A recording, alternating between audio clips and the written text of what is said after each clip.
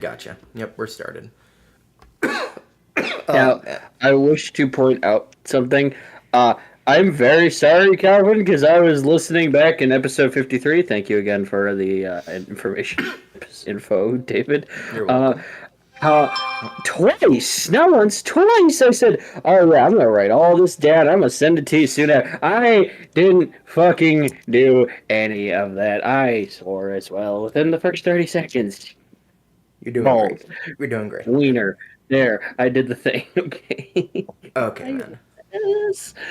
Oh, I am so sorry, and I will get this info to you as soon as I can. Life sucks. So, Yeah. but it's okay. I got everything mostly updated. Everything I heard back. Oh yeah, it's official. The ice machine is broken. No. Hey, it could be worse. It could be the ice cream machine that's broken. I knew you were gonna fucking say. Yep. I could hear David's head sink even more. I was checking stream, so I only heard the end of that, and I was like, "That's a McDonald's joke, isn't it?" It was. I'm sorry. Yeah, No, I you're figured. not. But don't be. Our restaurant actually does care about trying to clean the machine a lot, so we don't often have the machine quote unquote broken. For us, it is. It's broken, and by broken we mean it's the last 20 minutes. Leave me alone. Okay, that's understandable. Yeah. Yeah, fair. But yeah, we sound good. Great. All right. So let me get these final notes together. So without saying what it is, how intrigued are you with what Marrow's boss fight's gonna be?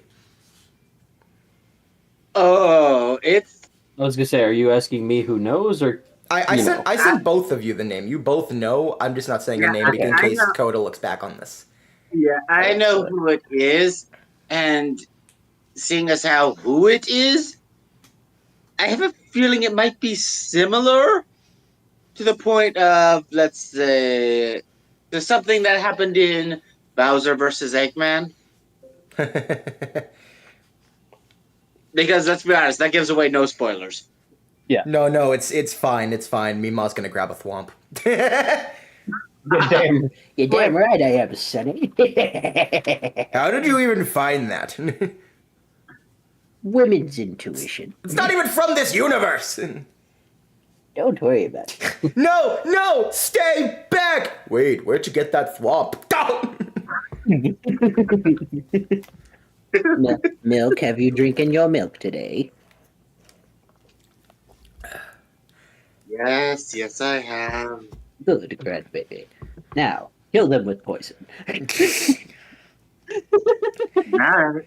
It's just fine, I guess. Fine, Mima. Okay, I am Despite not, being in their dishonesty, the angsty. okay, I'm not intending for Milk to be that angsty. That's Shadow's job. Oh, indeed. Fair. Okay, fine, Mima. Gosh. I also was able to, upon stocking up supplies, running out to 2 different stores in our town. I got toilet paper, I got cat litter, I got food, I got extra batteries, I got extra trash bags. Ah! Good job, man. Also, I got 2 more presents for Coda. He cannot be mad because he's not here. Ow. But since you said it on stream, he will find out. What he watches. what it will be? Who dares? Who knows? Don't you touch that chew toy! I don't need you squeaking all through this call, Chapo! Squeak. For some reason, my brain just went, "Don't chew that chew toy." Marrow squeaks himself. How? Wait. They Why just. do you squeak? I don't know. I think that was one of the talks me and Coda had, where it's just like I like there's gonna be butterflies. some That does point not where answer the question. Marrow just like is fighting Eggman. Eggman blasts them off the ship. They fall, somehow do the success roll, and just squeak on impact. Just beep. Okay. Why did you? How did you squeak? Corn dogs. No, I want an answer. Marrow And doesn't corn know the dogs answer. don't. Grabs the spine and sucks the marrow like a popsicle. Yeah, just die or something. I don't know how.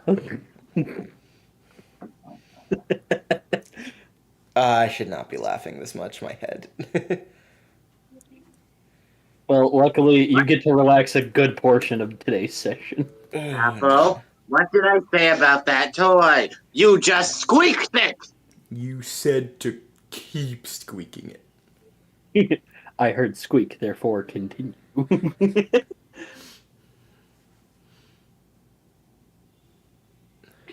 I have. Oh yeah, yeah, Samuel. We technically started early. That's just because we were all here, and we just decided to click start early.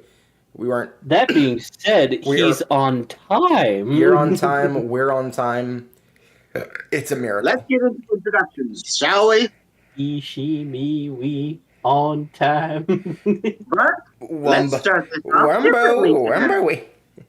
Wumba, I say we jump right into introductions on telling people about what's been happening so far of our days. And to do something different, you're first, Haunter. Why the hell am I? Hey, we haven't even done the intro. Yeah. Go ahead and do the intro, but you know you're first. I have one job, okay? Go ahead. Do the intro. Hi everyone. Hi everyone. Welcome to another D&D V&V. I am your lovely dungeon mima, Unto Haunter, and these lovely contestants, victims, players of mine are ready to embark on another epic journey.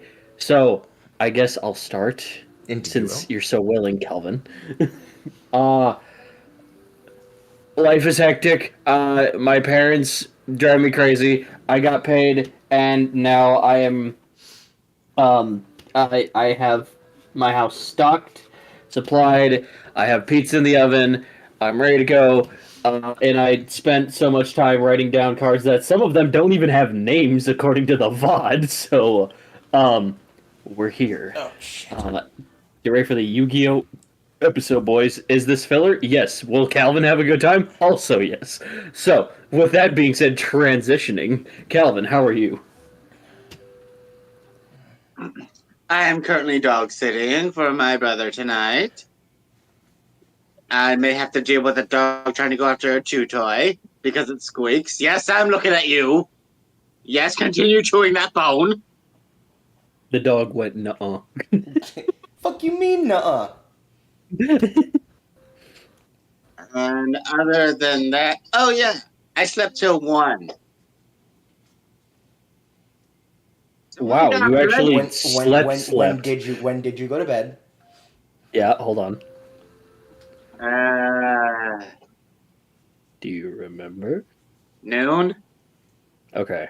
Wait, I'm hold kidding, on. I'm kidding. Nope. That's not right. That's not right. I was like, Wait, oh, hold wait, on. That implies you slept for 1 hour. This is some bullshit, Calvin. That's relatable. What the fuck? I said I was kidding. Okay. I do think it was shortly after the D&D, maybe an hour, maybe 30 minutes or an hour after. Okay, so at latest 2 to 1. That's a really good sleep time. I wish I could do that. Well, to be honest, let's not forget the day before I stayed up till 9. Yeah, seriously, dude. What the fuck? Well, at Anything least else time this you week, slept. man? Other than that, no, nothing new. Although, let's be honest, I need to get started on Christmas shopping. The only person I have some of your gifts, some of David's gifts. I have all, if not but one gift left for Coda, and I got my dad something. I got him a nice headrest for his neck because he's an old man and he needs to sleep. He works harder than I do. I haven't technically started yet, but I technically got you and Coda out of Oh the way. yes, So. you fucking did. Don't lie to me. No, I said technically haven't started because I wasn't anticipating getting anything yet, and then you dropped that on me, and I was like, I'm gonna do I'm gonna do the funniest thing. Kodo cried tears of joy after D&D, by the way. I'm glad, honestly. Okay, I am still technically a little upset that I barely got a fight. Yeah, Yeah. that was some bullshit. He killed I himself. blame his critical fails. I was like, oh, it's gonna be an awesome fight between the gunslinger guy and Calvin with his imagination. Hell yeah. Critically fails. I'm like, are you fucking All right, kidding cool. me? 5 HP left, and then critically fails again. Cool. He killed himself. I mean, seriously, how can he be? He's an assassin. How Dude, can this- he be that bad? This is the monster box all over again, where there was that one guy where it was like, I'll do it just so you can go. The original plan was to have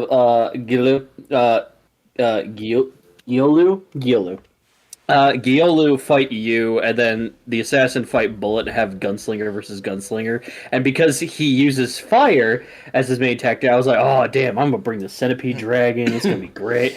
Well, Here we are. damn it. It's fine. Things happen. We move on. David, how are you doing? Let's be honest, I'm gonna try and bring them back. We're gonna prevent that from happening, but someone could. Just bring them back. So, I didn't get an actual fight. Round 2, bitch. No. Get up. Yeah. Everybody Bullet get can up. handle It's the time to slam. Yeah. Bullet can handle the gunslinger. I'm taking the guy who can manipulate matter. That's personal now. Yep. I know nothing about Yu-Gi-Oh! This will be interesting. You might be a bit behind, Samuel. I don't know. Try reloading. I don't... Maybe you are on pace. I don't know. I know I keep forgetting to set latency to ultra low, so that affects it. I'll try doing it next week, but yeah. Okay. Anyway, So, how yeah. am I doing? Holy shit. I want to fucking die. I'm sorry, but X is off the clock right now. Gosh damn it. Do you want a hug, friend? If you can break through your own walls, please. I mean, I will, but my landlord won't be happy about the rehearsal. It's fine, timeline reversal. Yeah, shit, you're right. Okay, oh yeah, you are on pace. All right, cool. So this morning, I was feeling technically better than yesterday. Most of what I was feeling yesterday was gone. Like, my headaches were a lot smaller, and the coughing was the only thing that was getting a bit worse, but I have cough drops and I have other things, so I should have been fine. So I was like, you know what? I can go into work. Coda recommended I do a COVID test. We're good. I'm all good. No COVID. We're fine. That's not the problem.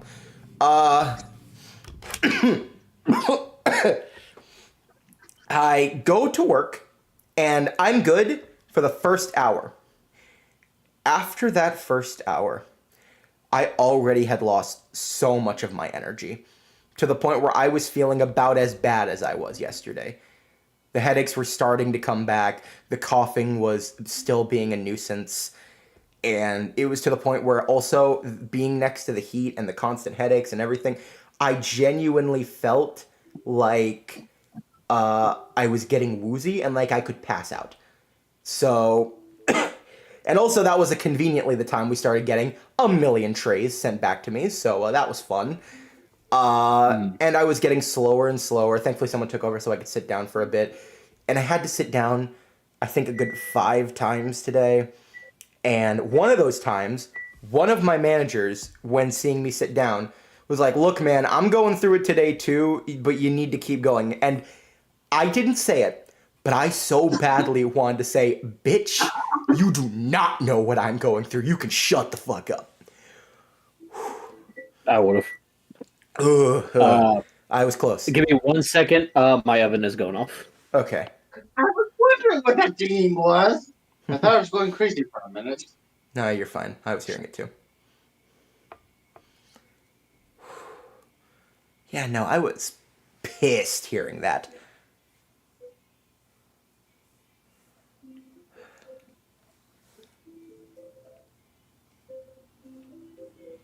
Oh man.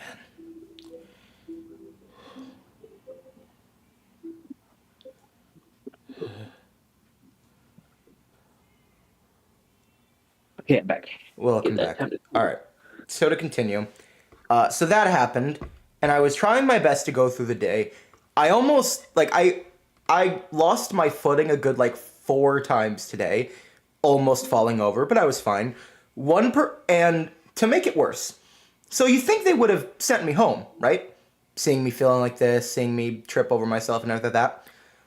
Mhm. So many people called in today that it would have made no sense to send me home at most of the day Mm. because of how few people actually were coming in. And to add insult to injury, oh, by the way, because of that fact, one person who I was working with came in at 11. Guess when they were going to leave? One. 10. Mm. Mm. Jesus Christ. If he's not completely exhausted by the end of the day, I will be so impressed and I will be a jealous motherfucker. So that was most of my day, and my energy was just dropping further. I was getting worse. I was feeling horrid, and I could barely ever sit down. I got a break in the middle of the day, and I wasn't hungry because, well, that's what happens when you're sick. So I just sat in the lobby and just tried to get a rest. I barely got one. And I just did the best that I could until I thankfully got out a good like 45 minutes before I was supposed to leave. And when I came home, I took off my backpack, took off my shoes, slammed my face into bed, and I could not move for a good 20 minutes. During that time, ooh, I felt ringing in my ear, and it was weird. I felt like I was being talked to, and like they were trying to get me to connect to you and Coda telepathically, Haunter. I don't know how to explain it further than that. It was weird. Needless to say, I eventually woke from that part and set something up on my phone and then just tried to lay down underneath a blanket until D&D time. Struggled to get up, and now we're here. So in short, I feel like my energy levels are at the lowest they've been in a long time. And like I said at the beginning, I want to die. Unfortunately, Hex isn't here. Well, my friend, good news is good news. Is that in this session you get to relax the most. Good. So if you need to get up for a sec, go get some water, grab some soup, some crackers. I don't know your diagnose right now. I don't know But what I have. I'm just here. I just know it's not COVID. I what I like to call is the not feely goody. So if you're not feeling the goody, it's okay. You can rest a little bit. Just all I ask is you don't sleep during the session. We'll see. Here, take this plank of wood. It'll bang against your head in case. Buddy, no. We're not having Works for Grug have a me. 2x4 in his head again. Yeah. I need still that. I can't need believe that. that happened. That still I was need the that as a strangest sticker. thing. I need that as a sticker so bad. All right. Well, and yes, you heard correctly, audience, aka Samuel. We only have Sylph and Andrew today. Whatever will happen. A dueling tournament, actually. But before we get into the now, we get to the then. And then, previously, Dragon Queen is okay. She's perfectly fine. Well rested, well earned. As our heroes went off to go search for the individuals who embarked war onto our Keston crew. They went back to Blach and had a really awesome fight against the mech spider Akalabi. joined their side after revealing her true intentions, and uh, soon after, as well, we had a very underwhelming uh, self alt delete from Zieti against Sylph. And then Seven Blim rose herself to try to mark her magic stronger than our crew here. But Hex revealed how vast their origin, or their arcane, nay, their soul, actually is. And Seven also joined. With the end of Schwastanos finally there, and turned into a faceless rabbit with one ear that is crippled and shoved into a cell on exact uh, bedazzled cell on Nebulosa, and Akalavi and Seven having new lives, mainly resorting in Nebulosa. Hex went off with Dragon Queen back to Twibbin for a well-rested vacation, after kind of borrowing Dex for a little longer than they were hoping. So, now we're here on a new day, and it's time for a duel tournament. Andrew, where are you right now? In Atlantis, just relaxing. Oh yeah. Also, I cannot believe it still freaking landed on a D20. Like, dude, what the fuck? Yeah, Keo is perfectly fine with you getting bitches. Sharks are not monogamous. Oh, damn, You could bring me with at some point. KO! I feel like they're nice individuals. But yeah, Andrew, you get a nice, well-deserved breakfast in bed, followed by some of Taylor's maids and butlers. All of which have letters going, motherfucker, you better have decided, I swear to God. Son of a bitch, headphones.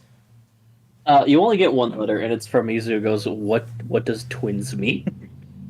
You can just put that one in the trash. Right here, sir. Thank you. Will there be anything else? I'm good. Thank you. Very good.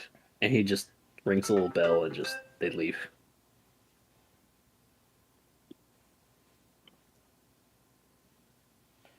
Man.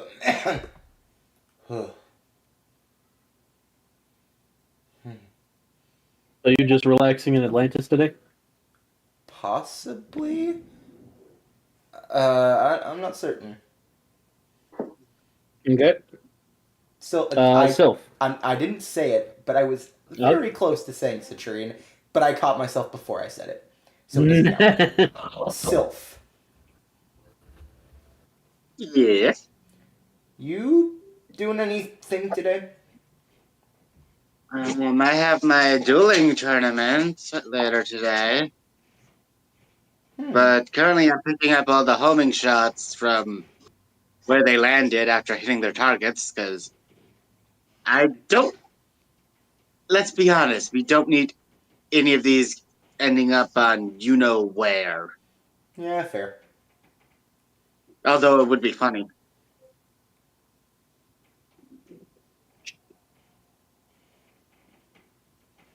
Yeah, possibly. I might go see your battle. I don't know. Still deciding.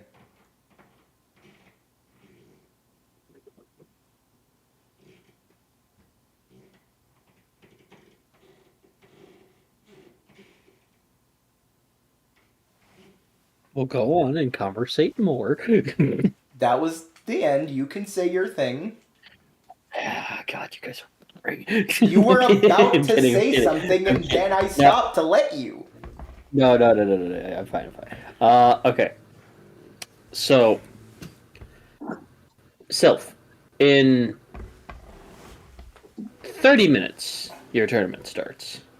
So, whatever you need to do to gather yourself, go get more cards, polish your duel disc, strategize with your deck, anything of the sort, you may do.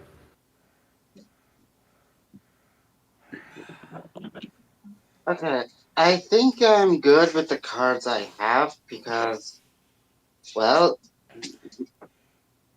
they've they've helped me so far, and but I might as well look up who my opponents are possibly going to be to know what I'm up against. Okay. Does Sylph have some knowledge on his cell phone now, or? Oh, that's easy. I'm just using Google. Their names are probably on the tournament board. Okay. Um, one sec. Go ahead and roll me a just general investigation, please. Okay. Well, my left foot fell asleep and now it's awake. So, I can't move my left foot for a bit. Sorry, for some dumb reason. I'm so sorry, David. When you said my foot fell asleep, I thought of the Thomas Sanders line. I figured. It's gonna be so Okay. bad. It's That every was time. Go ahead. okay. That was 17. 17. Okay, so Cardmaster will be partaking in a duel here. So you might get to rematch him, you might not. We'll see how it goes. We He also loses first have round. West Coast champion of a small town named Tai Nami. He uses an exclusive water deck, and he's very much friends with the ocean. He likes to win smaller tournaments, so he can raise enough money to help individuals who don't have parents and try to, like, make kids still have a proper education wherever they seem to be. You have Wow. Boost. Wow, those funds certainly never got to me. I'm sorry, I had to. Shit, man. I was gonna say he's West Coast, so like. I know he's doing good, and it was impossible for those funds to get to me, but I still saw the opening. I had to take it.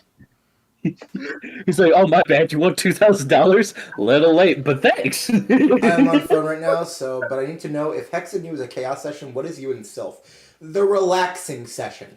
But, actually, though. But actually though. Okay. Next is the son of a toy maker. His name, he goes by Booster, and he likes to build action figures on his own to help his family toy shop thrive on new type of models, and his deck revolves around that.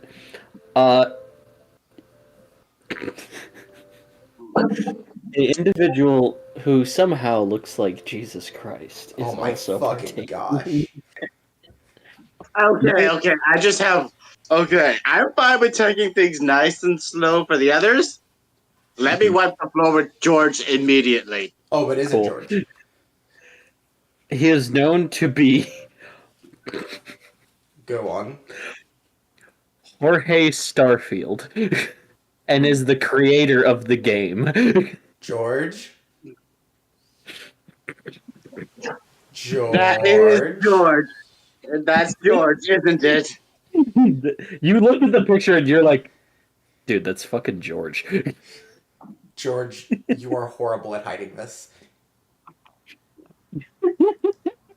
Wait. I take a picture of this.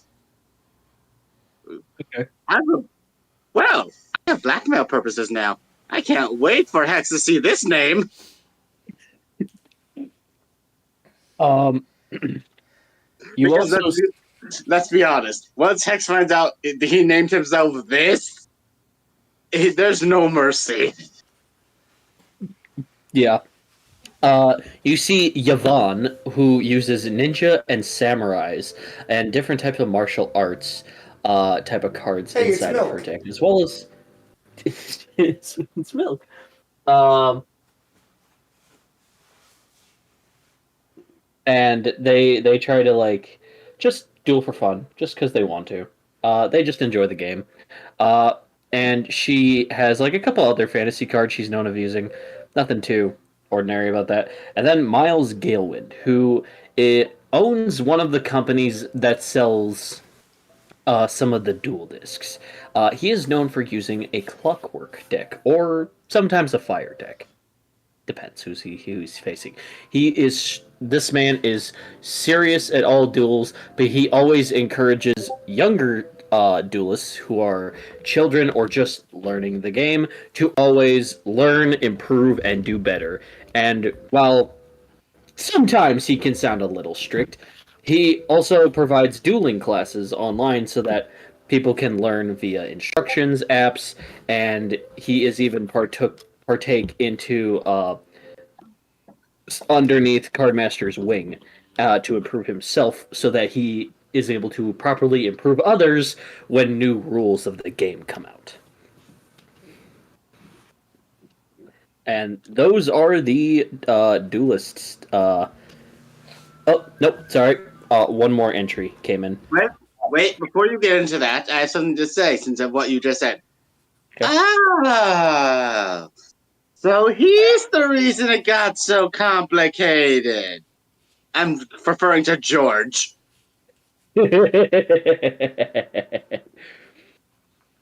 um. Who's the last member? So, his name is Big Billy, and he's just happy to be here. Gosh. As in damn it. Big Billy from the Gang Green Gang? No. No.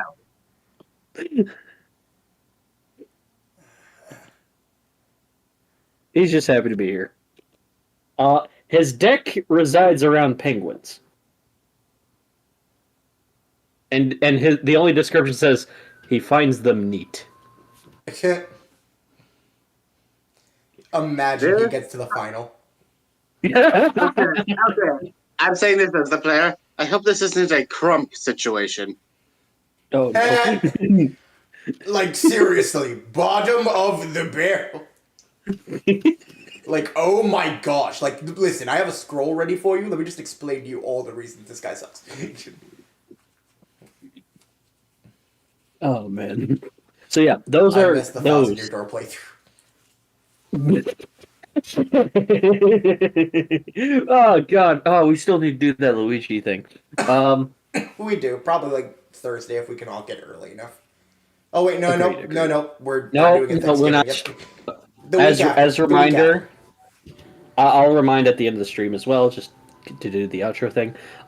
As a reminder, next week there is no D&D stream on the D&D channel, and for Gamer Puff here, make sure you subscribe and follow. There is going to be no stream for him as well because it is the holidays. We will all be busy, so you guys won't see us till December. So sorry about that. And remember, people, beware Black Friday. I work Black Friday. That's why I said it. Beware. I stay home. I don't go outside during Black Friday. No. Good for you, man. I don't get that choice. I'm so sorry. I would say, hey, you're in a good spot with money. You could definitely stay home. I'm sorry. After a con, a computer, and what you did for us, I don't think you good with money no No, more. I am. I still am good. You good with money. Here. I'll DM you. I'll fight you, Whale. And hey, I'm good with money because I tend to not buy things a lot. Although technically when I do splurge. Mystery boxes, Calvin. Your point? He says, I don't see the Oh my shit. I'm good. My soul. If it's a number, keep it to yourself. I'm keeping it to myself. David, you can DM him on your own time. I'll DM him now. I don't care. He said, I'll keep it shit up.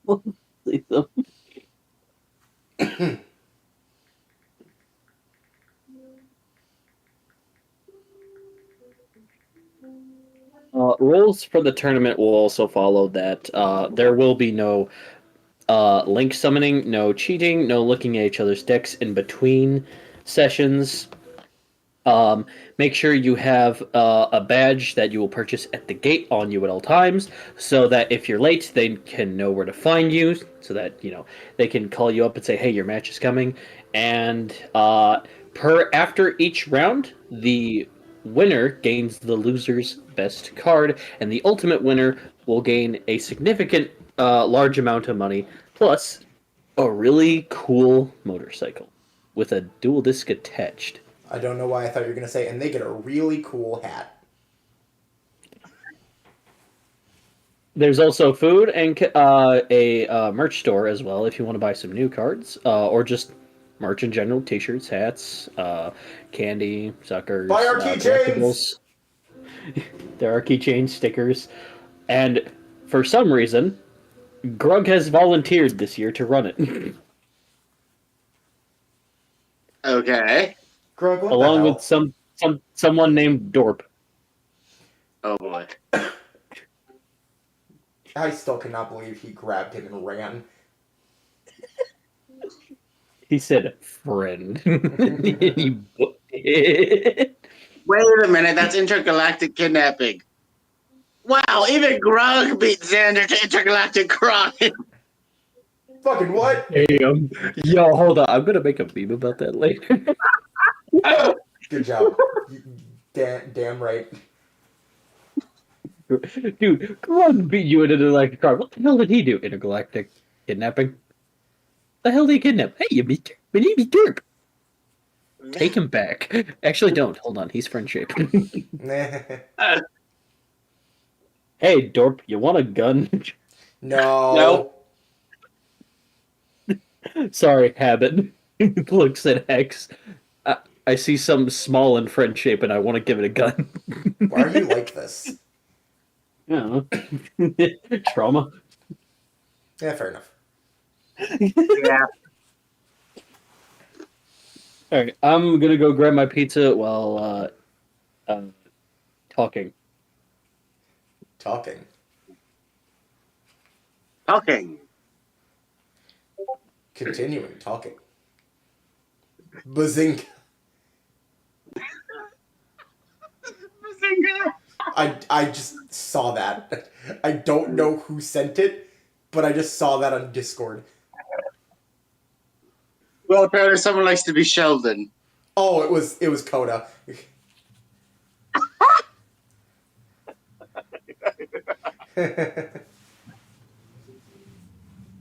Oh man.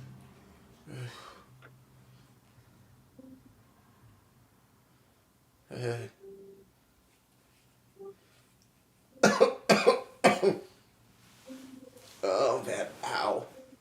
Oh my head, gosh dang it. Maybe take an aspirin? I don't think we have that. When it reaches 10, I'm gonna go take a Mucinex, because that's a 12-hour period, so I can take it again. Hopefully that'll help.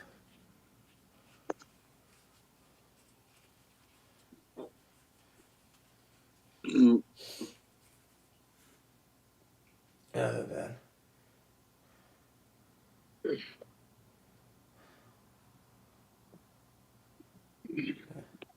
Think you're gonna win? Get back. I'm gonna try. Although I'm not exactly sure what I'd do with a motorcycle. Card fights on motorcycles.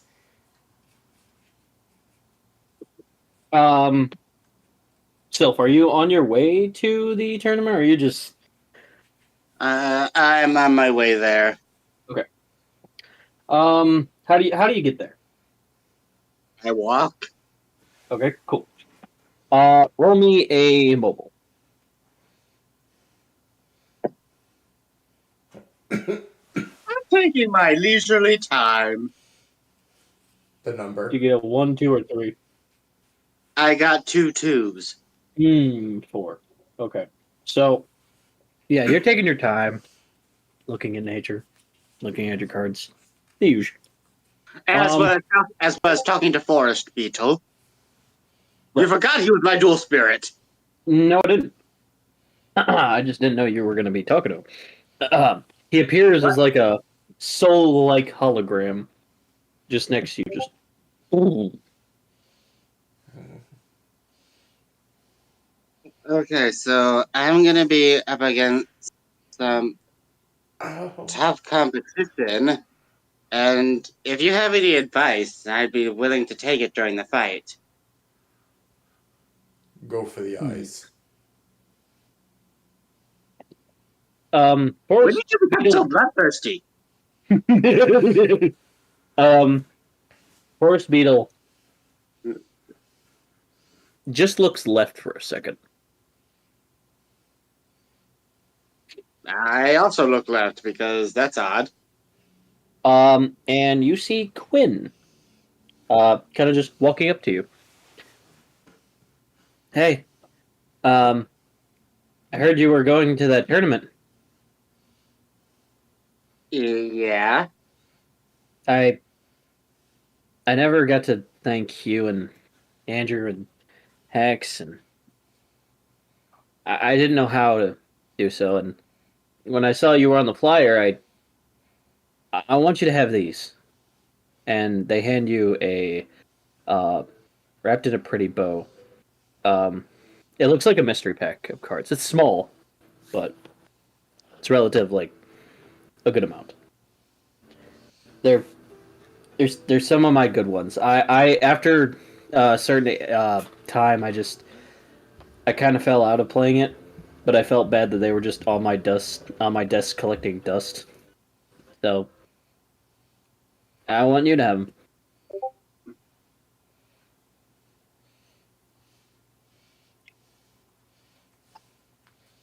How about this? Because I do appreciate the gesture, and I will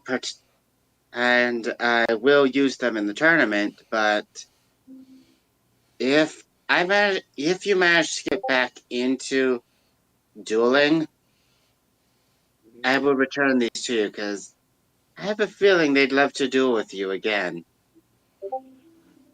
I mean, they're just cards.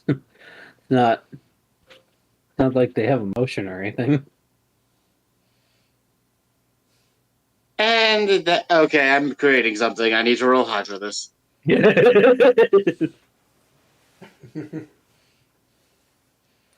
Oh, that'll do. A nat 20 and a 13. Beautiful. What do you make? A very special pair of glasses that allow you to see dual spirits. Put these on. Are they prescribed with my vision? With that high, yes, they are. Yes, they are. That work for anyone's eyes. Oh, all right. I'll try the. She looks up immediately at the bill, like, whoa! Wait, wasn't that thing during the Zebra Man attack?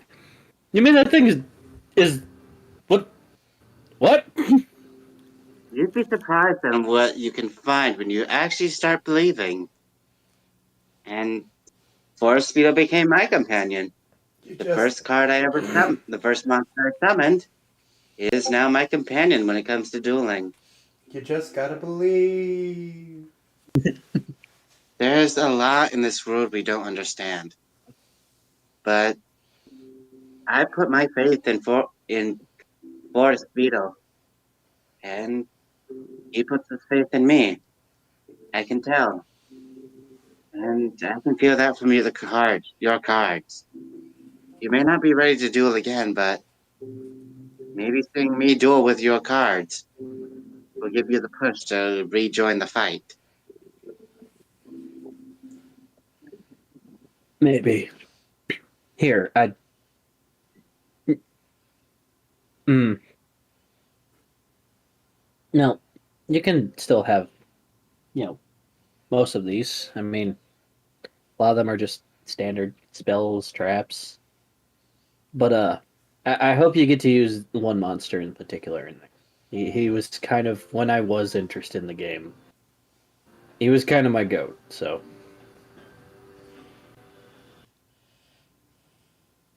All right. good luck. Thanks. Thanks. And their scarf just gives you a hug. Why do I get the feeling his ace card is waving him off? He's still wearing the glasses, so he should see that. He will see what he needs to in time, so let things play. We will say that you just heard that from the beetle. Understood. Now, let's see what this ace monster is. You look, and it is a synchro monster. Oh. It is called Arcane Ninja.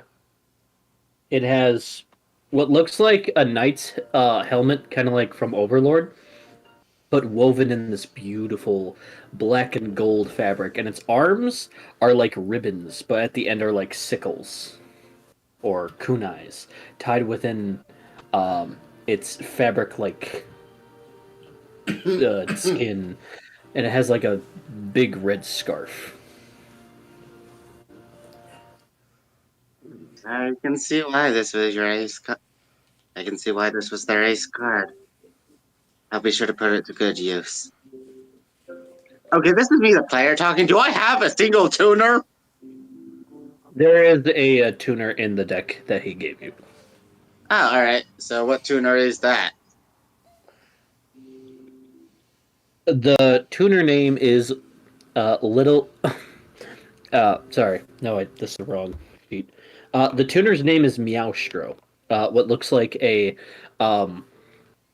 ghostly cat, but he looks like small, very chibi looking, and has like some of its fur mixed with like a tuxedo, and he's got like a little baton. He's just like, Got it. Well, you two will.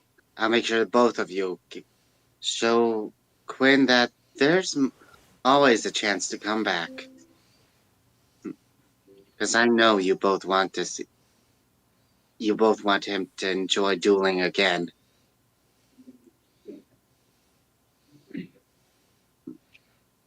But again, what are we going to do with a motorcycle? Your beetle just goes, "You especially have friends in your deck that wish to fight alongside you. And hopefully we get to see their potential today." Yeah. Especially the one I got from Cardmaster. I can already tell that one wants to show its worth. As far as for some reason it wants to mock Cardmaster, like, you lost to a kid! I hope that Jadeye's Golden Dragon will make worth for you. I'm sure it will. Legally distinct, ladies and gentlemen. Quinn's off with his friends and waves you goodbye. And good luck. As you enter the gate, there is a just regular guy there, just like, right, you're Sylph. You're here to partake? Yep. Okay, it'll be, it's just a small chunk of change amount of dollars. Alright, I hand the small chunk. Okay, what is your duel experience? Immediately as he says that, Cardmaster pats you on the back and goes, "I'm endorsing him." He goes, "Mr. Cardmaster, sir, nice to meet you." "Oh, there's no need for that." "Hey, Sylph, you ready?" Yep. What's his duel experience, sir?" "Oh, he beat me, fair and square." He what?" But And to be fair, that was my first duel. oh, that was your. Oh, you must be good. Oh, you must be. Here you go, sir. And he just shakingly hands you the badge with the ribbon. Good to see Sylph terrifying more people. And to be fair, I wasn't even attempting to terrify him. He just got scared because I beat Cardmaster on my first time. Nope, it just happens. Because seriously, I will say this again. That was literally a fluke. Yeah. But let's see if it wasn't.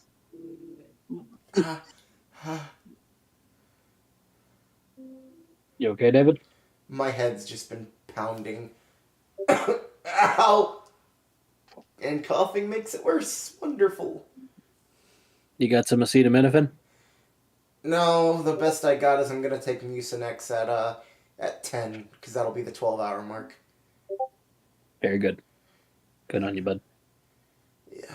I almost legitimately went to go grab Tylenol and to go hand it to you. I'm like, damn it, he's not here, I motherfucker. wish you could do that, man. Yes, if only we actually had portal technology.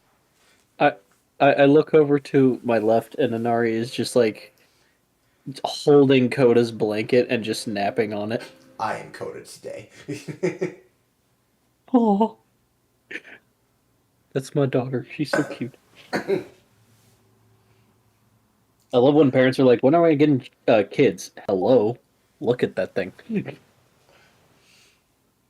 that is my your kid. child. That is my kid. Julia, have you speaking of seen which, my I also- kids? I am your kid. Why did you get me this way? I also got to clean Rexy's tank, which I'm very happy about. He is a very happy turtle right now. I wasn't able to do that last week, but I was able to do it this week. Oh, excuse me. All right. You enter and you get to meet some of the people. You see Big Billy immediately. He's like this 8 foot tall round person, backwards hat. He's got like the card game equivalent of a Karibo on his shirt, which is he's trying to make sure it's on, but it's like lifting a little bit. He's wearing shorts. He's got a duelist. He's like, "Hey there, Sel. How you doing?" I'm doing all right. I got a question for you. I was really curious. You like penguins? What? Do you like penguins? Yeah. I do ask. He blushes and just backs up. Nothing. I just find penguins are neat. And he just stares at a penguin card. Yeah. Anyway, good luck. Good luck to you too. Um, you see Navon just leaned over in the corner, just watching the entire stadium, and just has just like a look of like she's excited, but there's like a sternness in her face. You also see Booster kind of just like flimming through his cards. He's got like Lego looking goggles on his head. His hair is like kind of like all messed up and like a mix of red and orange with a blue jacket. You see Tainami, he looks like he's been out in the sun uh, for a decent part of his life. He's naturally tan, darker skinned looking guy. He's got like a scar over his eye. He's got like a blue bandana. Very skinny muscle guy with like baggy white pants. And he looks at you and is like, "Sylph, what's up, man? Hey, heard a lot of you. Heard you won your first duel against Cardmaster? That's insane, man." Just one moment. I have to let the dogs out. Go ahead.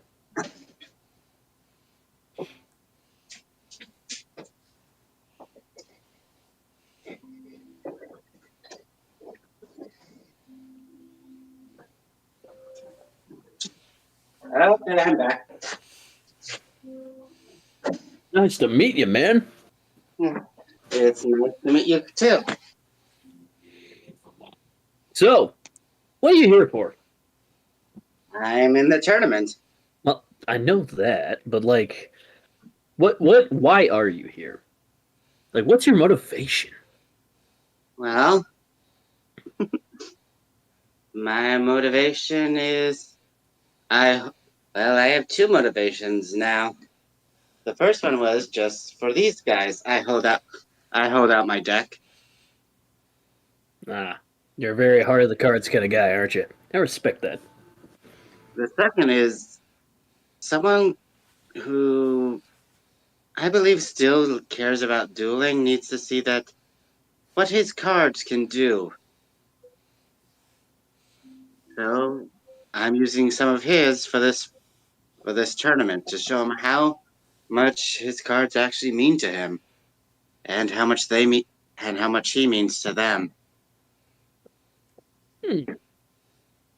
Well, I hope that you and I entered the ring at some point. I really want to see what you're made of. I'm very curious. But hey, I wish you the best of luck, dude. Seriously. I also kind of saw your fight in that like broadcast thing, so it's an honor fighting the dragon himself. Yeah. Would you believe me if I said I was born human? Oddly, yes. Yes, I would. But hey, again, great to meet you. He like extends your hand for like a firm handshake. And I take it back.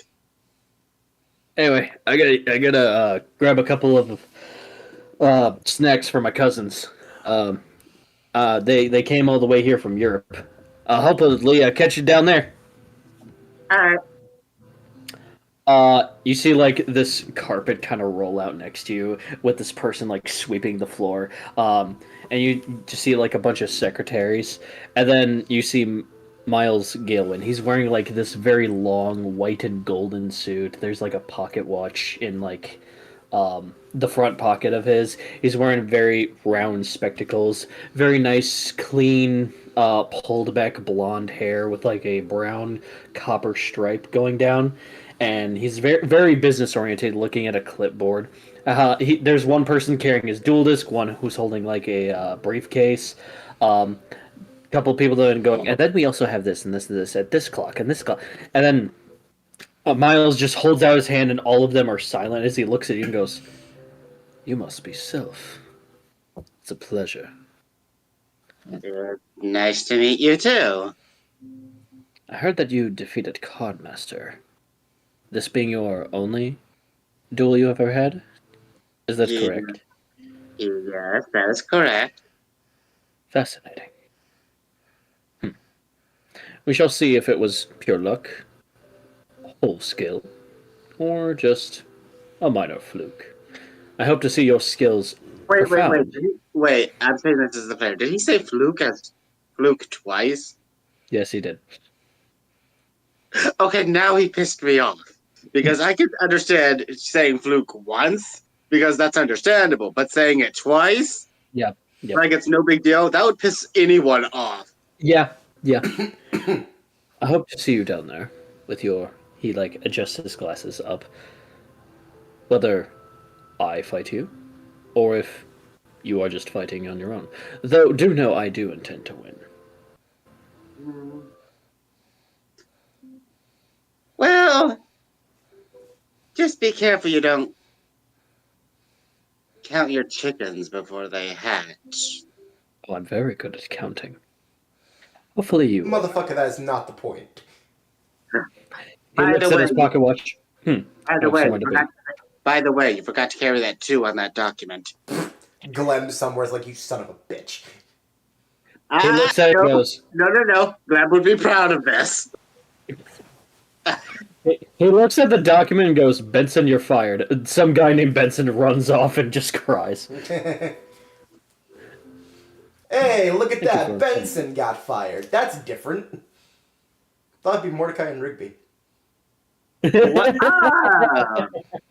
Oh. So you're the type of person who fires someone when it was clearly their own mistake. I never make mistakes.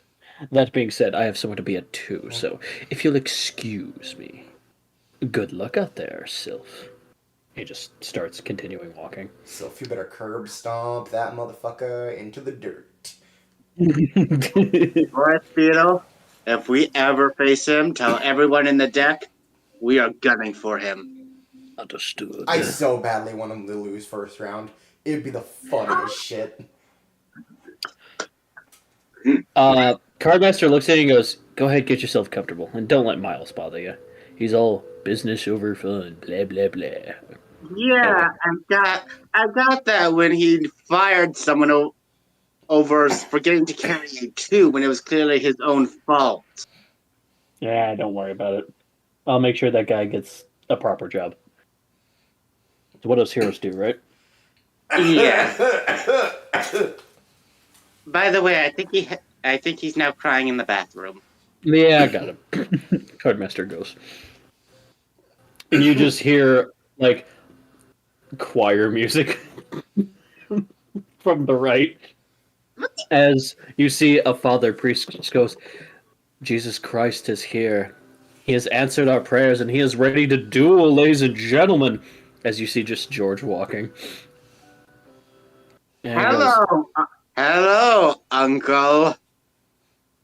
quotation marks, Jorge Starfield walks out, sunglasses bedazzled, and goes, my fellow, he hears you, looks at you, and goes, one moment, ladies and gentlemen, your lord needs a word with I'll be right back. the young, go ahead, with the young and soon to be experienced for the next generation, a bunch of, like, choir people just clap like, oh, he's so amazing. Oh my gosh. In Atlantis, Andrew, Keo has turned on the news people who are kind of seeing the tournament. Not that you can't perceive in your own mind where Sylph is and what he's doing and all that, but like television with Keo. Oh my gosh, George is so weird. What is he doing now? He's bringing up the whole Jesus Christ act again, and he brought a choir this time. I'm surprised it only took him this long. Has he done? Hold on, player talking. Has he done this before? Yes. Oh my fucking gosh. Okay, I'm back. I'll go back. I think he might have done this before. I don't know though. Keo just like, not that I'm encouraging it, but I'm kind of impressed on how long and how well he's doing the bit. I'm surprised no one has called him out on it before. Oh, trust me, that's what I'm doing now. George like takes you by the shoulder and moves you away from people as so many of the choir women are like, he's so amazing, oh my goodness. And it's just like, hey, Soph, what exactly are you doing here, man? I'm in the tournament. Okay. So if I could, Does Hex know about this alternate identity? oh, he's aware that I invented the game. It's really fun. Look, I got bored one day, found some cardboard, grabbed some monsters from my monster box, and then just No. Jorge. put them in the, in the cards. Well, like not them in particular, their species I invented. It's a whole Celeste thing. Point is, I invented the title Jorge Starfall, and I made this company around the 90s. Just because I wanted something to do while I was depressed and couldn't find Hex. Okay, but eventually we talked about that we wanted this to be a thing. We tried doing something like this in ancient Egypt, but stone tablets kept shattering.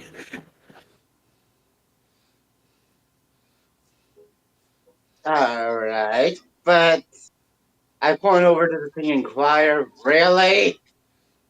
Listen, a lot of this money is going to charity, okay? And besides, I gotta keep this act up, Sylph. You already know. No. That is the act of George trying to be Jesus. Jorge Starfield has nothing to do with either. Either come up with a new bit, or I'm telling Hedge your bit is expelled into another character. No. Listen. Okay. The Starfield thing, that's the charity bit. The Jesus thing, well, too many people caught wind, so I was like, I'm both. Mwahaha. I have. No. Listen, hold on. Okay, You brought a singing choir. Okay. A card tournament. Okay, yes, but like I had to make it convincing. Okay, because a lot of like who are you trying to convince? In the mid 2000 and early 2000s, a lot of individuals, mainly stuck-up parents, were just like, "This game is for Satan." So with this bit, I made it to where it's like, "No, this is the game that Jesus Christ approves," and now it's a sport. Like we interrupt the VNV to bring you how parents saw Pokemon for a while. Oh god, it hurts my brain every time. But it's at the same time where I'm like, I can't stop watching. I can't. This is like a train fire. So just work with me on the charade for a little bit. You don't have to do anything, okay? And you don't even have to call me by my name, okay? All right. I have one requirement, Don't mind me. Okay, name it.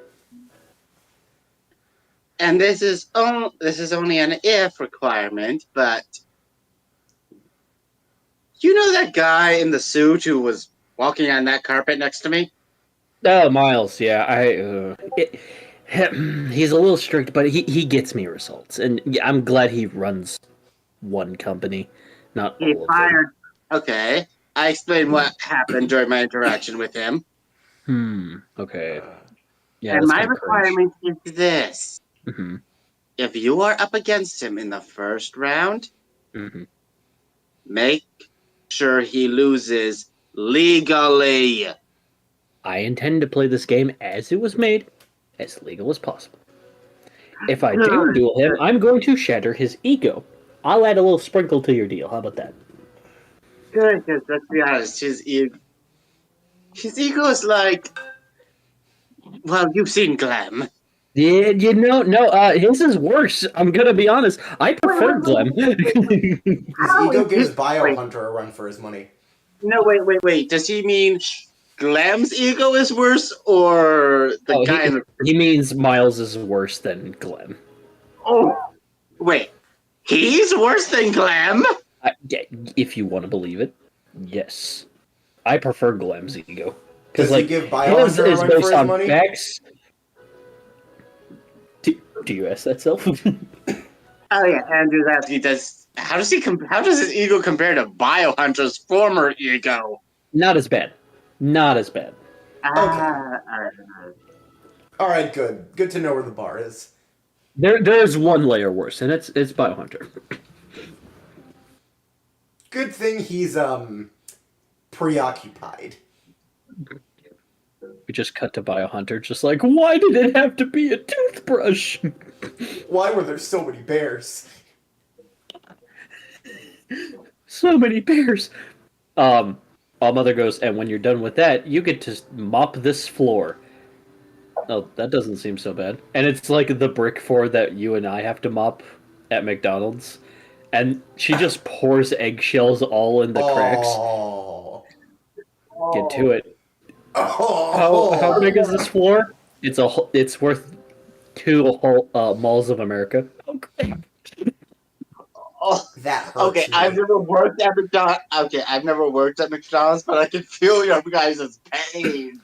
It Picture a hurts. red It hurts. uh picture a red hardwood floor with just like cement cracks like lined up like a flannel and then just eggshells all in the cracks.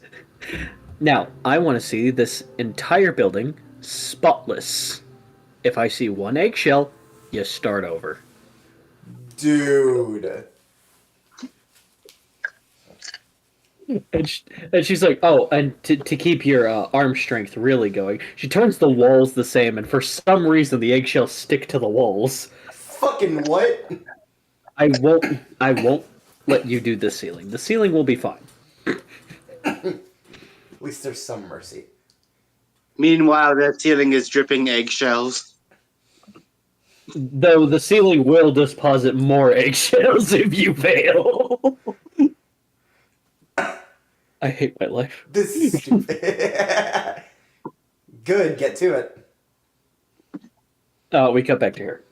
Okay, so the deal is, I will rock his shit. If I don't duel him, you will, Or someone else.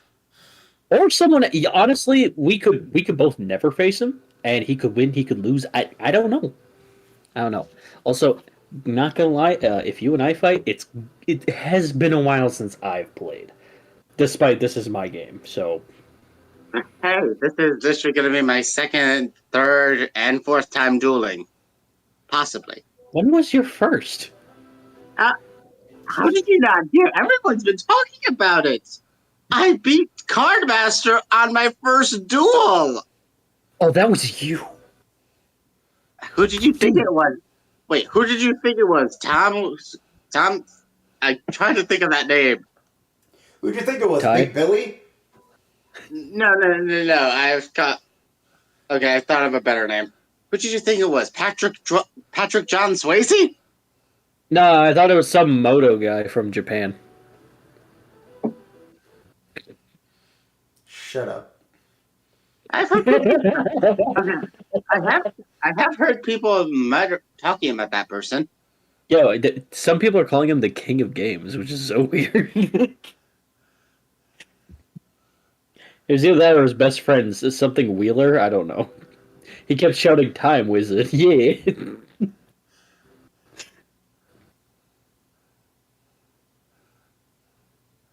All right. He just extends his hand. So yeah, it's a deal, but tone down the choir. It's getting very awkward in here. I'll avert them to the Karen section of the stadium. Okay, that I'm fine with. Cool. This way, my lovely gents and followers, my ladies and thems and theys, the gays are all welcome. And Okay, I'm just. Okay, I can't get this image out of my head. A group of Karens trying to argue with a church choir. I told you guys Jesus was inclusive. he just goes off. There's like you can hear down the hall, like one woman is just like, "No, I've read the Bible. Well, I'm Jesus." Ow! I'm sorry. Is anyone else showing up in a dramatic fashion? No, that would be it. Okay. Because literally, why did it have to be two dramatic fashions back to back? I rolled it. Oh, of course you. So there was a chance. Yeah. Let me guess. If you rolled again, the third person would have been the ninja girl actually coming in like a ninja? Yeah. I knew it. She got the lowest one, so she's just there. Okay.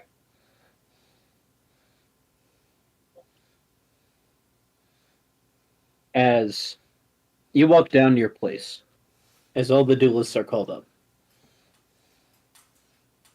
your beetle kind of just goes, "Good luck," and just dissipates.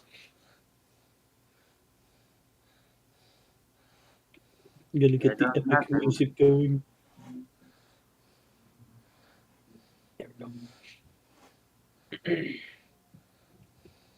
No, not the Gail Goodman ad. No kidding.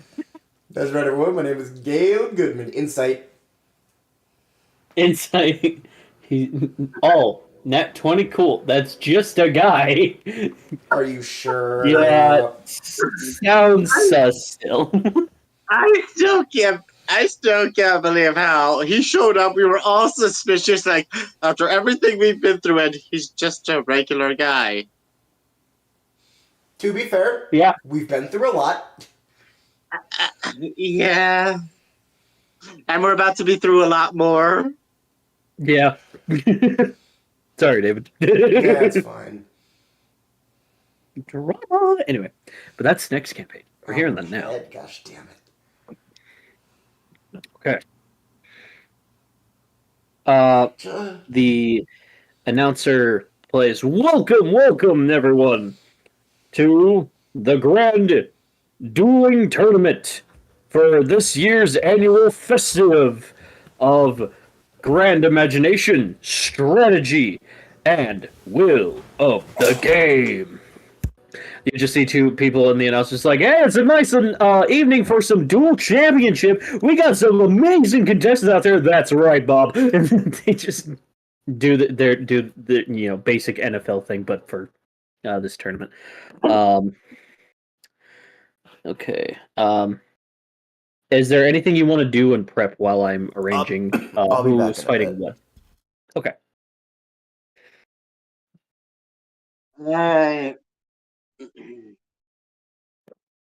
I think I'm good for right now. Because I'm going to be asking Force Beetle during the fights if they have any ideas on what should do. Of course, people will think I'm crazy. But then Um, again, do you really want to call the kid who can turn into a dragon crazy? yeah, shit, I wouldn't. Oh my god, I keep getting 2s and 6. I swear I will change D8s. Oh my god, it keeps going to 2. I'm going to throw things. You see why I say my dice hate me. Let me guess, you assign each person a number and you're trying to see who's against who. Yeah. I'm just Who's like, number I two? arranged that fight already. God damn it. Who's number two? I randomized those, so I cannot tell you. Ah, yeah. Is it someone who talks to me? Um, yes. Okay, that takes out two. And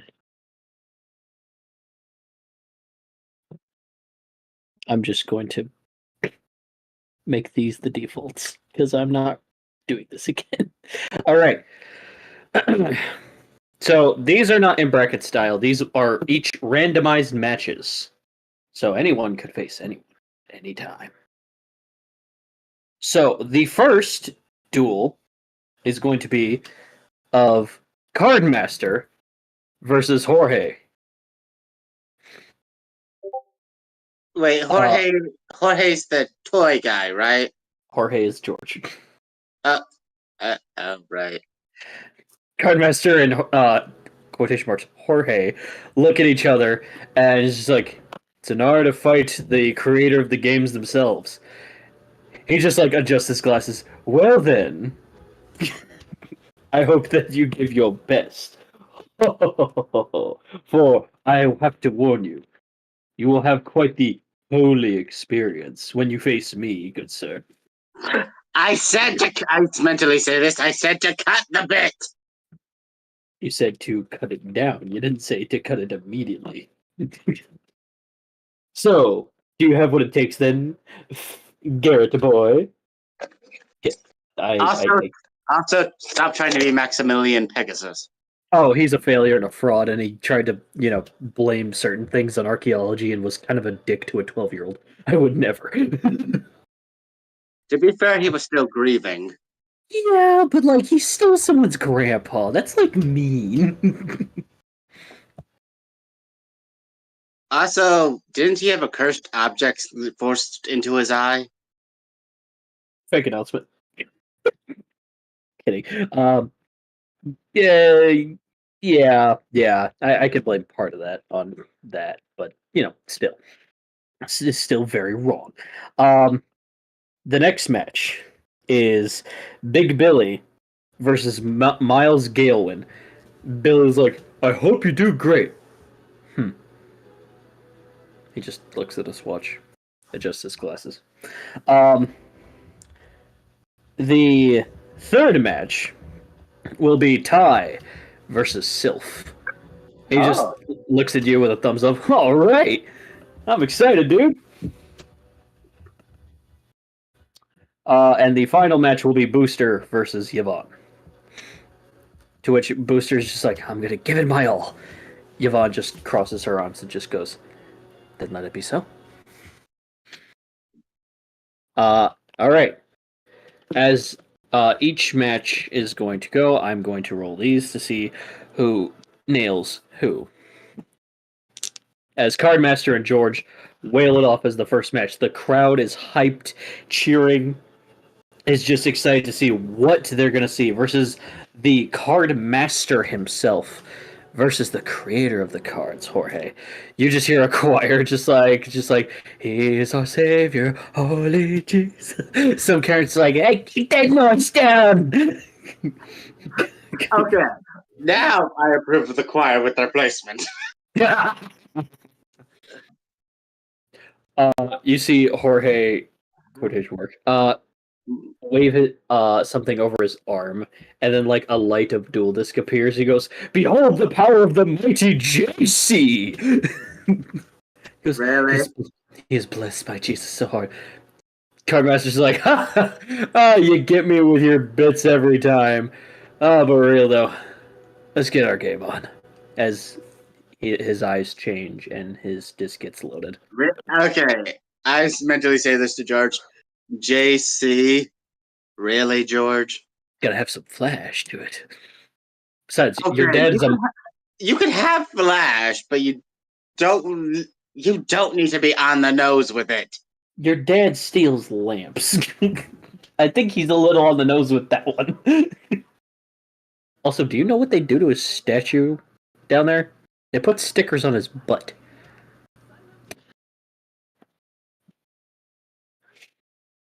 Yeah. I'm just mentally whistling because I did say that statue could be launched into a building.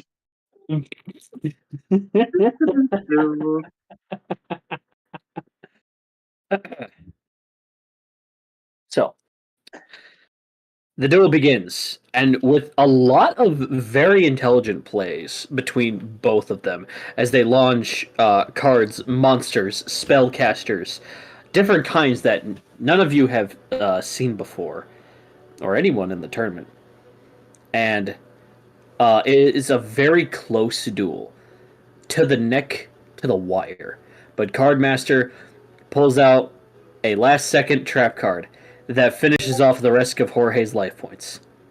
And Cardmaster wins. He goes, "You look a little rusty." Not too rusty. But that was a pleasant duel. I couldn't ask for one better. Hey, Jorge gets up and goes, "That was embarrassing. But I had fun the same. And you know what? What matters in the end is fun, right?" And a lot of the people in the crowd start blasting cheering. That was one of the best duels that they have seen in this tournament. And next is Big Billy and Miles Gilwin. I'm saying this from where I'm waiting. Come on, Billy, you can beat him. Show him what penguins are made of. I really don't want him to win. So here's an interesting thing I was not expecting. I rolled for to see who win. They tied in numbers. Oh. Okay, so I could roll this then. Okay, so here's what happens. Billy threw a lot of plays of just, it doesn't look like he's doing great at first. Just looks like he's just summoning penguin monsters. Just to summon them. And he's gushing about it. Miles sets up some defense, gets annoyed, then sets up a lot of offense where he's attacking him directly, and it doesn't look like Billy is able to do anything. But then Billy goes, "Let me show you why I really love penguins." And he summons a giant penguin dragon, which dive bombs most of Miles's monsters that he's throwing. While Miles is not doing a lot of damage dealt toward his own points, he is losing options fast. And by the time his field is wide open, the penguin dragon falls, destroyed. As Miles just goes, "You see, you were more focused on what was on my field. You didn't have time to focus what is in my graveyard because of all those silly little penguins. Well, that cost you everything." And Billy loses. A lot of people are confused at what happened. A lot of people goes, "Oh no, that's smart, that's smart." As Billy strugglingly shakes over and shows off his strong penguin card. Miles looks down and goes, "Keep your penguin. I don't want it." But the rules. I'm aware of what the rules are. I don't want your penguin. It is not that I find it weak. Oh no. I find it quite strong. It just doesn't fit with what I have, or could build. I think it belongs to you. Okay, I was about to say, oh, so it doesn't fit the brand. It more belongs to you. You dueled a little better than most individuals I've seen play around with a niche of a deck. I believe you can actually turn this into a remarkable arsenal. You have proved they are worthy something. Get stronger. And maybe, just maybe, we could duel again. But what's more important isn't how cool and flashy your deck is. You need to pay attention to things around you. Keep aware of the moment. I was announcing what I was doing the entire duel. Don't let these friends, you call them, become distractions. Understood? And this Oh, is the point. And this is yeah. the point where Force Beetle gets very angry. Forest Beetle is just like, I don't like him. Neither do I. So we're on the same page. Great. He sadly makes some points, though, but Yes, it makes me mad. yes, but here's the thing. He doesn't seem to have. He's more calculating, but he doesn't seem to believe that things. He needs to calculate things first. That could easily be his downfall. Because let's be honest, some things just can't be calculated. Besides, I'd like to see him react to you. Because we saw how Quinn reacted when they saw that you were real. I'd like to see his face. Agreed. Next match is you, Sylph. You and Ty. Ty's like kind of like warming one of his arms up and just stretching. It's like, you ready for a wild ride? Yeah, let's see how this goes. I gotta warn you, my ocean is pretty strong. Well, we'll see how well my monsters can come up to the task. We shall see But, indeed. but I will warn you, I can be quite creative. Creativity is nothing bad about that. Hey, listen. Okay. As you guys set up your dual discs, you draw your cards. The Who battle goes begins. first? Ty goes first. Alright. Okay, so if I'm remembering correctly, the point system is here.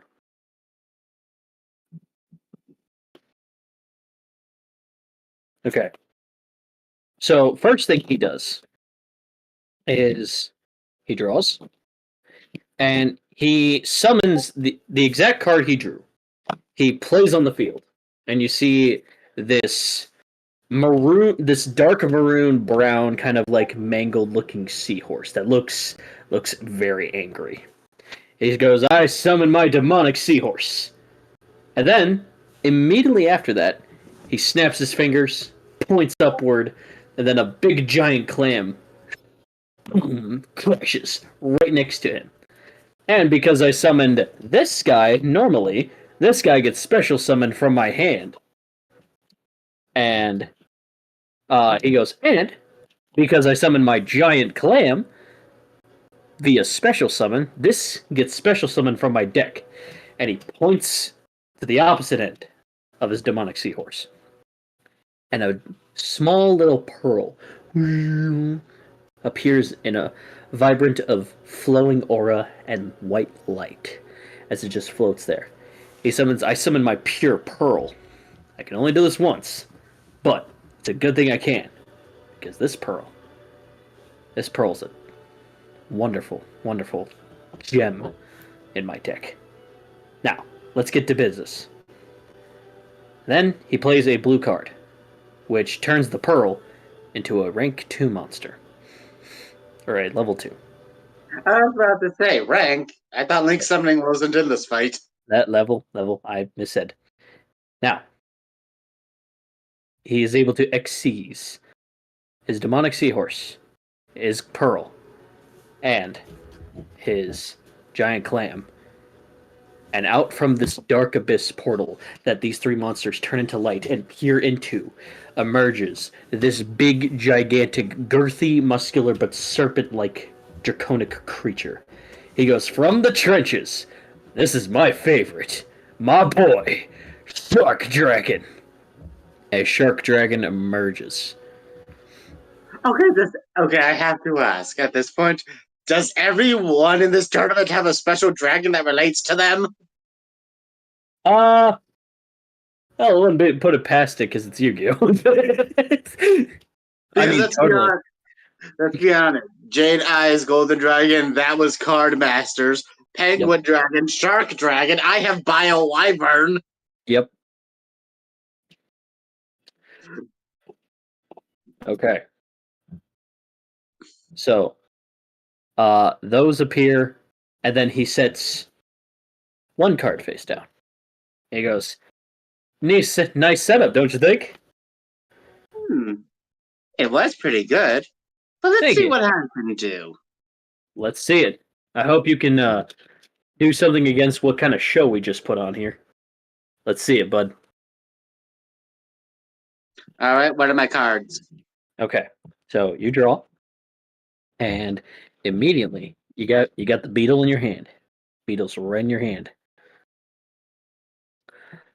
Second thing is you see your mushroom warrior also in your hand. You also see a very majestic bird of blue energy. Low level monster, but one that you can utilize. And then you have your you have a card that is blue, and it's called Footprint. And finally, you have your pink card, where basically it is the if you get attacked, no, you don't. What does Footprint do? Footprint allows you to draw 2 cards. Oh, right, and the card you just drew is your blue card, to which you're able to draw an extra one, but your opponent does not their next draw phase. I'm back. Welcome back. Oh, man.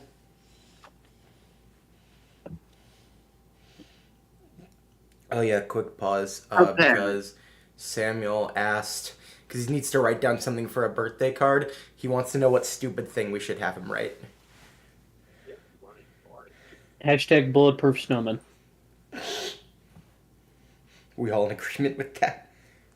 Yes. All right, cool. Cool.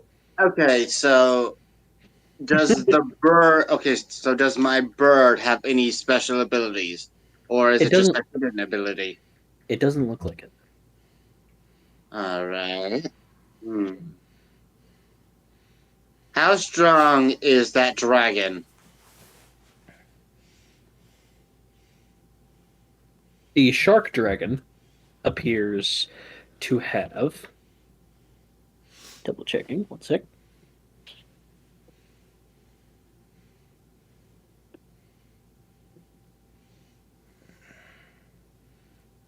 And if I'm remembering my mushroom warrior's ability, they can come back stronger. Yep. Your mushroom warrior is able to, if he's attacked by a fire type monster, he takes no damage. Who is still fighting? Ty, the water guy. Gotcha, okay. Big Billy got defeated by Miles, and George got defeated by Cardmaster. Gotcha. Alright, let's see. I think I'll start things off with this. I play my recent card, the one where I draw a card, but he doesn't on his next turn. Okay. Also, poor Billy my goat. Billy Mago. The Shark Dragon has 80 points. Alright. And none of my monsters are strong enough yet. Nope.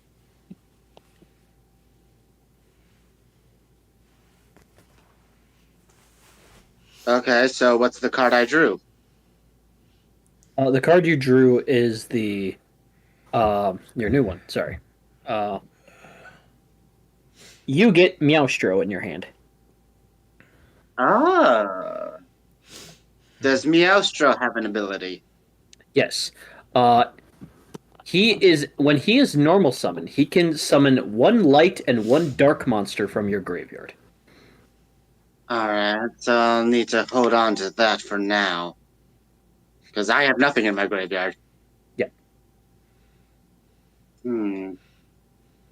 Okay. By the way, I want to let you know I didn't have time to write down new cards for you. So basically, for my fake deck for my fake Yu-Gi-Oh series I made when I was a kid, you're getting.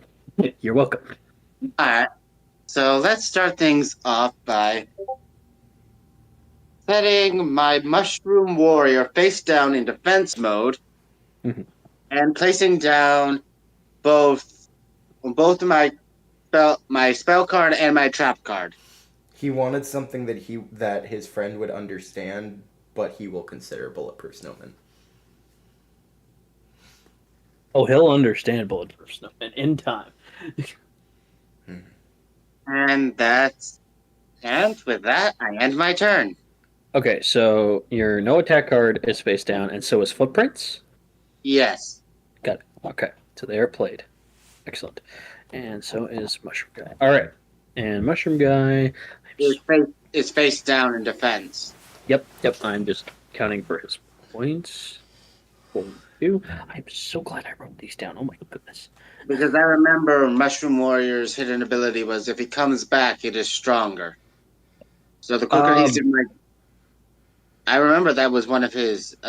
That was his hidden ability, if I'm remembering it right. I think that was someone else's. We'll check. No, that's your Guardian Beetle's ability. Oh, my Forest Beetle's ability. Yes. Oh, yes, that'll do. Okay.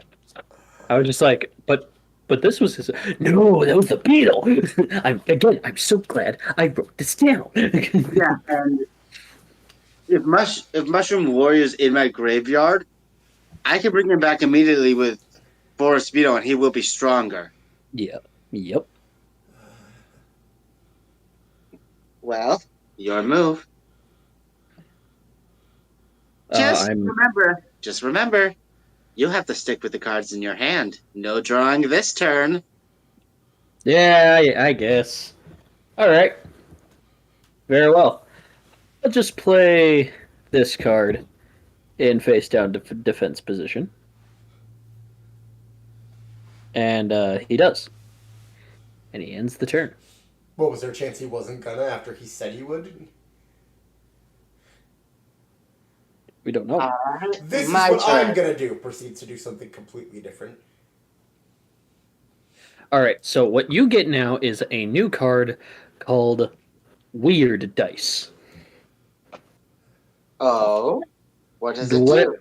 it can do different many of things depending on what the dice rolls. What you see is a d6, and depending on what the effect is what it can do upon playing it. It is a blue card. All right. Does it say what the numbers are? Like what numbers the stuff does?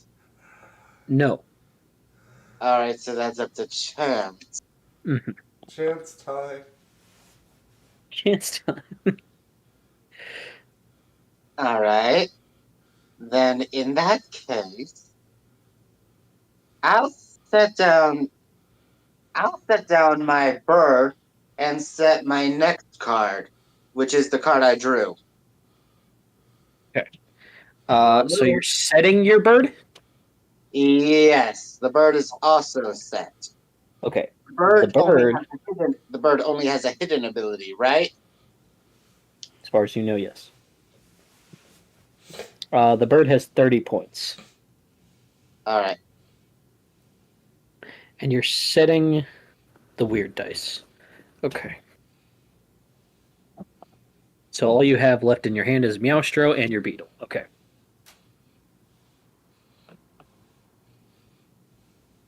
Your Okay. move. All right. He draws. He goes, I'm going to activate the field spell. And on his side of the field is what looks like the ocean. The angry ocean. Lightning forms, a wave rushes as if his shark dragon, and his cart are just floating a couple centimeters over it. And he goes, the mighty tsunami is a very, very special card of mine.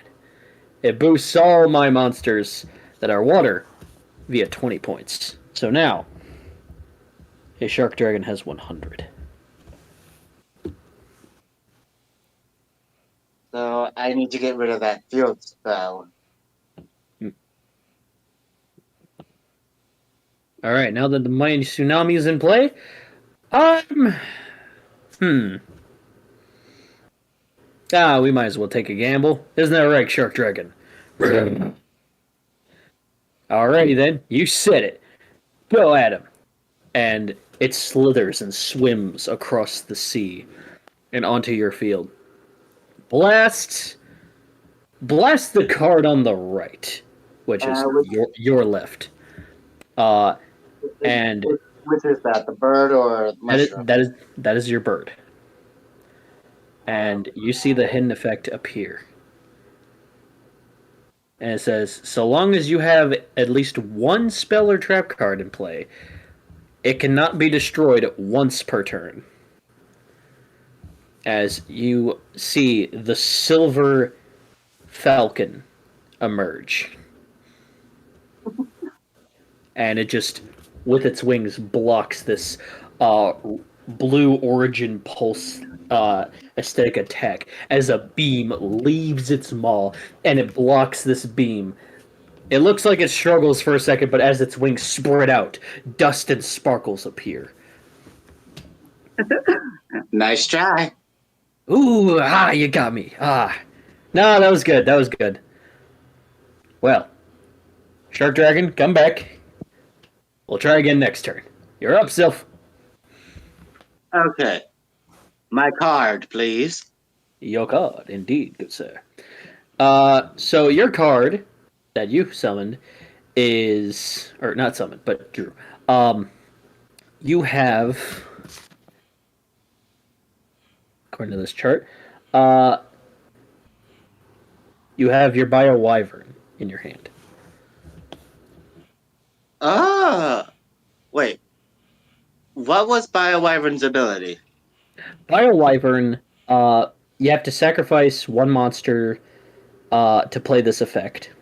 If there are any monsters on yours and their field, on your field and in your graveyard, this guy's attack doubles, and its base attack is 60 points.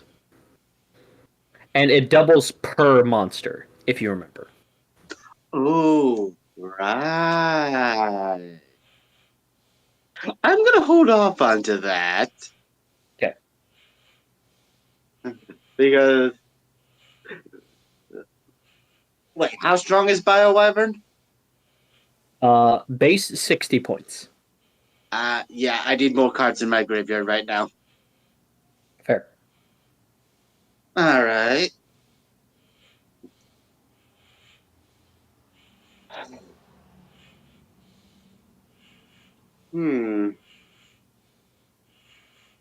I think I'll play this.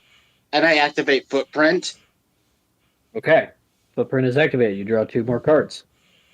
All right. So what you see is a black rabbit with like mech feet, but he's like chibi style, and he's holding a gun. And it's called Black Ops Jackrabbit. Oh, great. I've entered Pal World. The other one you see is what looks like a chibi version of Sung Wukong. He's covered in like this cool white technology, and he's holding a staff, and he looks like he's just ready to battle, but he's like cocky about it. All right. Yeah. What about, do these have abilities? The Jackrabbit has one initial one. As soon as he's normal summoned, your opponent loses 20 points. Right. And the monkeys one that you can see is if a monster on your field is getting attacked, whether it's him or just another monster you've got, he is able to eliminate one spell or trap card on the field. Just in general. Now okay, that's if he's attacked by if any of my monsters are attacked? Yes. Including him? Including him. Ooh. Now which do I want? Okay. Well then, I need time to set the trap. Alright. Then I'll summon this guy. I summon Cybernetic Wukong. Alright. You summon Opal... That might not be the name, but it felt fitting. No, fair. So you summon Opal Wukong. And his points are... Raha. 40. Raha. You summoned Raha. Someone in the audience just goes, "A monkey kid!" And with that, I'll end my turn. Okay. Alright, he draws. He goes, okay. I'll lay this down. And he lays a face down. He goes, alright, Shark Dragon. Let's try this again. But this time, let's go for that monkey he just summoned. Big mistake. So he's going... The beam zerts toward the monkey. Do you activate his ability? Okay, I have to ask. If I activate his ability, am I also able to activate negate attack? Yes, you can. Alright. Well, Not by his ability, but by your pink card that you have face down. well, you just activated two things. First, Opal Wukong's ability activates. Say goodbye to the field spell. The little chibi Wukong holds his staff with his tail, makes a couple of hand signs while he smirks, smiling, and just goes, "Yeah, goodbye to your god, dude!" And he grabs his staff, spins it, and just smacks the floor. You would take his face down, you said? No, I take the field spell. Oh, you take the ocean. Oh, shit. All right. Okay. So as he smacks it down, the ocean is engulfed by the shockwave beam that goes through the ocean, and it engulfs in it, and then it whirls and disappears. And the second thing you've activated is this. Negate attack.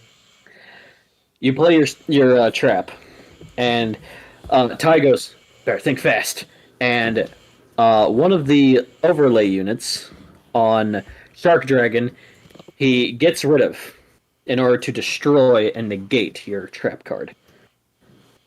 He goes, "Well, you might have nerfed him, but you won't stop this."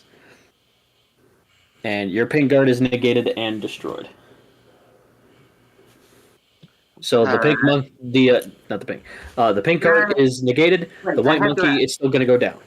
Wait, I have to ask. Is Weird Dice a quick play spell? I can say you can play it at any time, yeah. Would it also count as continuous? It is continuous. Alright, well then, why don't we leave this up to chance? I activate Weird Dice. Weird Dice? Oh man, you're playing it. And you see a weird, slimy black and green dice emerge from the face down. And it feels like time has stopped on the field. The beam is about to reach in Opal Wukong's face. He looks nervous. He's like, "Oh shit!" And then the beam just stops. He stops. Everything on the field stops, except this dice, who just slowly just turns in different places and directions. And then we roll. As it spins really fast and goes up high, and it comes down in the middle of the field. It lands on 4. With 4, This is what happens. If it lands on 4, the dice rezoots, and you see that time resumes, but your Opal Wukong just like, Oh, oh, hello. hello.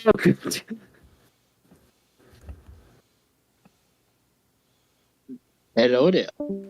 He heard Wukong and turned and then left. I respect it. I do too. He just knew. But seriously, I can't believe he did that. I I'm, didn't I'm, expect him to show up. I'm gonna message him right now. Actually, It might have been just for a second, but that was too fitting. So what does number 4 do? one sec.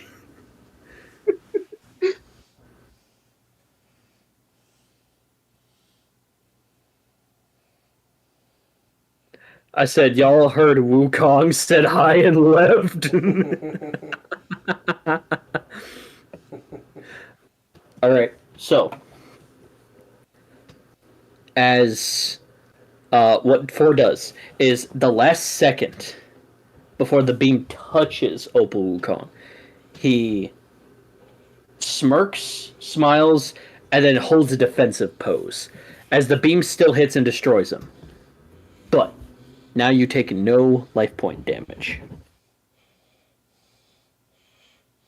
What 4 does is it switches your monster into the defensive pose, and you do not take battle damage if your monster is attacked. They said, yep. I respect it. Okay, so that's 1 month in my graveyard. And that's a good thing. And for the sake of it, yes, Opal Wukong is a light attributed monster. I'm guessing the rabbit is a dark. Yep. How fitting.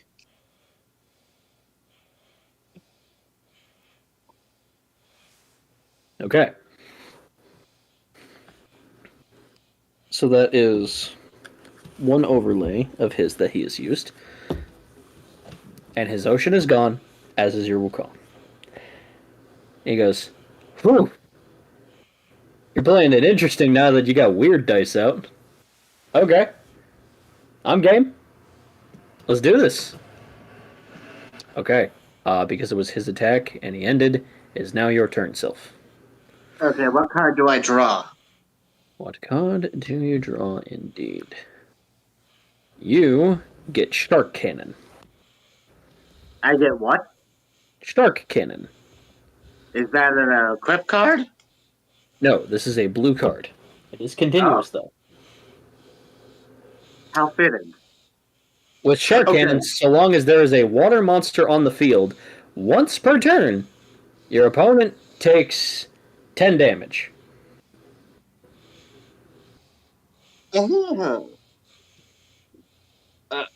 Oh, this is bad for him.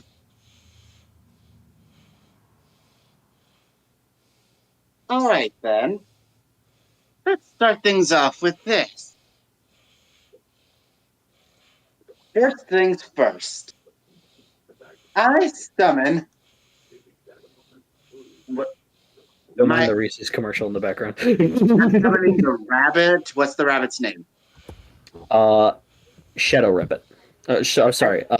Black Ops Hair. Sorry. I swear I know my own monsters. I summon Black Ops Hair. All right. Black Ops Hair is summoned.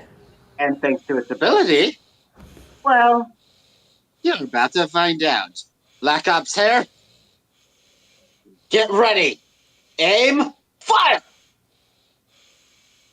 Gonna show you what for. And he just like grabs out his like pistol and just a bullet, a beam shoots past, knocks Ty in the shoulder. He's like, damn it.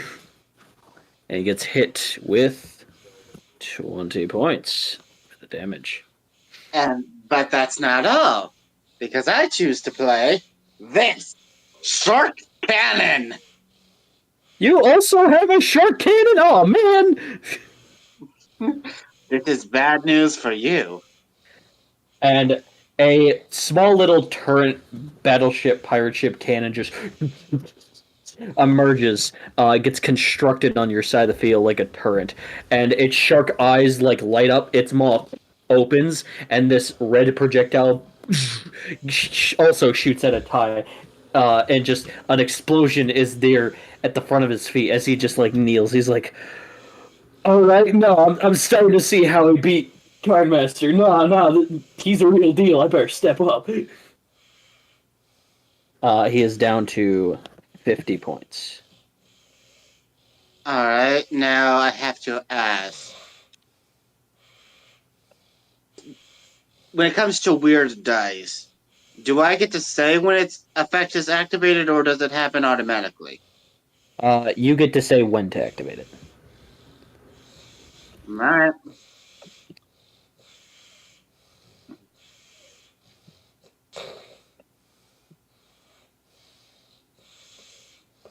All right. That's Black Ops all. Rabbit has 40 points. That's all I'll do. Okay. All right, sweet. Okay. So this gets played. That gets played. Okay, fantastic. So it's his turn. He draws.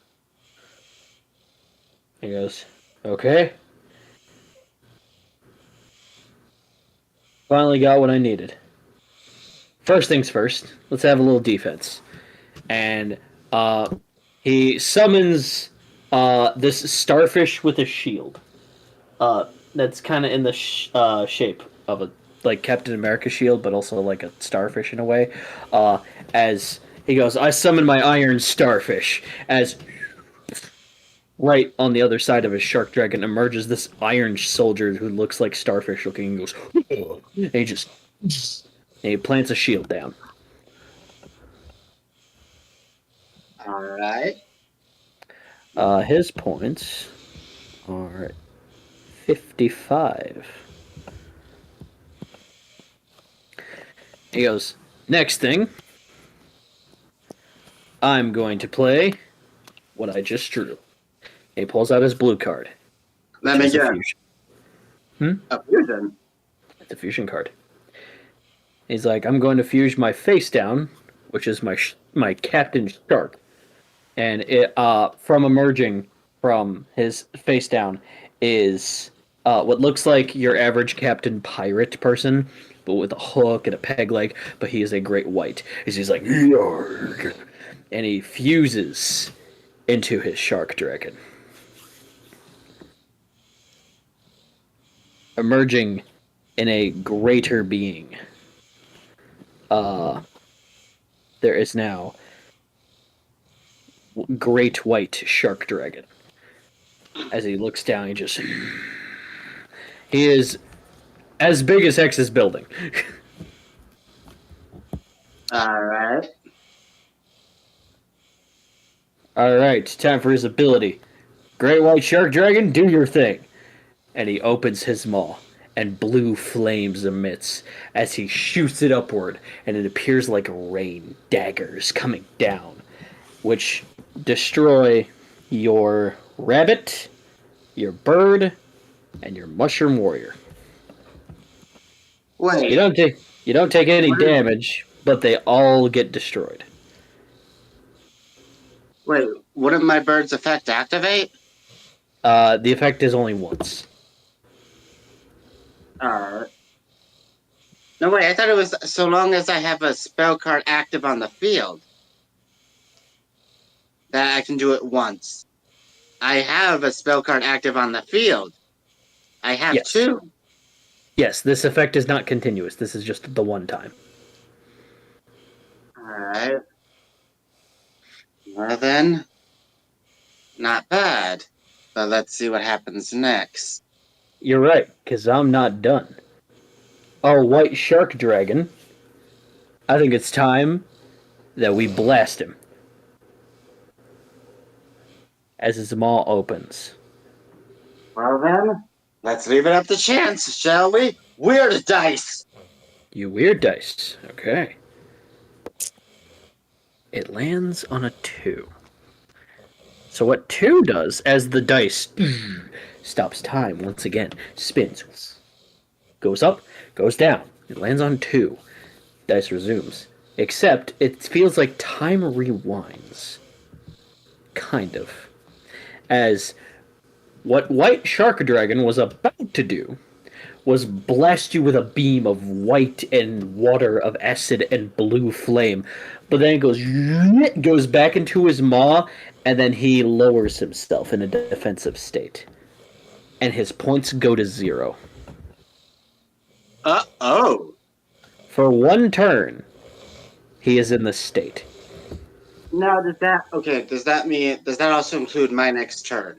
Yes, this also includes the turn you are doing or about to do right now, as he ends his.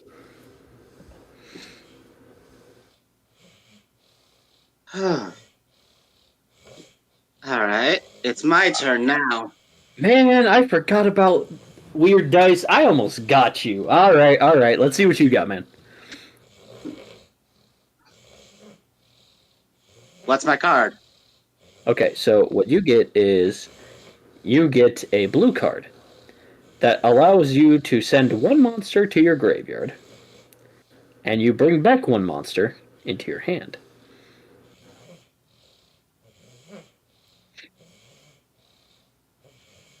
The title of the card is called Artillery Swap. Alright. Okay, what exactly is Guardian Beetle's ability?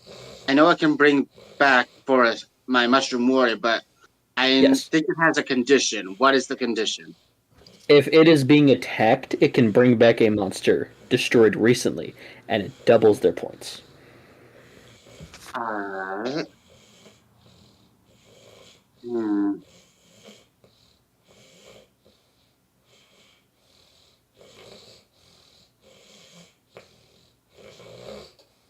I think it's time for something very special.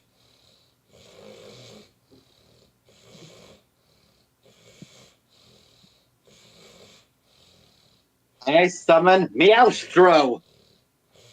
Meow meow, meow meow meow, as he takes a bow and appears on your field. He goes, he's kind of cute. I won't, be too quick to judge of what he can do, though. Oh yeah, that reminds me. Here's a shark to the face. Sorry, what? Just shrug. Right. Forgot about that. And I'll activate Meowstro's ability. Since he was normal summoned, I can bring back some friends of mine. I think you've met them. Opal Wukong and Black Ops Hair. Okay.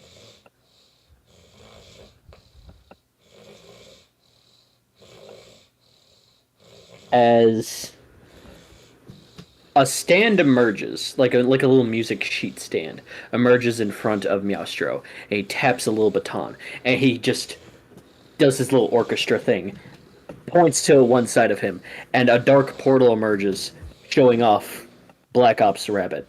And he points to the other side of him, and Wukong appears once again. Okay, now I have to ask. What levels are all my monsters currently, and what level is my ninja? Okay. Because I need to know, because I may do this turn, I may not. I need to know. Alright, well, it is a level 8 monster. Meowstro is 2.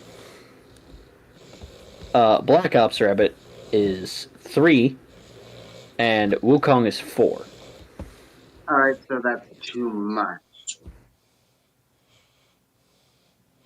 And I don't have a card to lower the level.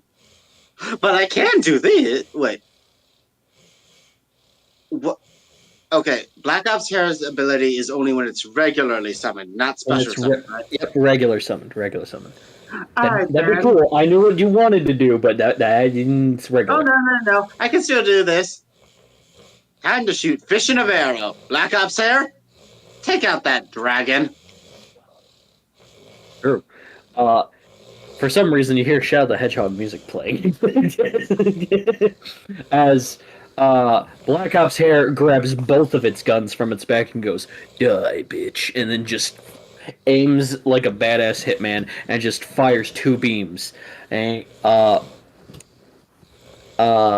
Kai is going to activate his face down, which is anchor shot, and a giant anchor lands on both beam bullets. He goes, "Sorry, that thing's kind of my friend. I don't want you to kind of kill him that easily." And the anchor rises and then disappears. Is that continuous? No, that was the one time. Well then, lucky for me, I have an angry monkey.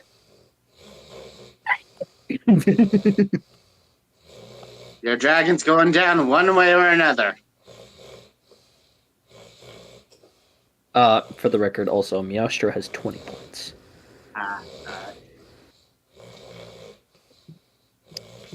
All right. Monkey going in for it. Monkey with 40 points against the Dragon's 0. Okay. I don't think he has any other cards to play. Well, he's got... Unless it's the ability of the starfish, then I understand. No, his starfish, his ability is specific. Okay. All right. So, who's attacking the monkey, right? Yes, I have an angry monkey. Good. So what happens is he plays the only card in his hand. It's a blue card, and it's called Potion of the Ocean. And a blue bottle emerges, and the liquid kind of leaves the bottle. Bottle disappears and pours on him as the monkey goes in to swing his staff and just knocks the dragon, falls down. Great white shark dragon disappears. What did Potion of the Ocean do? It gives him 10 health points before battle damage gets calculated. So, that being said, that would bump him to this, but because he was at 0, and because... Oh, no, wait, he was in a defensive state. Okay, so never mind. He still played the potion, so he's at 50. And the monkey did kill the dragon. No points were just dealt as damage toward him. Okay. I almost forgot that he went in his defensive state. Okay. We're good. Okay. Ty just goes, "Damn it. Well, can't be helped." Alrighty then. I end my turn. Okay. He draws. He goes, "Alright. You ready to go fishing?" "I am." It plays Going Fishing. And this will bring back any low-level water monster from his grave. And he brings back his shark captain. Wait, when did he have a shark captain? That was the thing he fused with his shark dragon to make great white shark dragon. Alright. This dude has 45 points.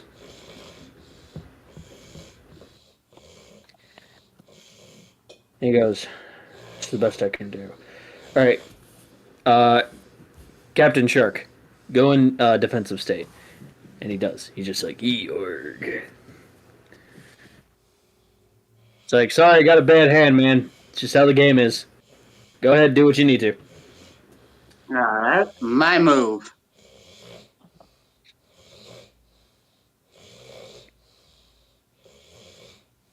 My card?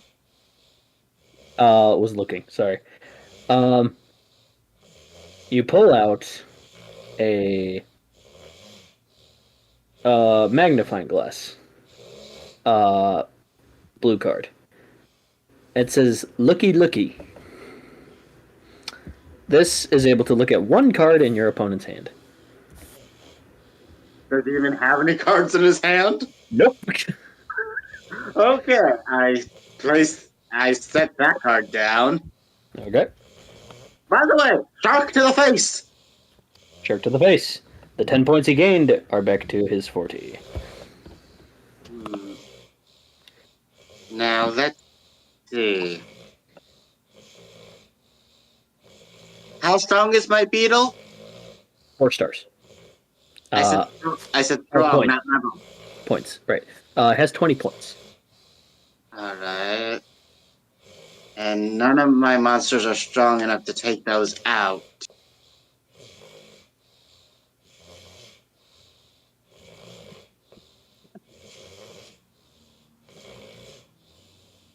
Alright, then.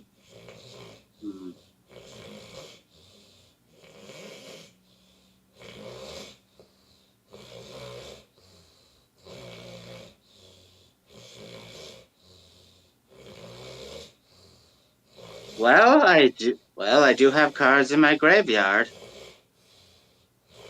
You do. Alright. Sit.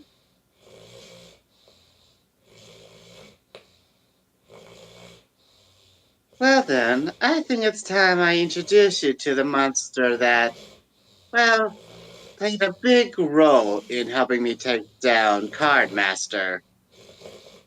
I sacrificed Black Ops here to bring forth this. Bio Wyvern.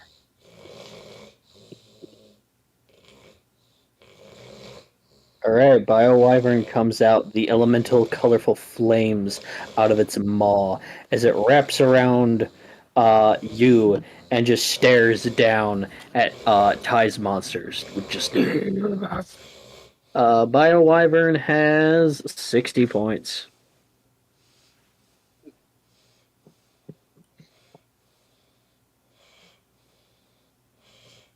And with that, I get rid. Wait.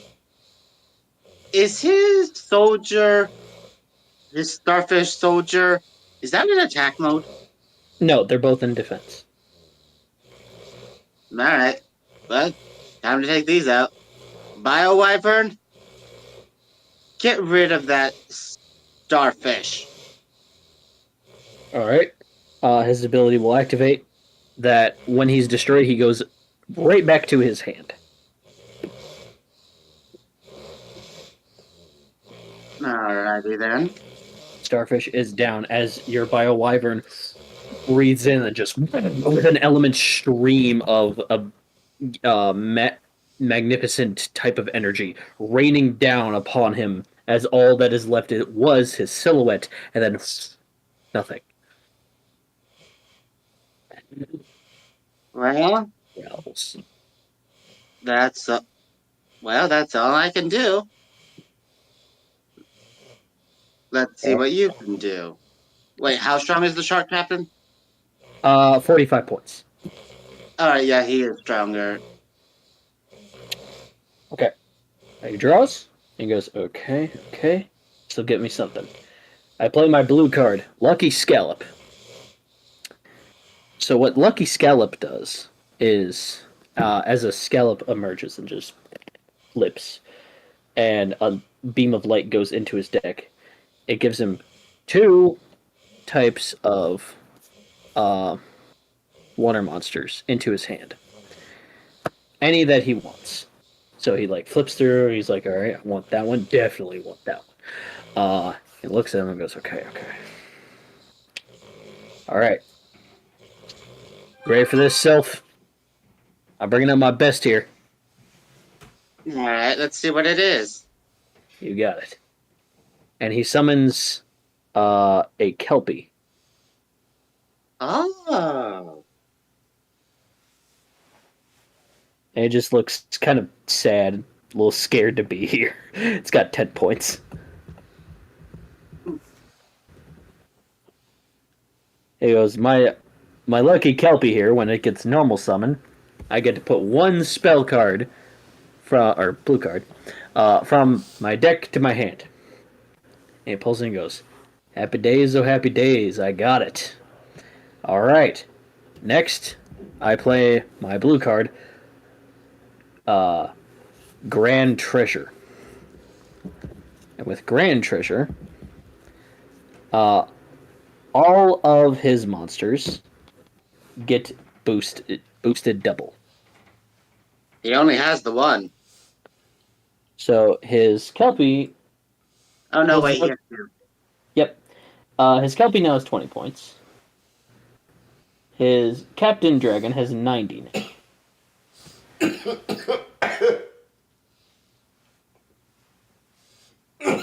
And now the Kelpie's ability activates. I thought that was When- his ability. Oh shit, I'm reading the wrong fucking thing. Damn it. Alright. The other card in his hand's ability activates. When a spell card, or blue card, is played on the field, and it evolves two water monsters, this gets automatically summoned. And what summons is like this merman person with like all this bone armor on him and like this heavy engraved crested type of sea armor, and he's got like a narwhal skull on his face. He's like he summons Atlantean Vanguard. Alright. And Atlantean Vanguard, Kelpie, and the Dark Pirate all get exceased as they all fuse into this black portal again.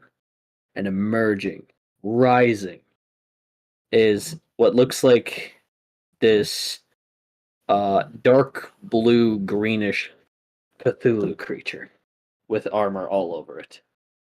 He goes, "I present to you the deep of the depths." And the deep of the depths has 300 points.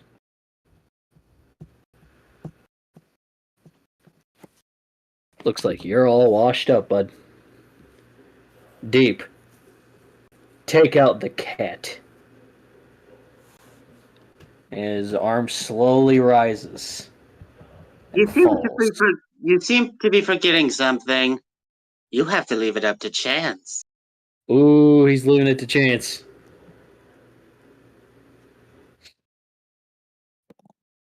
Time stops. And it lands on a 2 again. As the hand stops, he reverts to a defensive state. And his points go to 0. He goes, "Ah, crap." Well, alright. I guess it's your move. Alright. The, Let's see what I'm up. Let's begin. Wait, The Vanguard had wait, 25 points, by the way. wait, just to be clear, he had no other spell or trap cards on the field? Not on the field? No. Alright, so I couldn't use Wukong's ability. No, you're good. Alright, I just wanted to double check. You're good, you're good. Alright, you draw. It is your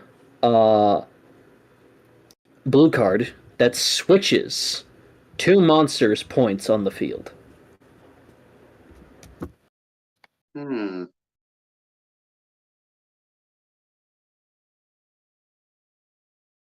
I can work with this. I can definitely work with this. But I think I'll end things differently. He has no cards in his hand, right? He just has 1. Alright. Just to make sure. I believe. Oh, wait. I forgot. Shark to the face! Alright, shark to the face. Down to 30. Alright. Now, why don't you show me what that card in your hand is? Alright, you play it. Okay. So as you play the magnifying glass card, you can see in his hand, his one card is a shark cannon. Ah, I see, I see. Not that that'll be much help, because I'm ending this here and now. Meowstro, why don't you put that kraken to sleep permanently? Meow meow. Meow meow. And he just dun dun dun dun dun dun dun dun dun dun just bitch slaps him. And he just meow. Just smacks the kraken. And the deep just explodes into the typical dual monster glass. And he goes, crap. And now, Bio Wyvern's effect. I'm activating Bio Wyvern's effects. Mm-hmm. Okay, what are you sacrificing? Well, since I'm ending this, it's been a pleasure battling with you, Wukong. And he's destroyed. Okay. So with the fuel embodied in your Pearl Wukong, and there are monsters on your field and in your graveyard, his attack doubles per monster. So let's count them down. I thought it was just in the graveyard. I didn't know it was also on the field. No, it's also field. So you have your mushroom warrior, your bird, the rabbit, Wukong, and Meowstra on the field. So That's doubling times 5. so your wyvern has 300 points right now.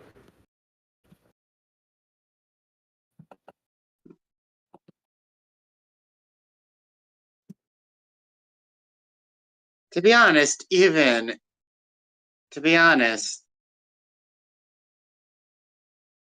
at least you get to go out very colorfully. Wyvern, attack! He pulls back, and he just in a burst stream, Kai just holds a defensive pose and just as he emerges out of the dust, just damn it, his points drop into 0. You move on, Sylph, unscratched.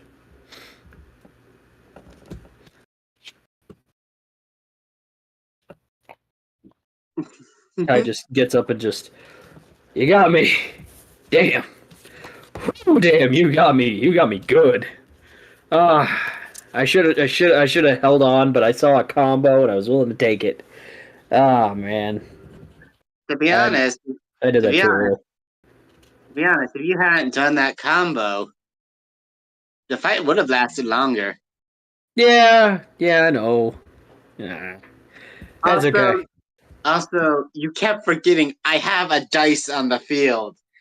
Yeah, I was just too focused on the island. I wasn't focused on, the lighthouse. Very obviously right there, man. Well, rules are rules. He pulls out his deep card. Thank you. I hand it back to him. Here you go. But rules are rules. Exactly. The rule says, I get it. Never says anything about me giving it back. You just hear the announcers, and that's what this duel tournament is all about. That's right, Bob. Sportsmanship. Besides, I can tell your monsters care a lot about you. Yeah. Why should I separate them from you? Thanks, Sylph. You all right?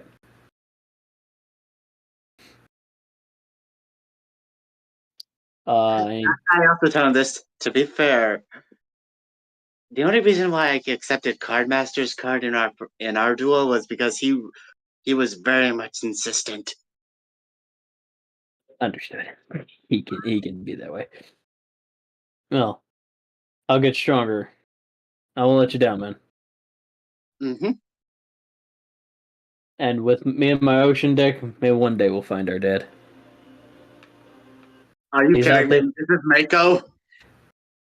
His last name is Nami. His name is Tai Nami. Listen, I loved Mako's character so much. Yes, he was my main character for a while.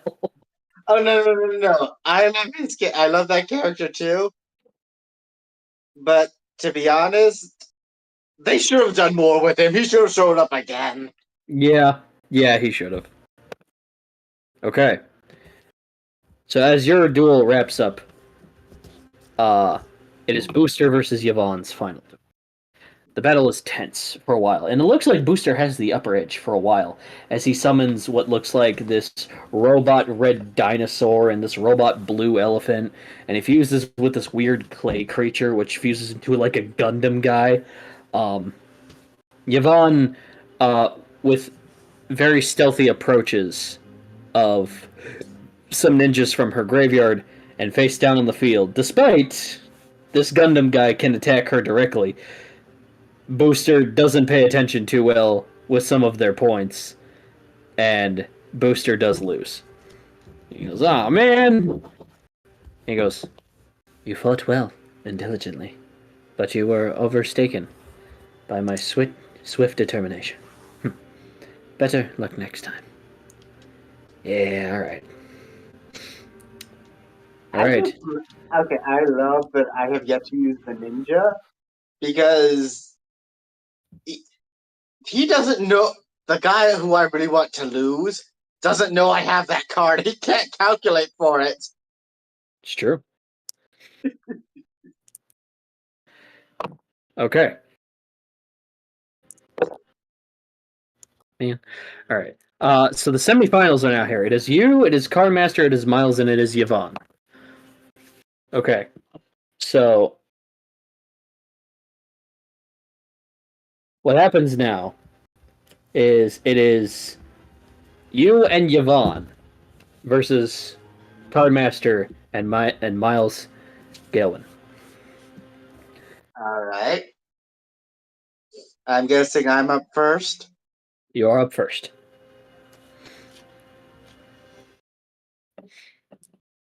Yvonne arrives in a puff of smoke and just goes, "So, you're the little child who beat Cardmaster, hmm? Well, I wonder what that will rank me if I defeat you here. You better do your best. I want to prove how diligent I am on the field. Good luck." Oos! Good luck to you too.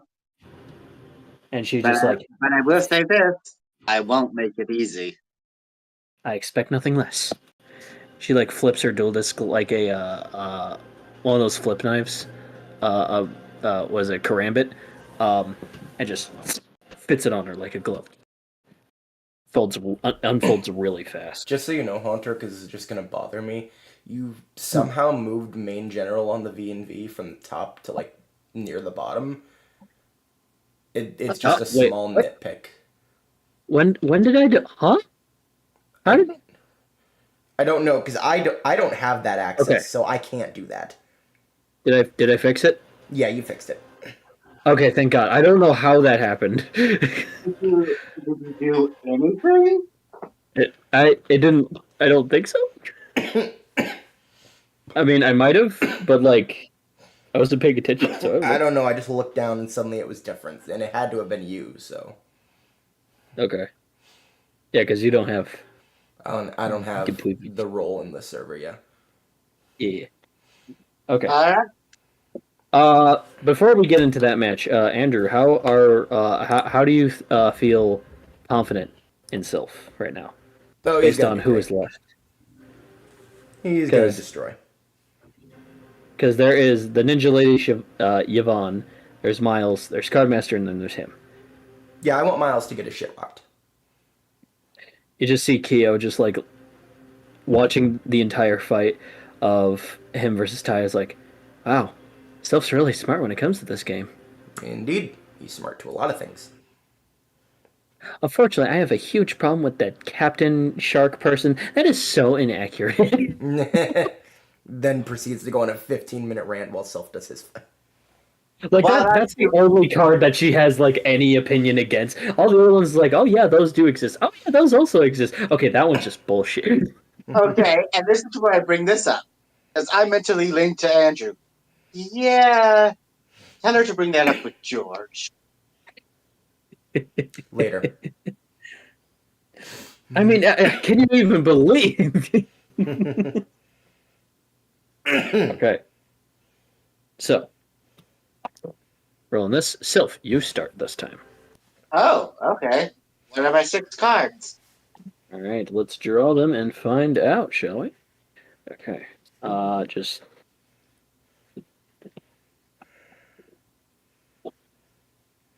I was not expecting Almost. these battles to go on this long. yeah, I wasn't either. Sorry. Sorry. Hopefully, Sylph will do something faster this turn. Hey, I'm trying. All right. Points are set. Cards are drawn. And holy shit. So you want more cards you got immediately. What? So you got a card that's blue. It's basically Monster Reborn. You got I'm definitely keeping that card in my hand until I absolutely need it. you got a pink card that is also like a if I have no monsters on my field, you cannot attack me if there's a mid attack going on, and it is a big thick wall of roses and a garden. Oh, how fitting. Yeah, I thought you'd find that fitting. And your other 3 are Meowstro, the White Monkey, and Shadow Ops Rabbit. And my and the final card. Final card. 1 sec. Okay. You get the baby gator with wings. And I remember his ability. He sacrifices himself to protect a monster. As well as half of your points, yes. Alright.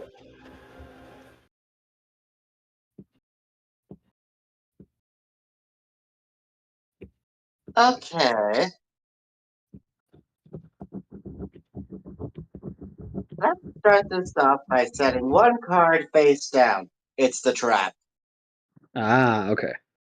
So you summon the Rose Thorn Wall down. And let's start things off with an old friend, shall we? Come on out, Black Ops hair. Alright, Black Ops hair comes out. You know what time it is. Pew pew time. Yeah, the Hedgehog music plays. Look out, it's a rabbit with a gun. Pew.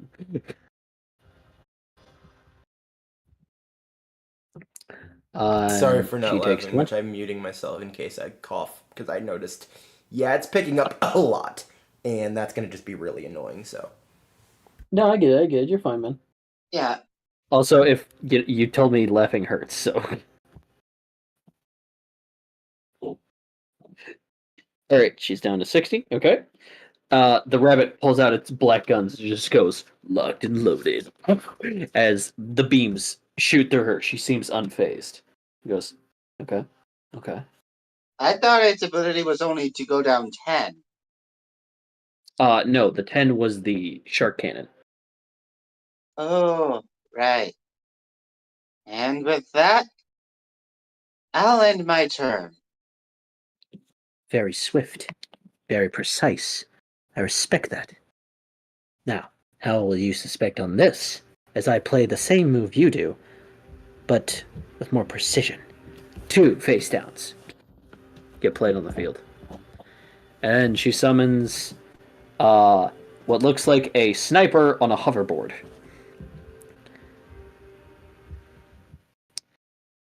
As a beam shoots out and goes toward your life points. This guy has 30 points, by the way.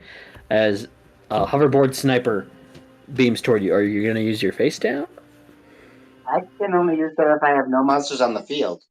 That's right. I Okay. have a rabbit. That's right. You have the rabbit. All right. It's look. I have the field precision in front of me, and I still forgot that. Okay, so you take 30 damage. Alright. Is my rabbit stronger than the border? Um, checking. The rabbit has 40 points to its And 30. So yes, you are stronger. so she can't attack unless she activates a card. Correct. Okay. She ends her turn. Alright, my turn. What's my card? Okay, you draw, and it's your beetle.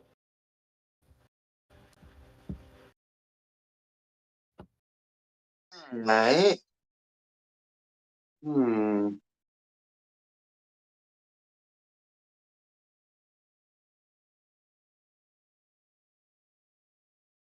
I summon Opal Wukong. Opal Wukong comes out. Now, let's start things off with this. Black Ops hair, take out that border. You just with pleasure. Pew pew. Just and destroys the board, which it is in attack phase. So Yvonne does lose 10. She's at 50. Okay. Okay, Wukong, attack her directly. Wukong goes, spins his staff. She goes, little fool. She plays one of her traps. And it is as if a hole emerges on the ground, and he falls in, and the hole closes. And you hear the glass shatter noise. Ninja trap hole. Very interesting. Very interesting. Except you forgot one detail. And what is that? Wukong has immortality. Monster Reborn. All right. You think play... he has a good effect? You think I'm letting him stay dead? No, fair. So you play Reborn of a Monster, because copyright. And Wukong is back. You were saying? Very interesting. What more do you have? That's all I can do for now. Let's see what you can do. Very well. Ah, just what I was looking for. I activate this blue card, and it is what looks like someone handing a scroll to someone, and it says, trading technique. It gets rid of 2 cards in her hand and replaces them with 3 others, and it has to be a different attribute of the monster already in her hand.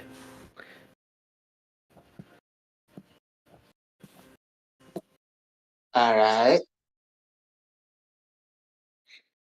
Next, I play my Moon Shinobi. And she plays a black ninja with a white moon crescent on its forehead, with a katana in hand. And when Moon Shinobi is summoned to my field, I can put a different type of shinobi from my deck to my hand, so long as it's not a light attributed monster, and it gets replaced. Now, Moon Shinobi, take apart that rabbit. You activated Wukong's ability. Say goodbye to your face down. Okay. Wherever that face down was, is gone now. As the ninja, with speed, Now, blurs Naruto's runs. by any chance, does Black Ops Hair have a hidden ability? Does not. Darn. It runs, katana spinning in hand. As it jumps down toward the rabbit, Wukong dashes just underneath it with his spinning staff, smirks at it, does that thing where its nose is rubbed by its thumb a couple times, and then boom, smacks the face down. Looks back at the rabbit. The rabbit just nods like, "I'll be fine, friend." Looks up at the ninja and he just, and then just decapitates it, and the rabbit is gone. And then he just like makes a hand sign and is teleported back on the field. Wukong does a backflip back to your side. That is 10 points off of you, Sylph. Alright.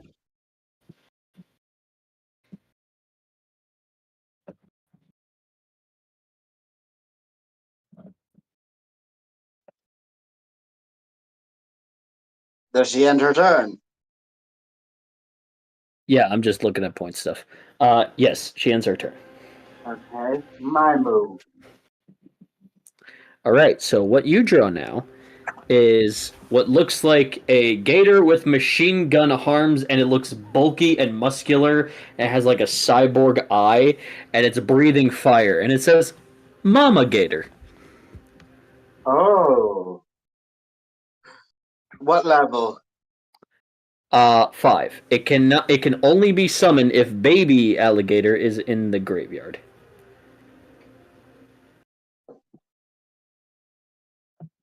Its effect. I have that in my hand. You do. Its effect is when this thing attacks a monster, it does double damage. Alright.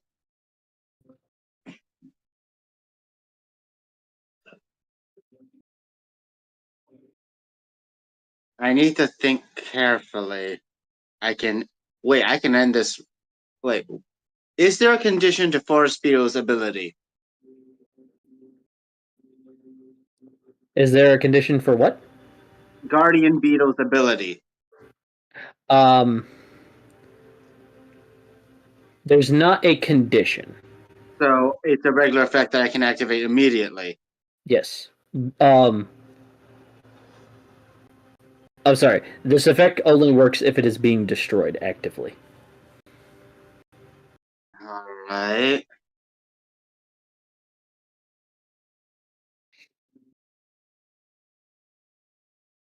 I need to think.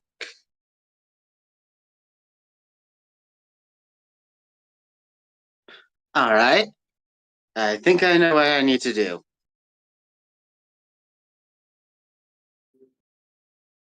I summon Baby Gator.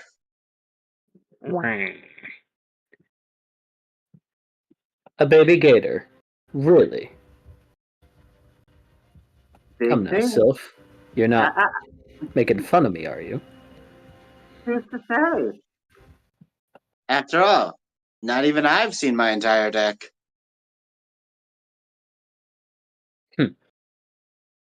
Alright. I'll play. But I think I'll end my turn. Wait, no, not yet. I put Wukong in defense mode. Okay. Wukong goes in defense. Alright. It is her move. She draws. And she plays the card she draw, which is Footprints. She draws 2 more cards. I see I had one of her cards too. Alrighty then. Let's play. She plays, basically, her fusion. And she fuses 4 monsters in her hand. As she fuses Fire Ninja, Lightning Ninja, Earth Ninja, and Water Ninja. As on the field appears a demonic samurai. And Sounds fitting music.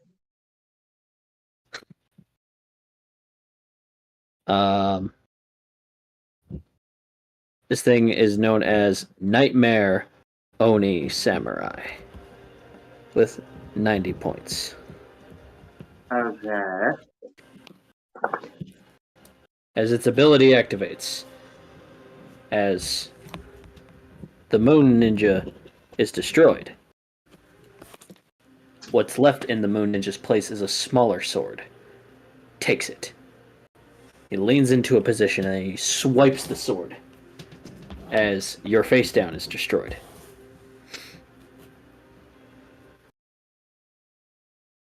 Next thing, puts the sword away. And he goes in for an attack. And he goes to attack the baby gator.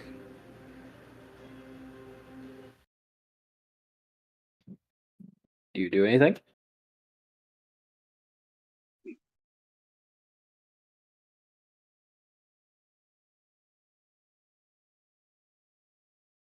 No, I can't do anything. Wait, Baby Gator's in defense mode, right? Nope. Darn it.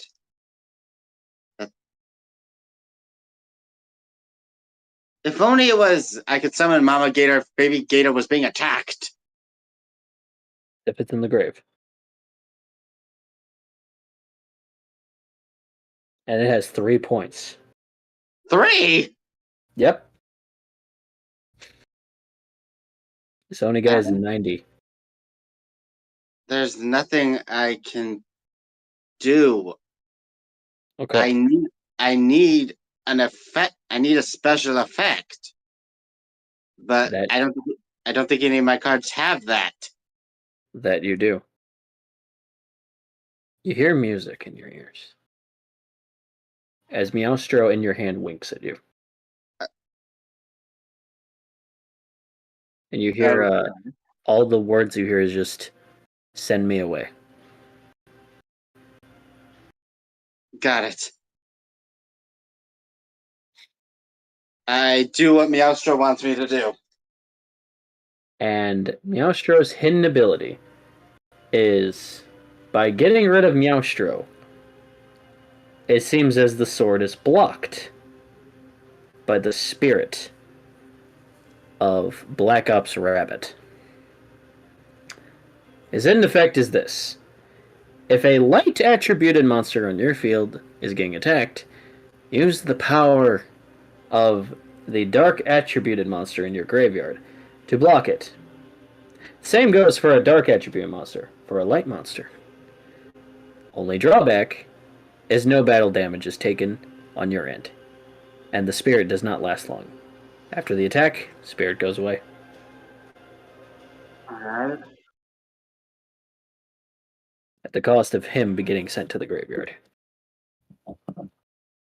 Thank you, Meowstro. Meow meow.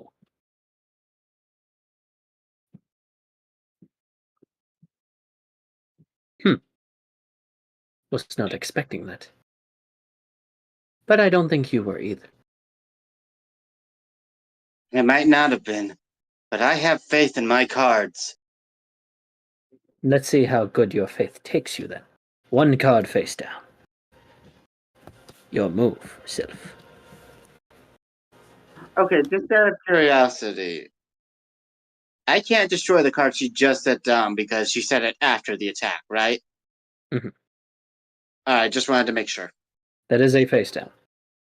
Not a face down monster. Oh no, I understand that because of Wukong's ability. I was asking because of that. Because of yeah. I'm asking because since you set it after the attack, I can't destroy it. Yes. All right, just wanted to make sure that's how that worked. All right, it's my turn. What card do I draw?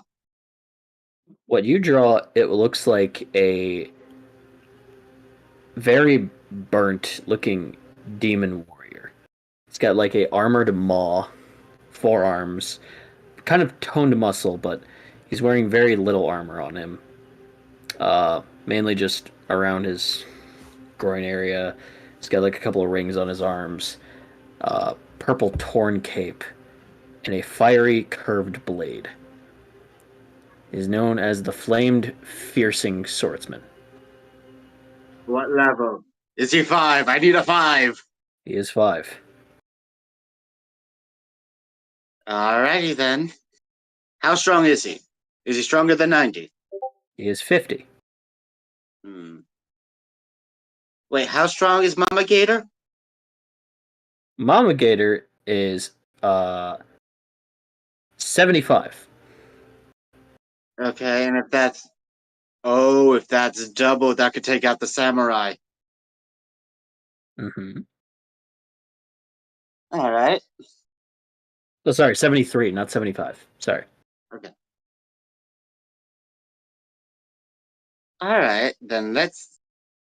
There's a reason why I summoned Baby Gator, and you're about to find out. I sacrificed Baby Gator to summon. What was his name again? I said it wrong. Flame Fiercer. Flame Fiercer. As a torrent surrounds the gator as it just poses epically. In replacement of it is a pair of red eyes. And just as this Fiercer appears. You hear the beetle in your mind go, huh, that's my friend I was talking to you about. And you hear Oh. his voice in your head. For what purpose am I to be summoned from this world? Well, I needed your help to summon another friend. But if you have any abilities to take down that samurai, I'm more than willing to listen. Did you say samurai? Yeah, that one right in front of us. Good. I have an ability against warrior monsters. Oh, that's great. Let me at him. He just flips Oh, around his fiery blade. oh. You will have first crack at him. But first, as I said, Baby Gator. Baby Gator. I needed Baby Gator to be in the graveyard because it's something. Let's just say you don't mess with a mother. And I summon Mama Gator. Mama Gator gets summoned. And a big giant muscle gator with machine gun turrets for arms is like just appears on the field. Now, it's my move. Flame Forcer, attack! Fiercer. Fiercer, attack! Okay. Now the Fiercer's ability is when it fights a warrior monster, the warrior monster's attack points get cut in half. So, half of yeah, okay. So, as it's fighting, its points get cut to 45. As Fiercer runs like a Naruto ninja character, spinning the flame and goes, "This is for my home." And you can temporarily hear the Oni samurai just go, "Die, demon!" And just a cut animation happens in a blink of an eye, where both of them stand behind each other. There is silence, and then the Oni drops, destroyed, with 5 points of damage toward Yvonne. He's at 45. The ability also states once a monster is destroyed by Fiercer, he can attack twice.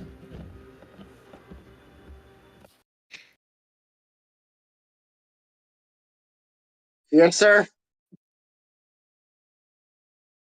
attack her directly. I have a feeling she might activate that card. With pleasure.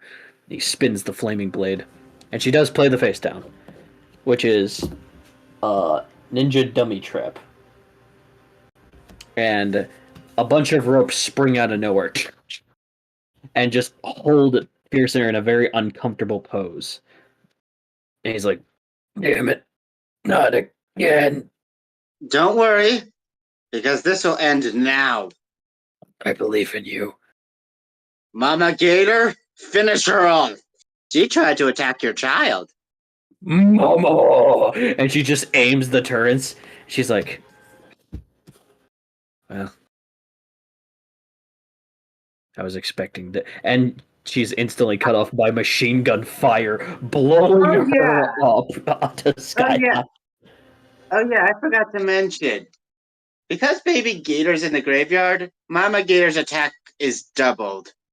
So with 146 toward her 45, gunpowder just as like a torrent of violence, just and just light her stand up,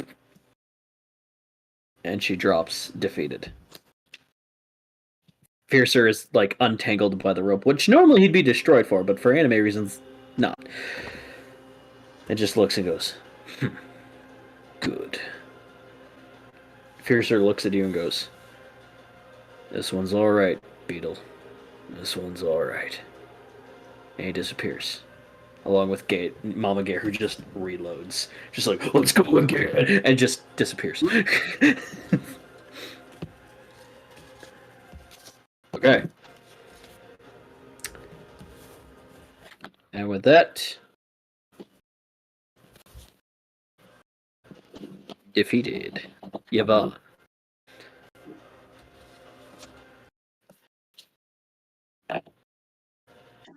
Yvonne kind of just looks up and goes, your skill and technique are magnificent. And she hands you her Oni. Samurai. Thank you, and I hand it back. As I said with Kai, I can tell your monsters care about you, and I'm not separating that. No, I couldn't. It is the rules. The rule says I get your best card. The rules don't say what happens after. I technically did get your best card. What I do with it after is my decision alone. I'm not breaking any rules. That's right, Jim. He's not breaking any rules. That's right, Bob. It just keeps going. Make me a persuasion roll for me, please. I'll give you advantage. Oh my gosh, the announcers are so annoying. Sorry. Okay, the first roll was a 14, and the next one went up a lot because it is 25. Awesome. She hesitates for a moment, but goes, you are a kind soul, Sylph. I accept this card with grace. Take care. You're welcome. Now, who am I facing? She bows at you. And a puff of smoke, she leaves. Alright. Cardmaster versus Miles. Okay! Tied again! They are neck and neck toward each other. Throwing skill. Okay, Cardmaster. I don't know if I want you to win or lose because, one, I want Miles to lose. But if he wins, that means I can wipe the floor with him. So, what happens is, through sheer vim and vigor, through possibility and profoundness, they almost go to a stalemate until his magician goes for the final attack and goes, I've got you, Miles. Game, set, and the magician falls. Dead. Disappears. He goes, what? He goes, you also didn't see it. You forgot about that card, didn't you? Ah.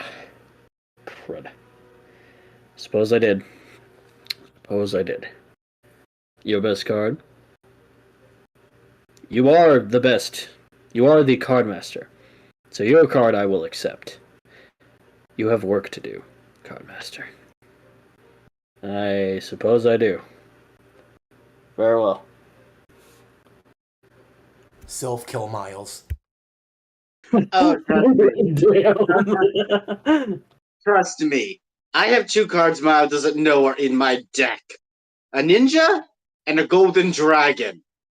Okay, he might know about the golden dragon. He might know about that one. But he doesn't know about the ninja, so I'm relying on that. But I do ask my beetle something. Do you know what This has happened twice now. What card do I need to be wary of? Well, what you need to mainly focus on is how many turns he does things.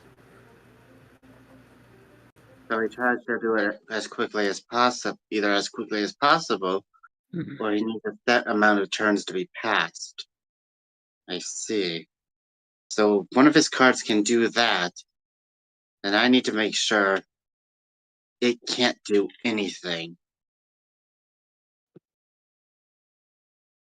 But from the looks of it, it has to be in the graveyard. If I can, that's it. I just need to keep it out of the graveyard. But which one? I couldn't see. I was too busy focused on your duels.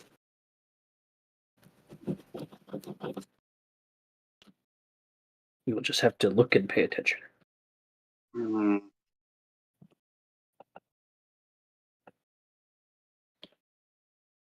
Wait,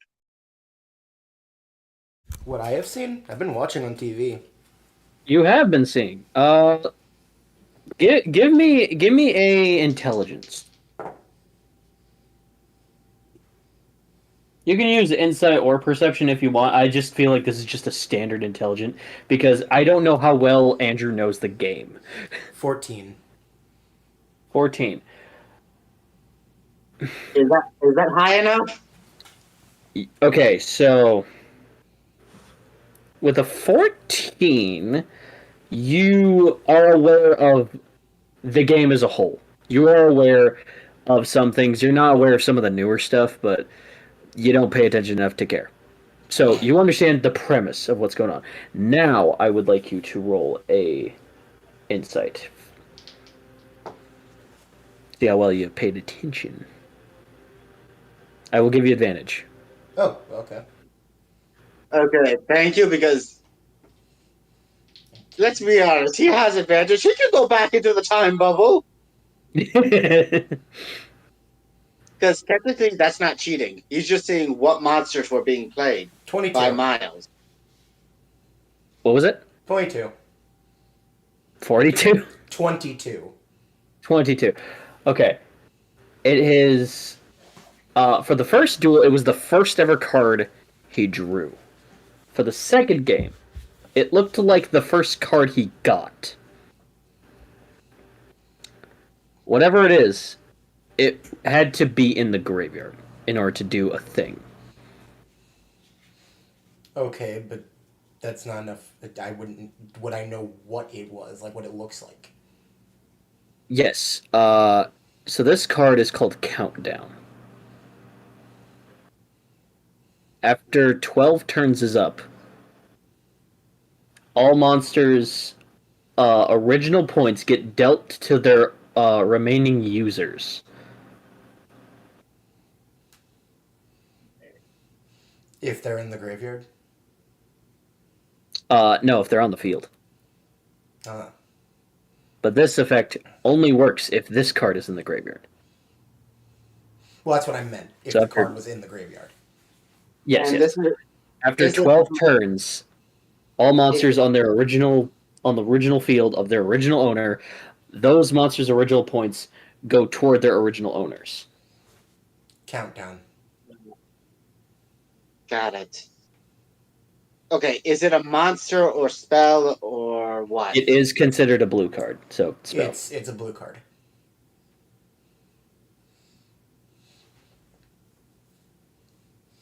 If I Is remember this cheating? correct- Maybe. Do I care? No. No, fuck Miles. Exactly.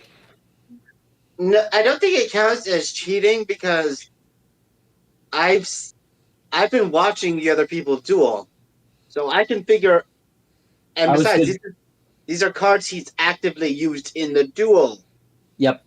So So that's you would just I'm not looking through his deck. I'm using the cards he used in the duels themselves. So this isn't cheating.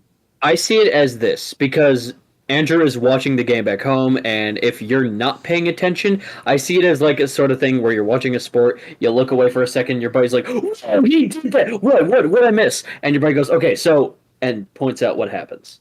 So, no, this is not cheating. Okay. So I need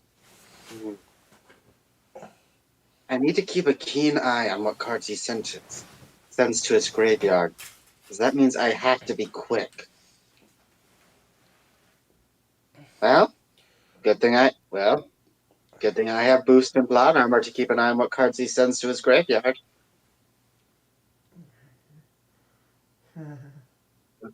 Looks like it's time to wipe the floor with this person. All right, as you and Miles step on the field, Miles kind of looks around, adjusts his glasses, looks at his pocket watch, puts it back, sets up his dual disc, and goes, "Time has finally come, Sylph."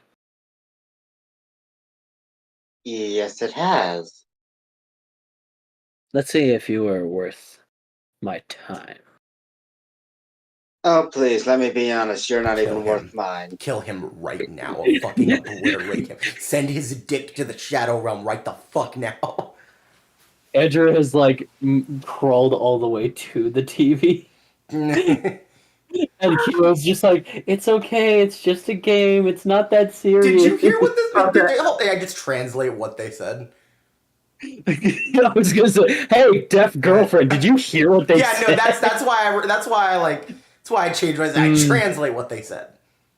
I was gonna say there are lyrics on her TV, so Either way, just like, well, come on. So yes, but it's just a game, sweetie. It's okay. So how does Miles react to my stick? And that's one of my best friends. So come on. Remind me what you said, Sylph. It was this. To be honest, you're not even worth mine.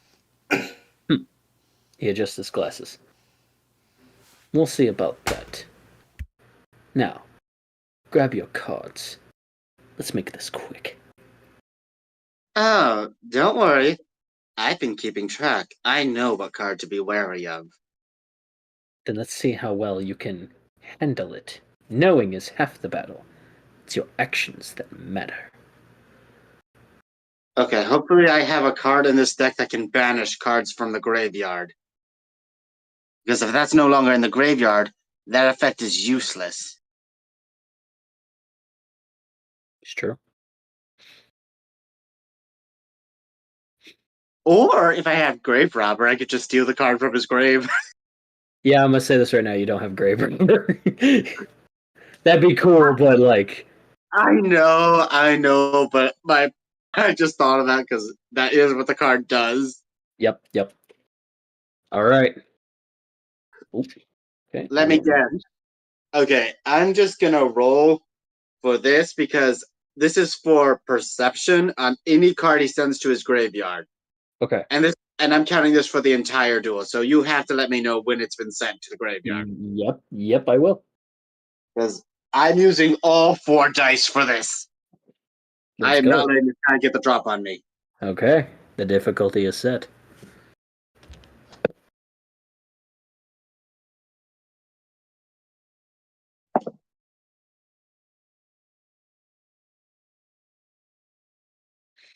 $37. 37. You beat the DC by 2 points.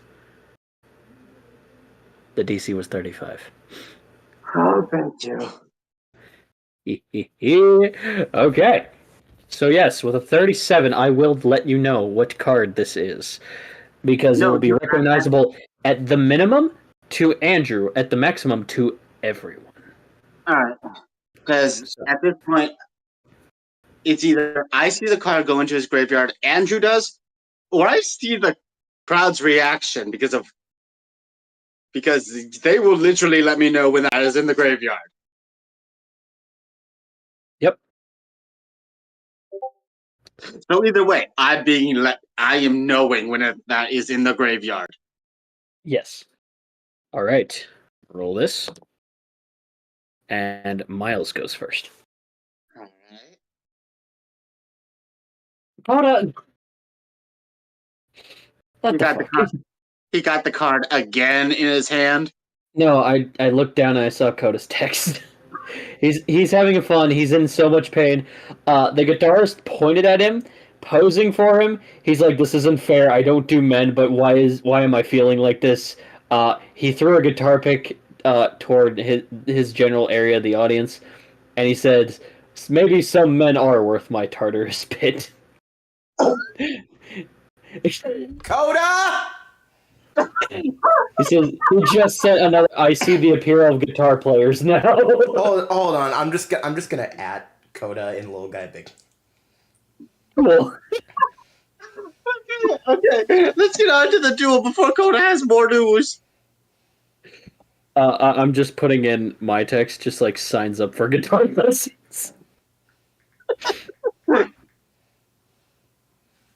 The thing is, I tried to play guitar when I was younger. It's just my fingers are way too fat, so like playing the strings on the neck is just irritating for my fingers.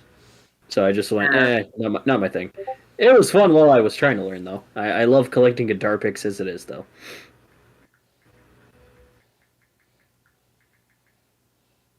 Look at Little Guy Big, man. Okay.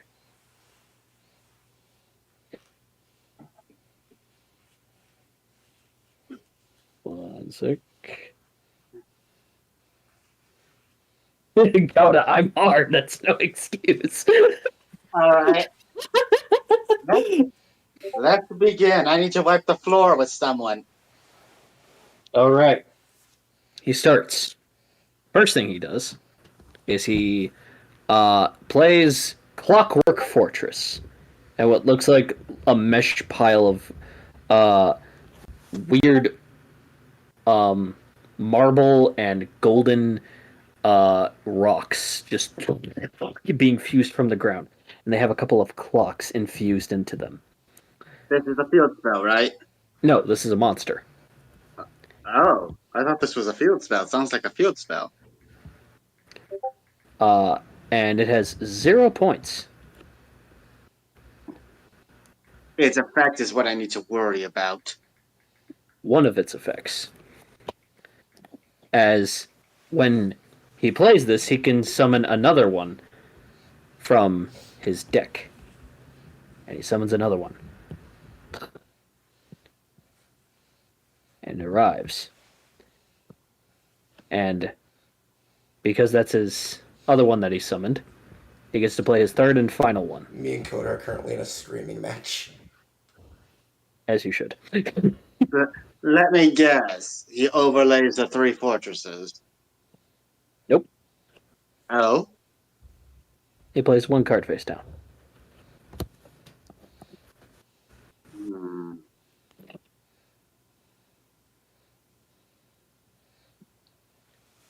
Well, that's the limit. So what cards do I have? All right. So you draw. And what cards you have? Checking here. You have your attack but no card. You have your Fire Centaur. You have what looks like this purple zombie with really big fingers, like claws, that are radiating this necro flame energy. Which is just, his name is just Necro Zombie. You have your beetle, once again. Seriously, it's fate. The beetle is in all 3 of my hands. Yep. You have the Spyglass card and Footprints.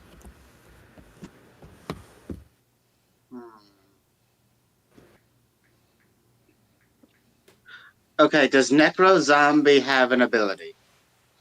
Yes. If sent to the graveyard, it can select any monster that is at summoning level, so like 4th or 1, that you can special summon to your field.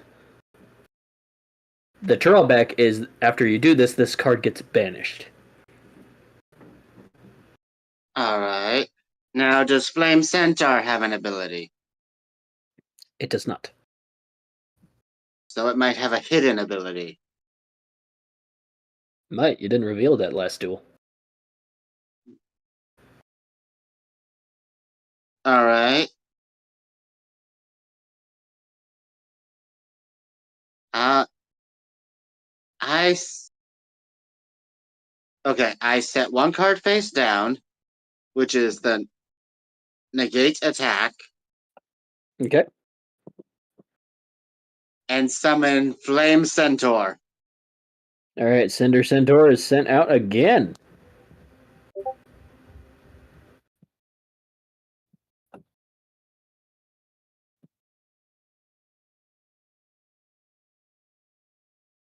And it has 45 points.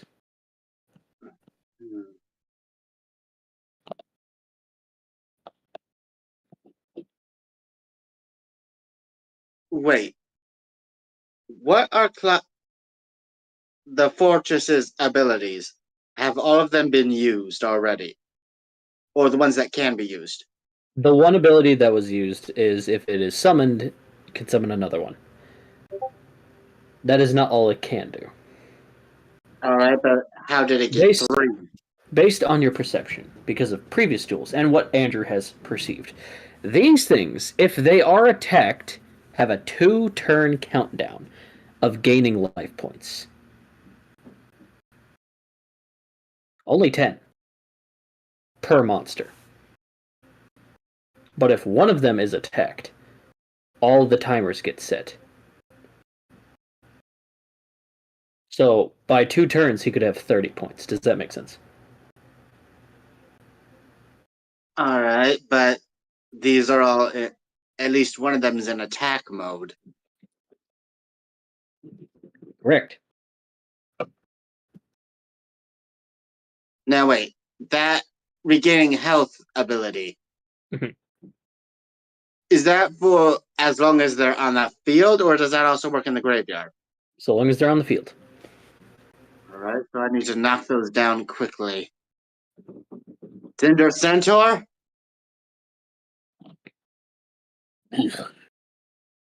He wields Attack. his fiery axe. Attack the fortress that's in attack mode. He runs, dashes, swings his fire axe high. And then Miles plays the face down. And it just says, tea time.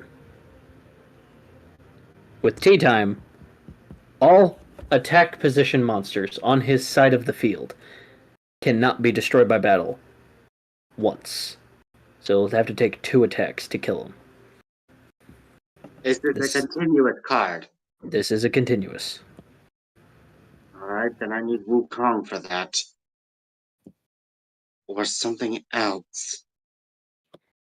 So as the axe goes down, the monster is now destroyed, but Miles does take a raw 40 points. I thought it was 45. 45, sorry. I knew it was 45, I just for some reason said 40. All right. So he's at 35 points.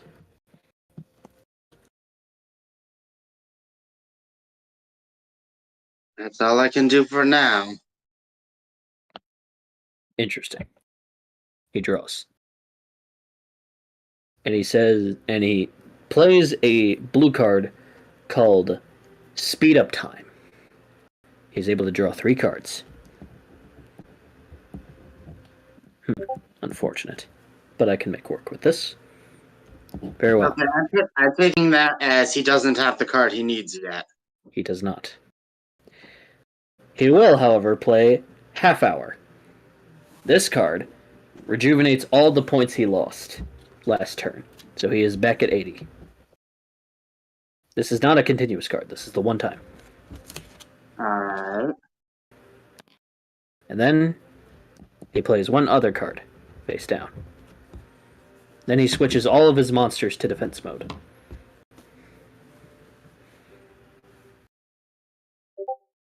Okay, my move. Alright, you draw. You get Meowstro. Okay, that's good. I can work with you. I can definitely work with you later. Wait a minute. What levels are Meowstro and the Flame Centaur? Flame Centaur is 4, Meowstro is 3. That'd be enough for the ninja. But would my ninja have the right? But would my ninja be strong enough? What effect does my ninja have again? I'm glad you asked. When attacking, it can, after battle damage calculation, select one card in the graveyard and banish it. It can then attack again. Oh, At the cost of one spell card. At the cost of one spell card. Okay.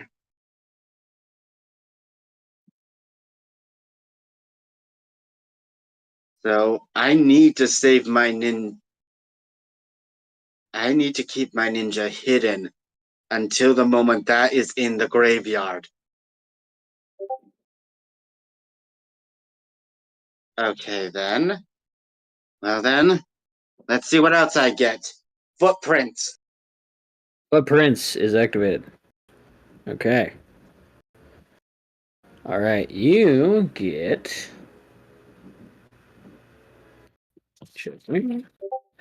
Oh, interesting. You get your Jade Eyes Golden Dragon. And you get your Heaven's Arrow spell card.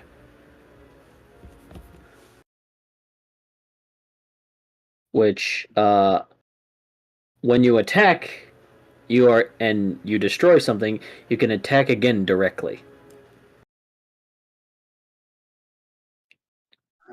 Okay.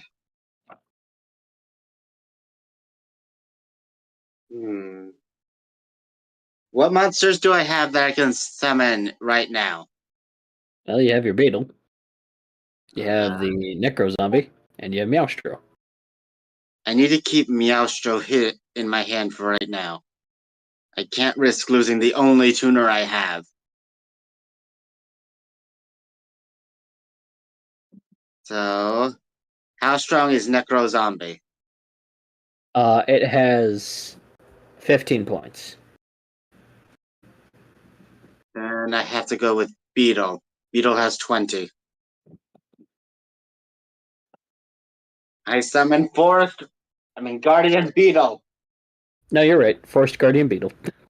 Forest Guardian Beetle. Alright, he's out. Alright then. Both of you attack the same fortress. Get rid of it. Do you attack middle, left, or right? Man, let's go with the middle. Alright. The middle one is destroyed. The hours tick.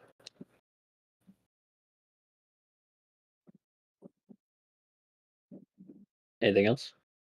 That's all I can do for now.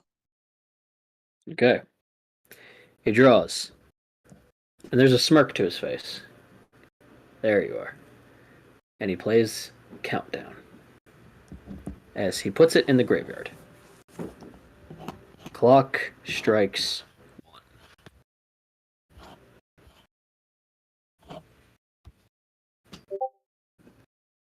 1.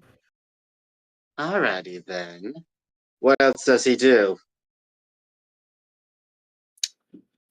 Next, he summons Clockwork Warrior.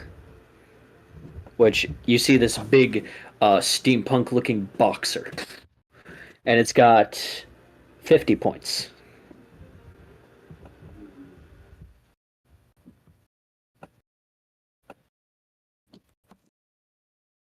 Next, he is going to activate his ability, which points at Flame Centaur, puts him in defensive state, and cuts his points down to 0.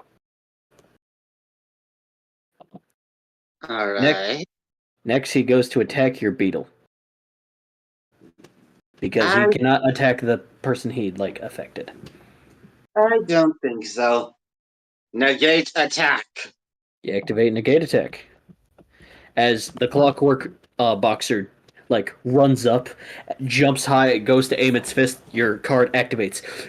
A barrier emerges in between your beetle as it just stares at this automaton boxer, and it backs up in a really cool backflip and just stances and goes, "I knew that face down was something, which is why I also came prepared."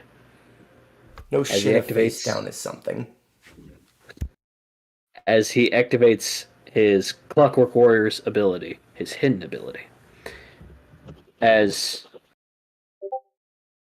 he just crosses his arms and Clockwork Warrior is destroyed, you take 50 damage. Because that is his points. So you are down to 30. Alrighty then. He ends his turn. It's your move. You hear a clock. Go to 2.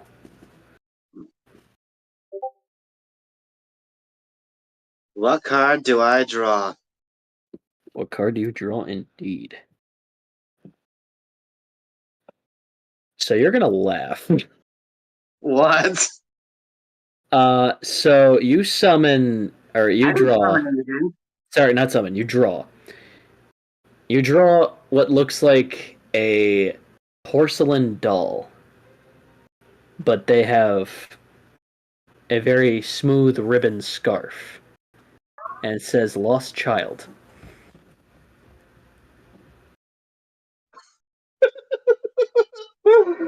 What's its effect? It has to have an effect.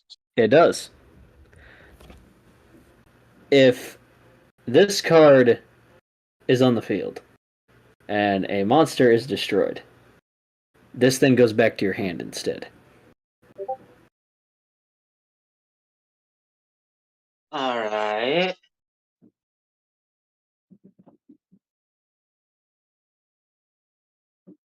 So do you want to try to take out the thing from the grave now, or do you want to wait?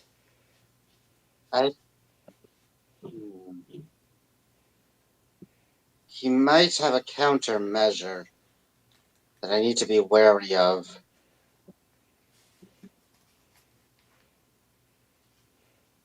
How strong is Lost Child? It's not. It has 5 points.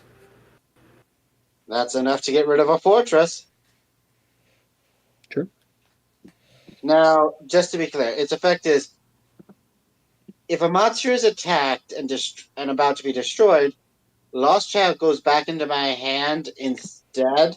Yes, this is equivalent to one of your monsters. Alright, so basically by bringing Lost Child back to my hand, it negates the attack. Yes. This is a attack negating card. Got it. Alright. Then, I summon Lost Child. How very fitting. You can hear its voice through in your mind, just like, "Hello? Oh, I'm here now. That's weird." And Guardian Bee just goes, "Ah, our third friend. It's good to see you, old friend." "Oh, it's good to see you too, Beetle." Just pats on it. Alright. Now I need Guardian, Beetle, Child. I need you to take out the fortress on the right. Okay, I can do that. So is this regarding to your left or wait? My you said right. You're right. Okay. So they combo attack and destroy that one. Now, about Flame Centaur. Mhm. Is his attack permanently at 0? Yes. Alright.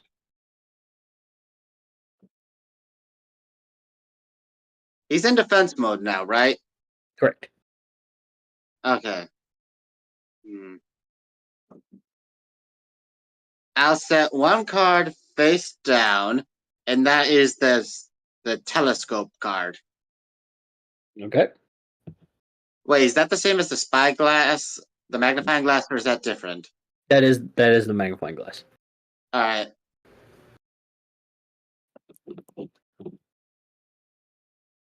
And I end my turn. All right. He draws. He goes, okay. I play Artificer Sphere. And a weird globe watch orb appears on the field. This blue card allows him to put all of his cards in his hand back in his grave and shuffle all the ones he wants. But it has to be the same amount of cards that he had previously. Wait, did you say on the field or in the hand? In his hand. All right, because I got confused. He puts all of his cards from his hand back in the deck, looks around and goes, definitely that one. All right. And one of the cards he grabs is two footprints, which he uses. Draws two more.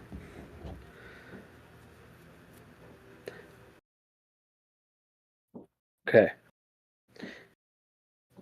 He puts down 4 face downs.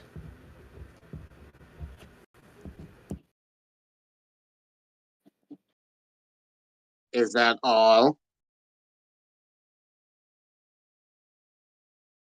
Yes. And the Wait. timer on the fortress goes up. He gains 10 points. How many cards are in his hand? 1. All right. My move. All right. You get Scarlet Shark Champion, who just looks like Wrath, but if he was like a red shark, but with like All Might's face. He's just All right.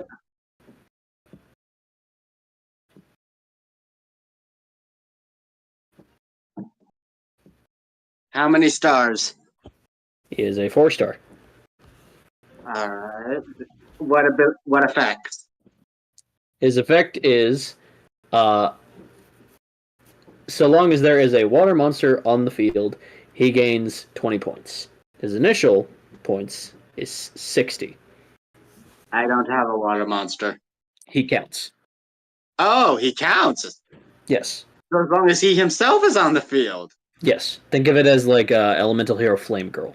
Or Flare Girl, whatever her name is. That equivalent to that. All right, then I summon him. Okay. Okay, let's start this off. He just appears, and you can hear his voice as well in your head. Just, all right, let's bust some dudes up, man. Beetle, child, take out the last fortress. All right, they do, and the fortresses are destroyed. However, so is a face down because he activates it, and he plays Battery Watch. With Battery Watch, he is able to bring back one of his fortresses. So that's all right. So that's this game.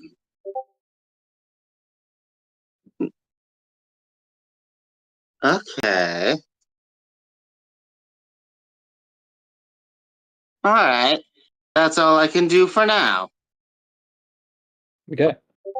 Because I can't exactly attack it. Clockwork Wait a is at second. 5. Hunter, just out of curiosity, I have a question. Hmm. If a 0 attack point monster attacks another monster that's 0, does that count as an attack? If your 0 attacks his 0, Yes. I'm gonna say no. I just had to make sure because if two monsters have the same, they're both destroyed. So I had to ask. Normally, yes. For this version, I'm gonna say no.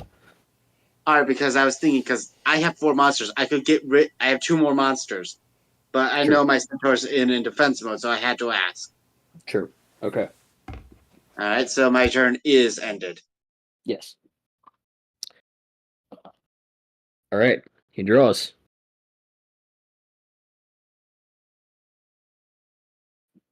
And He summons Clockwork Shield. This thing cannot be destroyed by battle. And he plays it in defense mode. Alright. It has 20 points, though. Alright, I'm trying to understand his game.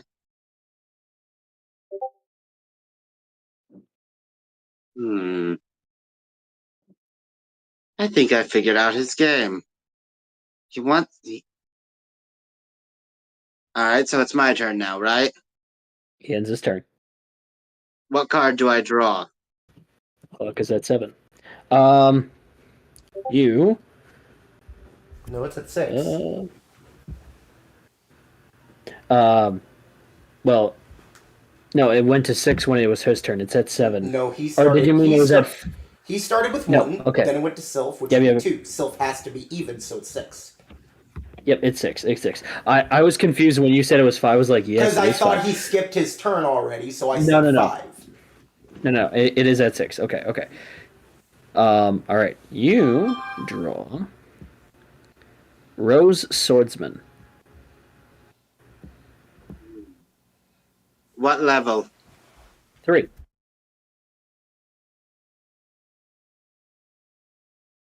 Okay.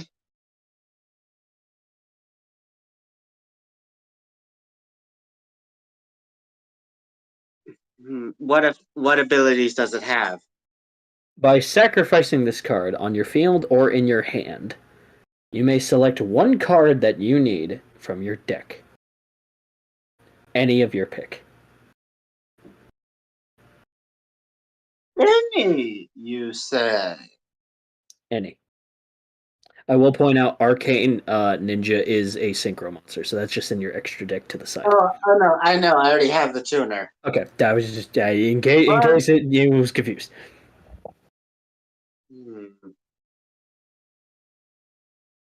But I do have one card I need to get. I activate my Rose Swordsman's ability from my hand. Okay. Rose Swordsman goes in the grave. Who do you want? Or what do you want?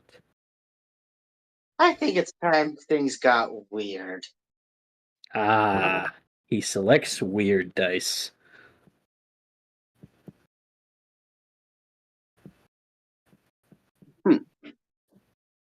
Out of all things in your deck, you select weird dice. That could be backlashing for you.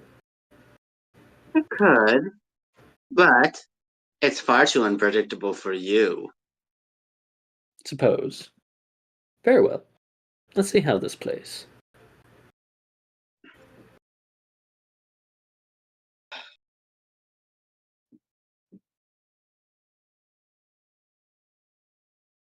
Beetle, I have a plan.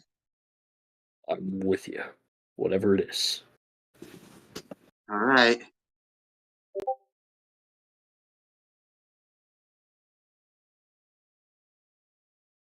Okay.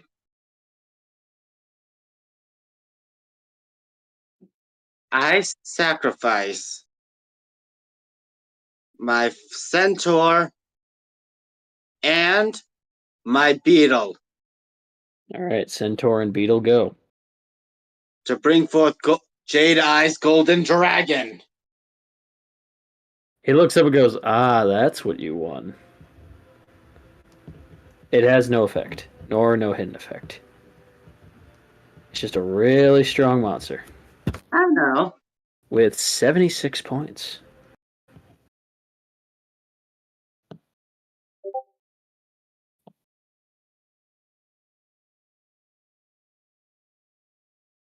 That's why I'm having Wrath Shark and my dragon attack the fortress to get rid of it. Alright. Your Wrath Shark and who is? My golden dragon. And your Golden Dragon. Okay, I'm just double checking. Alright. So, Wrath Shark kind of like surfs all the way over there really fast and just hell yeah, and just like punches it. Similarly to how Andrew punches, oddly enough. And Golden Eyes, or the Jade Eyes Golden Dragon, lets out a fireball ferocity of small little golden plasma orb blast. Wait a second. Golden Eyes does have, Go ahead. Golden Eyes does have an ability. It has to do with how many dragons are on the field. It gets stronger. Ah, that's right.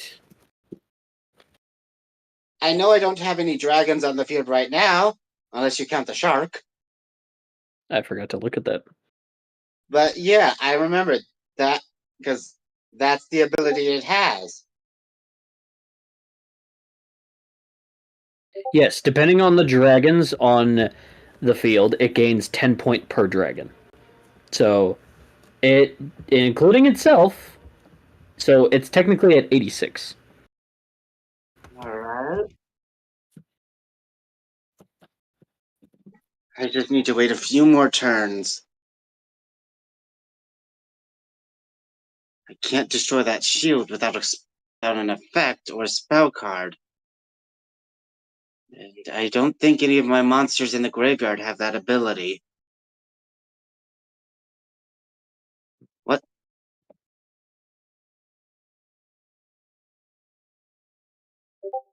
So, looks like I have to end my turn now.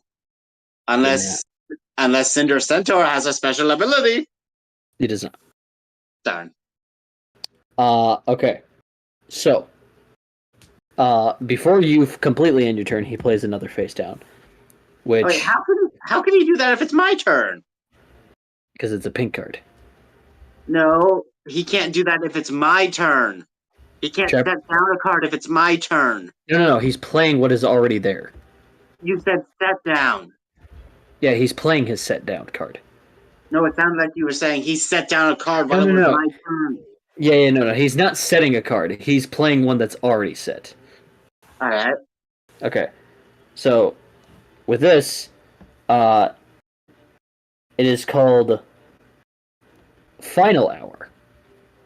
So with Final Hour, he is able to get rid of one card that is not a monster on the field. On his field. And one card that is active, whether monster or not. And get rid of that as well. So he gets rid of the active continuous card. And he gets rid of his shield. And from his deck, he summons Clockwork Bombbuster Dragoon as what looks like this smaller, about the size of an elephant, kind of dragon. It has two big turret bombs that are like attached in this very thick casing around its arms and claws as it implants itself to the ground. There's clocks tick, tick, tick, tick, steam out of its maw as its four blue eyes open. I'm assuming he hasn't summoned this before. Oh no, he has. Okay, then what are its abilities? Because I would have seen those. This thing is able to destroy all monsters on the field except for one of yours, of your pick. Ah, wait. Okay, I can do that. I can work with that. So now that it's his turn, he draws, and the Dragoon's effect activates. So as the Dragoon explodes, who stays on your field? Wait, do I take damage for... Wait. You do not take damage. This is an effect. What levels are my monsters? Your dragon is level 8. Alright. Your shark is 4. Your doll is 3. And what level is my cat? Your cat is 3. Alright then. I'll save the shark. Shark stays. Okay. So your dragon is gone, and your doll is gone. They're both in the grave now. This being said, let me grab my calculator real quick. You said I don't take damage. You don't. Instead, what happens is all monsters, their original points go toward the monster you pick, additionally for points. Oh. Oh, snap.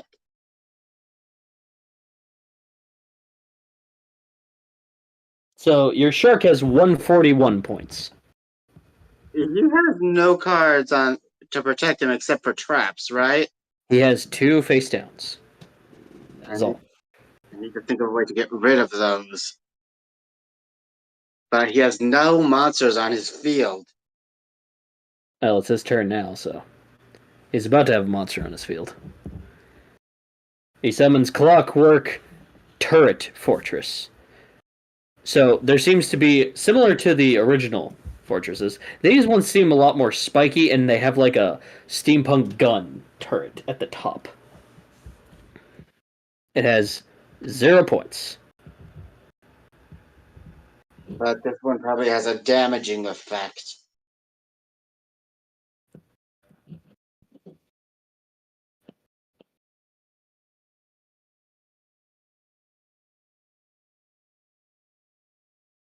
He ends his turn.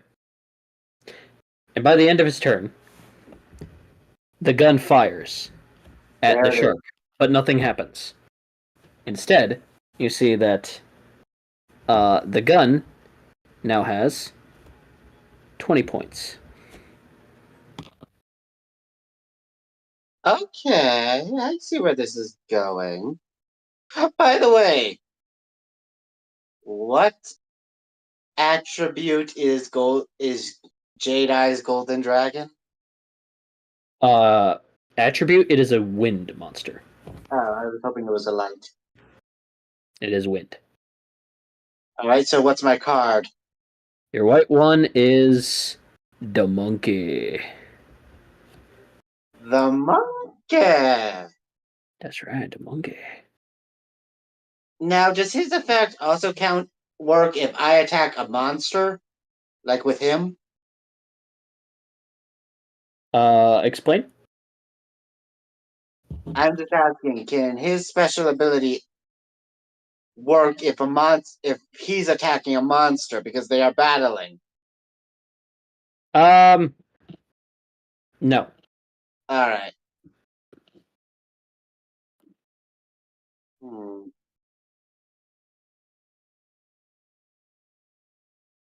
Okay. Then I summon Opal Wukong. The Wukong is summoned. Now, just to be clear, that is the only effect of the turret, gaining attack points. Yep. And is halftime still up? Halftime is gone. Oh. Wait, how many turns do I have left? You're at turn 9. I don't. That's Alright. He's at turn 9. But still should be an even number. So wouldn't that be 8?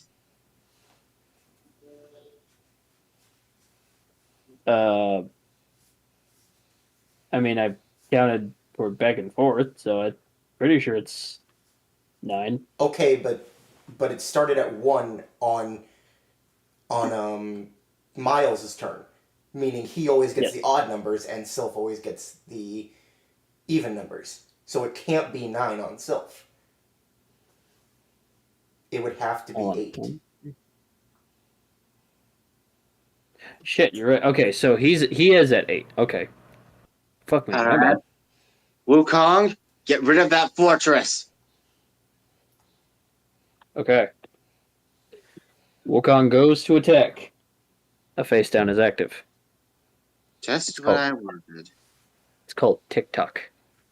The monkey stops and turns against you.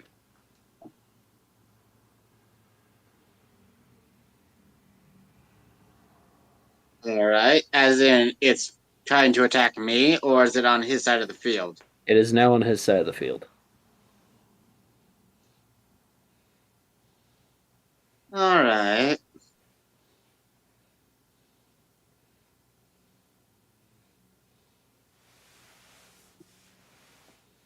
I end my turn. Okay. He draws. Okay, that's 9. And he plays Recalling Time. He is able to get 1 blue card from his grave. And he I'm selects gonna make Artificer it. Sphere. Oh, I thought it was gonna be halftime. No. He gets Artificer Sphere. And he plays it. And he switches his final card in his hand with something else in his deck. And he ends the turn. The turret fires the gun at Shark. The turn is now at 40 points.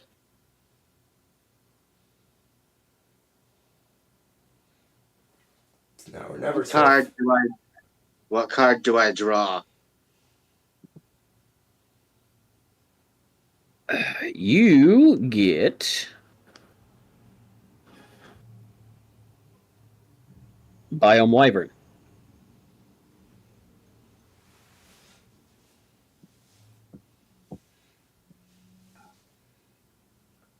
I think it's time to. I've let you go on and on and on with this silly old countdown. I think it's time I put that to rest. Meowstro, time for a performance. As in, he's summoned. Okay. Meowstro is summoned.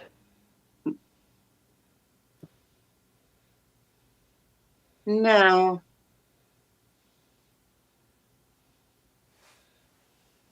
Meowstro's gonna give my Shark Ninja a little tune-up.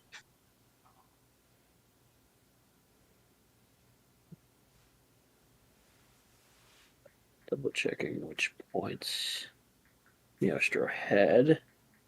You said 3, he's 4, the ninja 7. Okay. All right. I said the ninja was 9. 9? Yeah. Darn, then I need to wait. What level is your wyvern thing? Wyvern is 7. That'll do, but I need to wait one more turn then. But I Is need it to on wait for. turn 12 that the effect happens, or is it after turn 12? It is on turn 12. I need an effect to bring forth Wyvern. But I don't have that.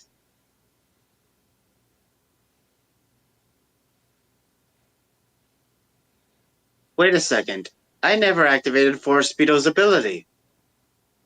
You didn't.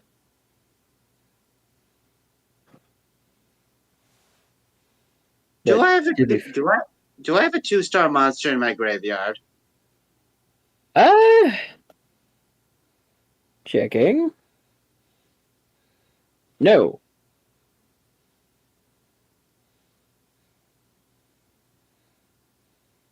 But Meowstro's ability summons 2 monsters anyway. Of light and dark. Correct.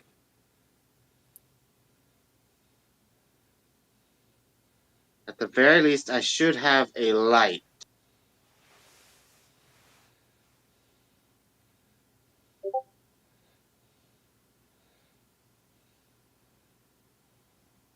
So what monsters am I able to bring forward?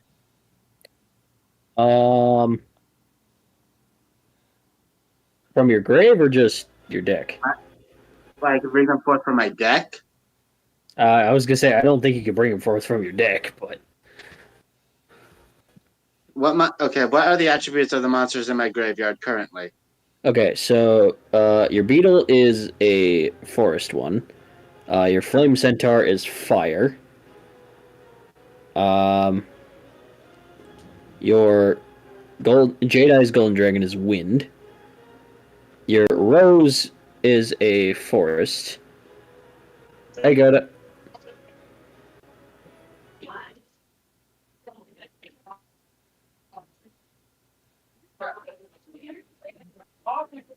Can you guys hear me? Yeah. Yeah. Hello? Hello. Hi. We can hear you. It's shitty. Hold on. Okay. So keep going. What are the attributes? Right. And your Is it doll better? is Can you hear me better? yes. Hi. Hello, I met God again. She's a woman. Yes, he did the thing. I'm in excruciating pain, but it was all worth it. Oh, I hope you get to somewhere where you're not in excruciating pain. I'm standing outside in the cold now, and it's actually helping a lot. Okay. So I make some responsible financial decisions. What'd you Oh, do? no. A lot. I don't like the implications of that question- sentence, Coda. The real question is, what didn't I do? Ah, there it is. I'm gonna call my mom now, see where she's at. All right. All right, so you guys have fun. I'm gonna go die now. Okay. No, Okay, bye. love you. All right. So Okay. what is Lost Child's attribute? Dark. It is a 2-star. Wait, so they did have a 2-star in their grave. Yes, I was evidently wrong. Okay, so yeah, you do so... have one. All right. Meowstro, I think there's someone you need to bring forth for this little party. He summons his little music sheet, taps his little conductor stick, and just does his thing. Lost Child comes back, goes, "I'm back, hello." Now, time for a little tune-up. My level 3 Meowstro will be tuning my level 2 Lost Child and my level 4 Shark Ninja in order to summon this. And taps on his little music sheet, just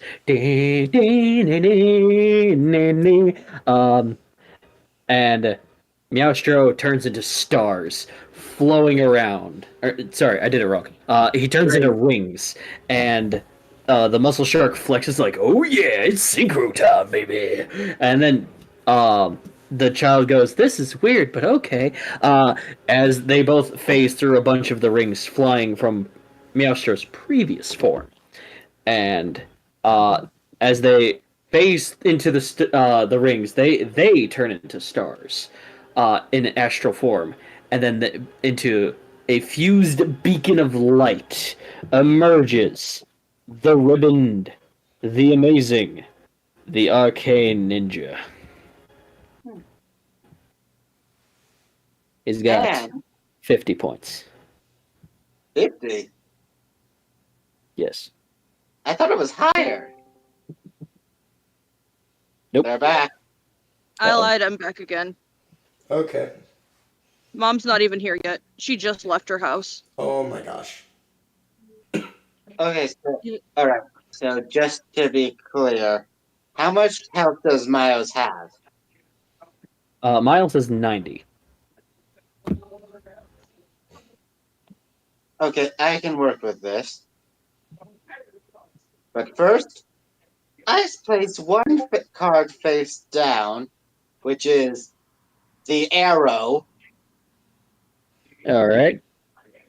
and Placing down now, the arrow. I'll activate my ninja's ability. Very well. As he goes The into cost- Naruto running form. With the cost of one card face down card on my field, that's a spell card. Mm-hmm. After it's done attacking, it can take away one of the cards in your graveyard. Don't you attack first and then you get to do that? You gotta attack first in order to do this. Then I go into attacking. All right, who are you attacking? The turret is at 60. Your the turn's at 60. Your monkey's at 40. I have to go ahead. Wait.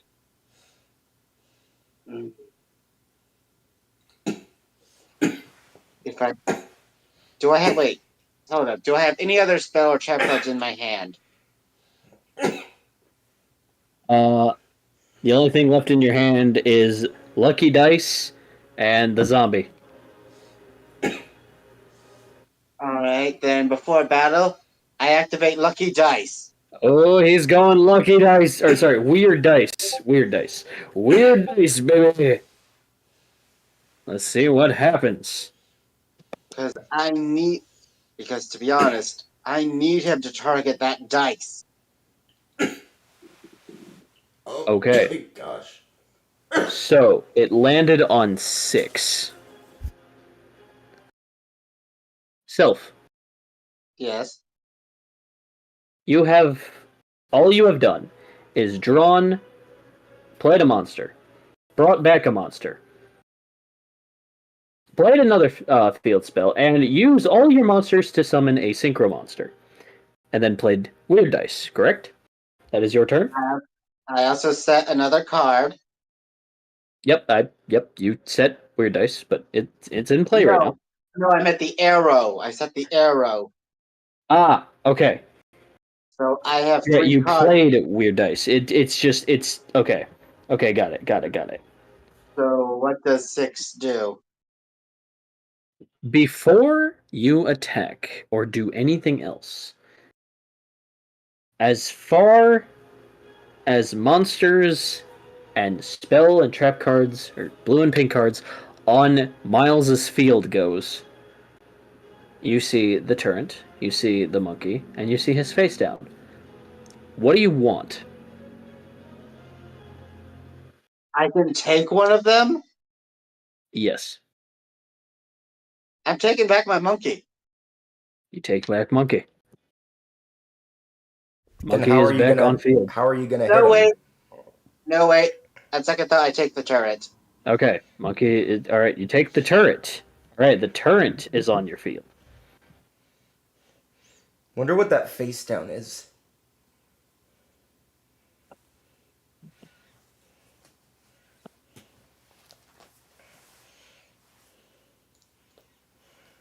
Wait.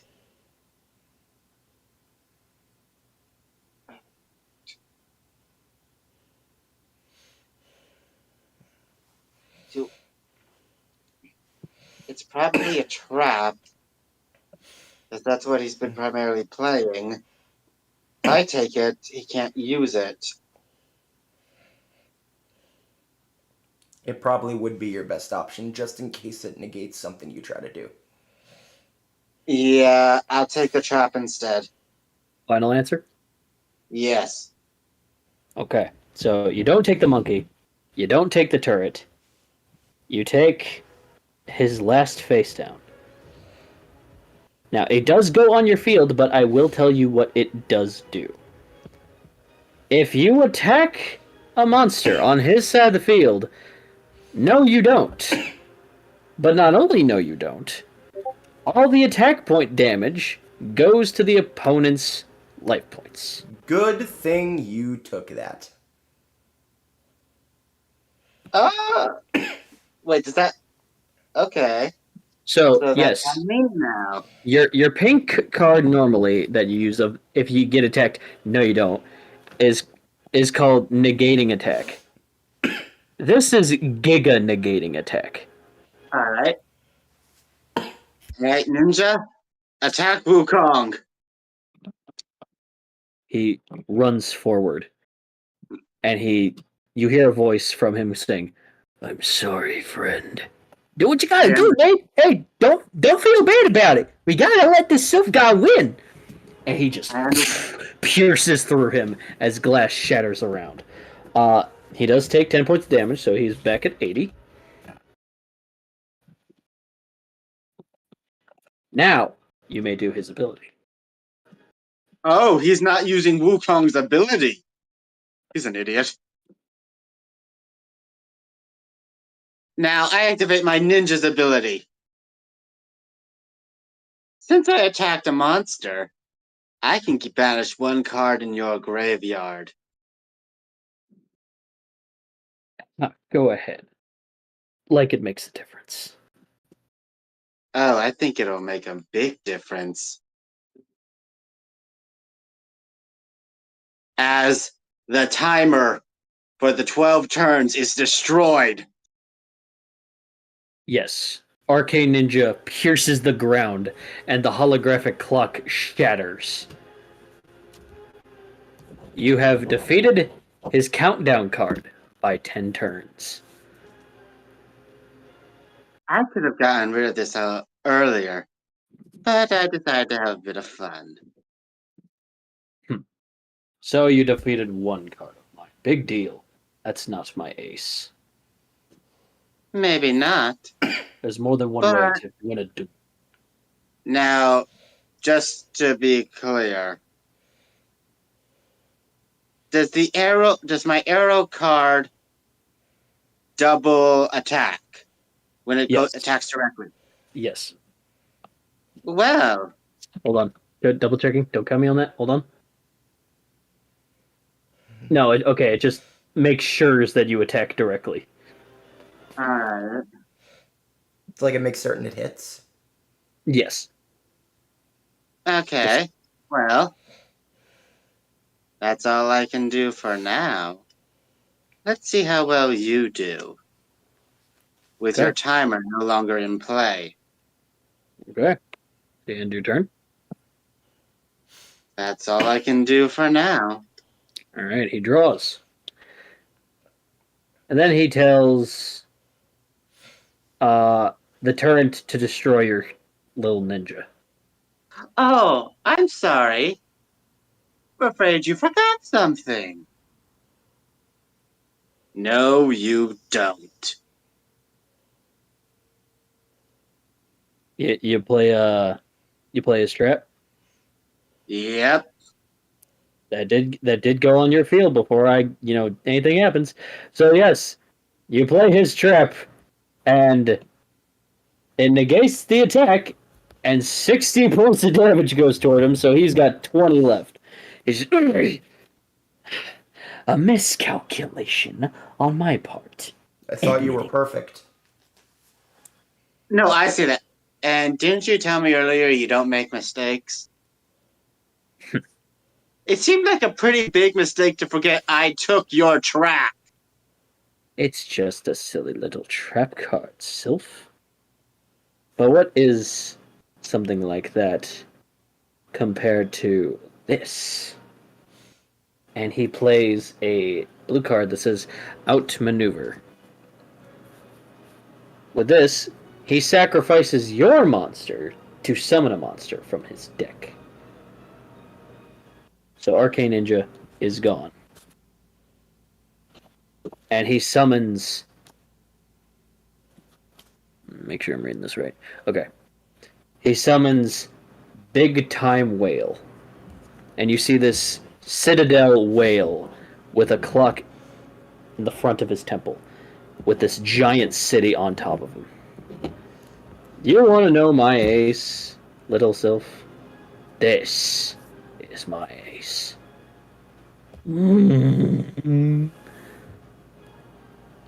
First ability of his, all spell and trap cards on the field go back to your hand. So, your lucky dice and your 2 cards go back to your hand. Wait. Can't I activate Lucky Dice to see what it does first? You may activate it. Yeah, that's not a negate. So before it gets sucked back, one last roll. Ooh. Let's just see if Okay. that works. So with a 5, this means you are able to draw 3 cards. Okay, what are the cards? So while Lucky Dice zoop, goes back to your hand, you gain 3 new cards. One of them is your Shadow Swordswoman. One of them is your blue card of switching points. And the other one, it oddly looks like a galaxy moth. A galaxy moth? Okay, I know he's gonna try and attack me. Please tell me that moth has a special ability that negates attacks while in the hand. So, It does? while it has 1 point, it is able to not only negate an attack or an ability, but if you do it from the hand, the grave, or the field, it is summoned with all the attack points fused from your graveyard and hand onto itself. It's called Brother. Shedinja got buff, bro. Oh, snap! No, I'm sorry. It's called Brother's Memory. This should be Okay, easy. Okay, this okay. is some bullshit. No. This is what I do. This is exactly what I do. As soon as I draw this card, Wait till he attacks you. I locate George immediately. Look at him straight in the eyes and raise an eyebrow, like with the really. He just nods. Okay. Fuck you, I'm Guess- Mothman. Because, okay, it's still his turn, I want to point out. I And he know. uses his last card in his hand to sacrifice his turret and add those 60 points onto his Citadel big time whale. And it has 360 points. He goes, I had fun. Truly, you did outsmart my normal maneuver. And you did play a very interesting array of a cast of fun little caricatures. But I do believe that I have won. Citadel will Utopia Beam as it opens its maw. This is where I just start laughing. Funny thing about you winning, you don't. I activate a card's ability from my hand. Introducing Brother's Memory. Brother's Memory? That silly little... Here's the thing, that effect I just read you is a hidden ability. So, it activates. So It does goes, he not Brother's know what that Memory, that ability does? weak card? Oh, those are in so many starter packs. It's useless. It has 1 point. What do you aim to do with that tiny little thing? As a tiny little galaxy moth about the size of like a little baby kitten appears next to you. Sylph. Funny thing about memories. They can give people strength. And especially if those are the ones you love. And that's what this card represents. It's a moth. Yes. Just So's watch Divinity. the ability and shut the fuck up, Miles. So's Divinity. So- Your point? Oh, Divinity doesn't play cards, but if he did, I'm very curious to see what kind of deck he would. Never mind that. All moths. You're about to be annihilated. Sit down. As he blasts the beam, but it stops because this hidden ability activates and negates the attack. And this energy is drawn from your hand, from your grave, all into. I'm not telling you the points because I don't want to calculate all that shit. Just know it's more than his. Funny thing. Brother's Memory had a hidden ability that activated as soon as you attacked. It what? You see, not only does it negate the attack, but it takes every point from the monsters in my hand and graveyard and adds it to its own. That's not legal. That's so unfair. Actually, it is very that- legal. Isn't that right, Bob? That's right, Jim. It is actually very legal. It's actually rated D ranking. Jorge kicks down the office. D ranking. I'll have you know. Wait, hold You on. Oh, wait, see- what? You glitched out. What'd he say? He said, D rank. I will have you know, good sir. You see, the reason why it's probably ranked D is because of the hidden ability itself. Because it is hidden, people don't realize it can do this. And as I said before, memories give people strength. And I always had faith in my cards, in my friends. And their strength now becomes brothers' memories. Meaning, you lose! Get his ass, Sylph. His So, turn. what do you call this move?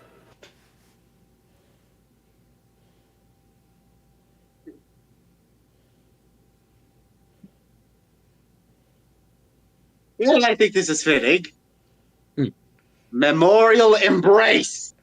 Ooh. I love that. Ooh. Crispy. Okay. Memorial Embrace. Its wings flutter really fast, and then they stop, and then flow once as a big nebula-like whirlwind backs him up. The shattering effect goes. Miles is in shock and awe seeing this whale citadel just fly over him with ease, shatter into sparkles and dust as he looks at the moth and it just has a twinkle in its eye. He goes, I don't... Oh my god. Is it over? As he was in attack mode, as his life points diminished. Combat over. Miles yeah! falls to his knees. It's rather funny. It wasn't. I thought my ninja would have been the one to take you down. But it turned out to be the one thing you overlooked. The one thing you wrote off. The one thing you miscalculated. That's such a card, it couldn't possibly. It couldn't. I don't. No. You want to know why this card was even created? It's because of the name, Brother's Memory. The creator of this card wanted to remember their brother, even if they never found them again. It's actually rather sweet. Hold on. And Miles just breaks character. Wait, hold up. And as I said before, memories give people strength. Even if they're painful, they can help you move forward. George is watching this, scrangling the announcers and also crying, just like, it's so beautiful. You are joking me. Oh, sorry, Jim. Thank you. And I eventually say this, George, stop strangling the announcers, otherwise I'm telling Hex. I'm sorry, I'm very emotional right now. Yes, but that doesn't mean you get to strangle people. That's Hex's job. We're twins. Yes, but that's not in your job that's not in your job description. You're the one of life, not death. That's my hidden ability, Sylph. Shut the fuck up, You are George. not a card, be quiet. Not yet. I gotta write that down, though. Jesus Christ, the card. Permission to summon himself. Yes, summon him. Jesus Christ. I've been summoned in attack mode. George, I'm gonna hurt you. Kier slaps him. Not during the touching moment. He's like, okay. He signs back, I'm sorry. That's what I thought. And besides, I think it's besides. My ninja wasn't even my original card. A friend wanted me to use that in a duel. No, you used someone else's cards. Aha! You cheated. But wait, Thank you. can I just teleport next to Sylph? Oh, please, come. So I do teleport next to him. Do I have to roll, or can it? Almighty Dylon, oh, I'm so sorry. Did I offend you in some way? Well, I he did. get it. I get it. This guy's all about time. He looked Yeah, up to yeah. you. Well, I mean, Listen, I know you're the time traveling amazing hero, and I want to represent that with my deck, but like, I am so sick. look, he got the card fair and square. He drew it, therefore he gets it. Not to mention, I got the Okay. card before I even entered the tournament. Therefore legal. Yeah, it's all according to the rules. You're right, Jim. My deck hurts. However, I do appreciate how big of a fan you Of course, you saved my wife from a burning building last Saturday. are. No big deal. Now, you have to realize you can't just write things off anymore just because they appear weak or make a mistake. Because at the end of the day, that's your mistake you've made by writing them off. You just hear someone from the audience, even if it's a penguin? Yes, even if it's a penguin. You're fine using Yay! penguins. Penguin!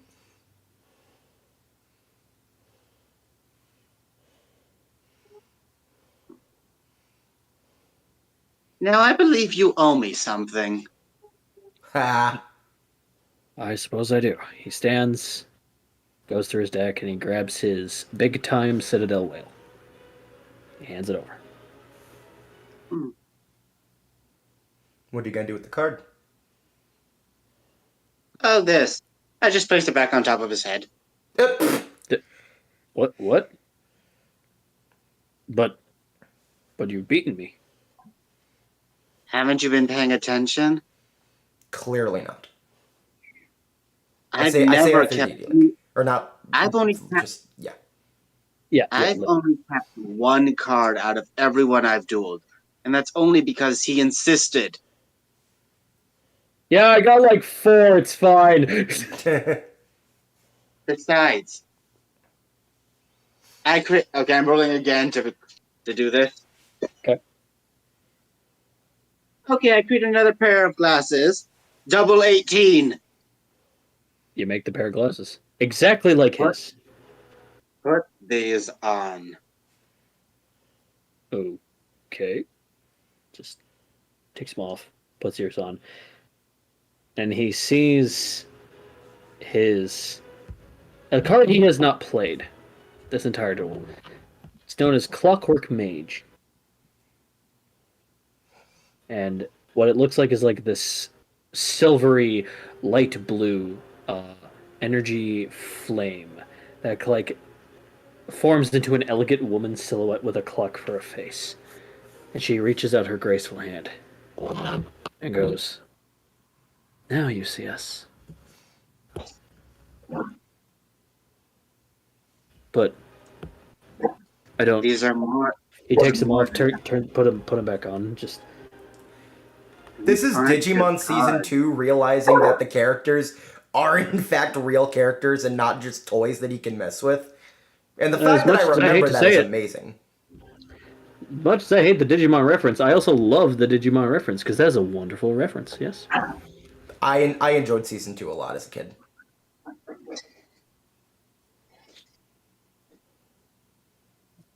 I had to let the dogs out. Okay.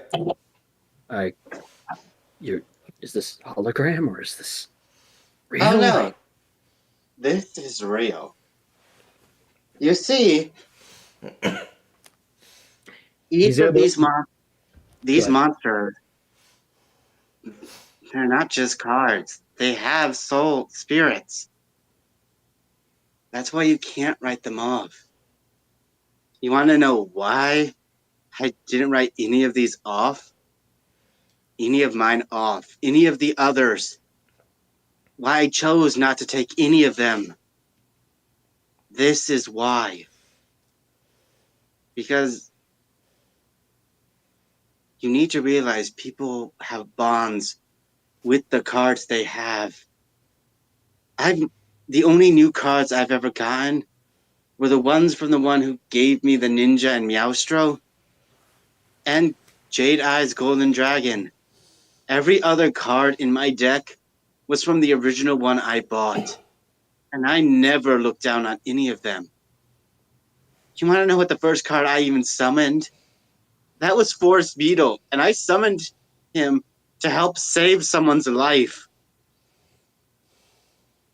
I never wrote off any of my cards. And that's something you need to learn to do. But not just with your cards, but with people too.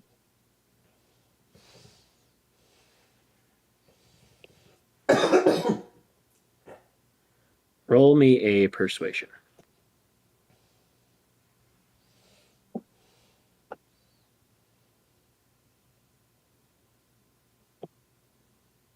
$34. You're right. I guess I do need to be a better person and pay attention to the little things. We could all use growth. Even the ones who claim they feel like they don't have any more to grow. Stares into the foreground at Glenn. You just hear a sparkling, tinkering noise. It's like, I can feel your gaze, Andrew. Stop it. I put you at 0. Don't make me go down. Okay, now he admits it. Now he admitted it. He admitted it. He's doing it out of spite. He's always admitted he does it out of spite. No, he's always like, it's fun that you think that's how that works. Yeah, he also does that too. He never truly admitted it. Now he did. Besides, I am perfection. Glenn, you're proving this point, and you know that, right? I think I mentally say this. I think his husband would disagree. You can't hear you. You're in a tournament full of children's card game. Well, the card game's over, so... You're still in the tournament. But it's over. Yes, all I have to do is apparently claim my motorcycle. Time Walker, I will delete all of your weapons on your Splatoon account. Do not make me. How the fuck do you even manage that? That's some bullshit. Hey, you can just rewind it and get them back. Not how I'll. We could be here all day. Let's stop now.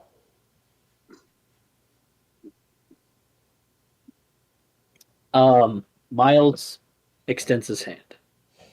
Shake. And I shake it. The moment you guys shake, the crowd, you know how it went crazy between Miles, I'm sorry, not Miles, between quotation marks, Jorge and Cardmaster? Yeah, times that by 10 to this match, they were. You did a good job, Sylph. To be honest, it was all thanks to my cards. They're the ones who guided me. Well, you did a great job as well. Self, roll me a perception. All right. Don't, oh no, this is fine. I know you're thinking it, David. I wasn't gonna... I'm rolling another. Okay, I'm rolling another dice. It's fine.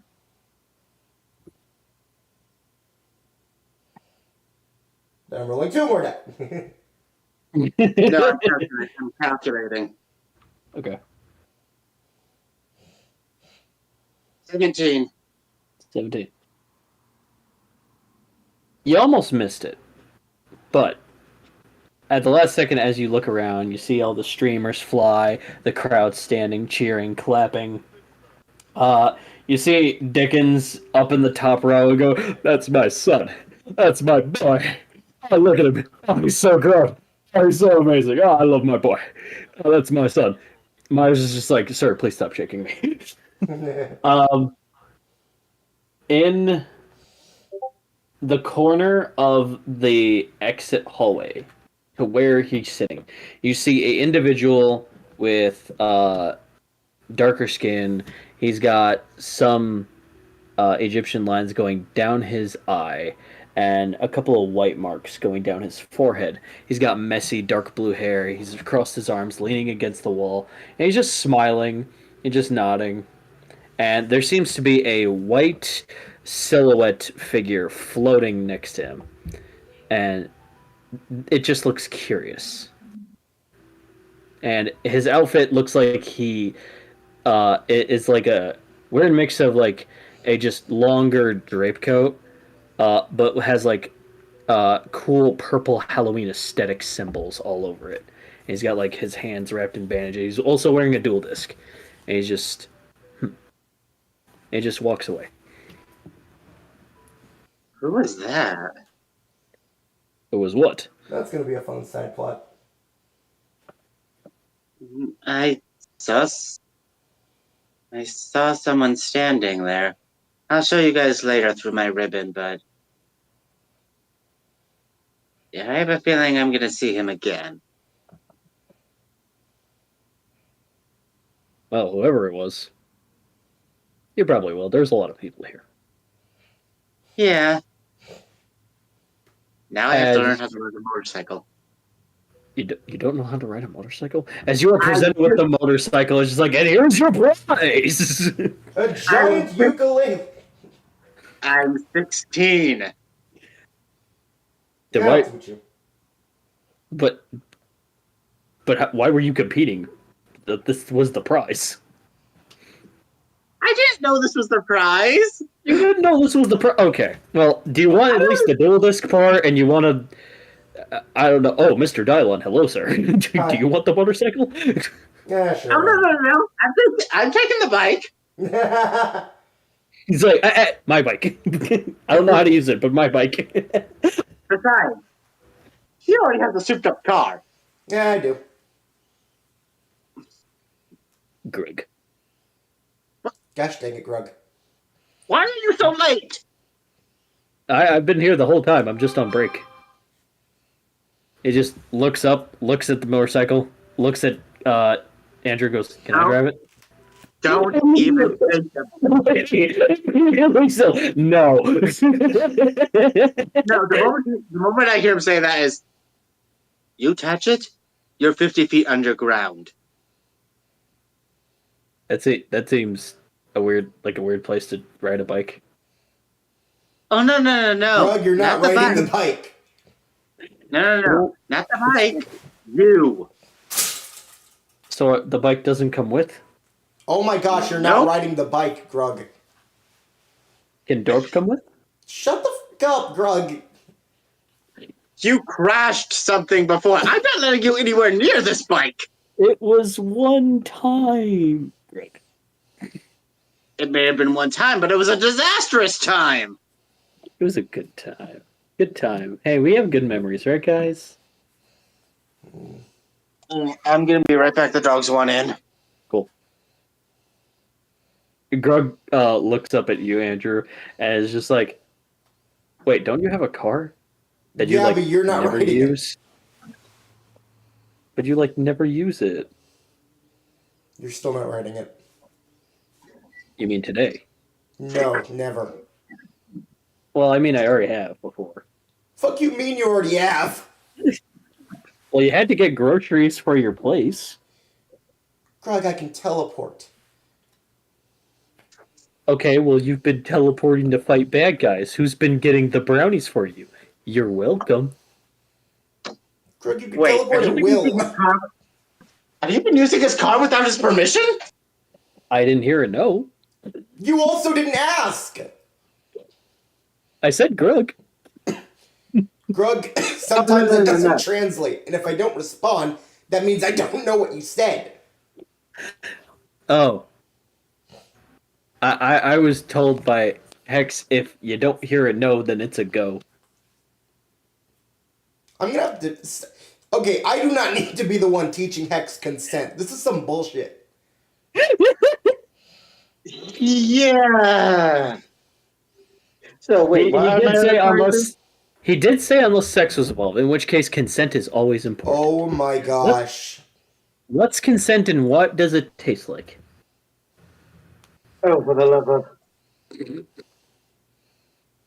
Miles looks down and goes, "Is that DJ Grug?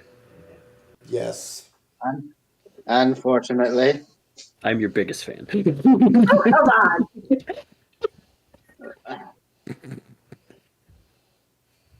Grug just takes a selfie with him. So, exactly what are my prizes? You get basically $35 million in cash. You get the bike and a ideal place where you want to donate another X amount of money to whatever donation you want to choose at. Also, a really cool pack of cards to add on to your bike. Alright. Like a major one that's running low. Name's a charity. Watch, it's the charity that Ty fights for. Well, I name one. I don't know which one because I don't know, but Andrew would know. So he names one. Alright, let's say he names ties. Okay. Yo, love Ty! Yeah?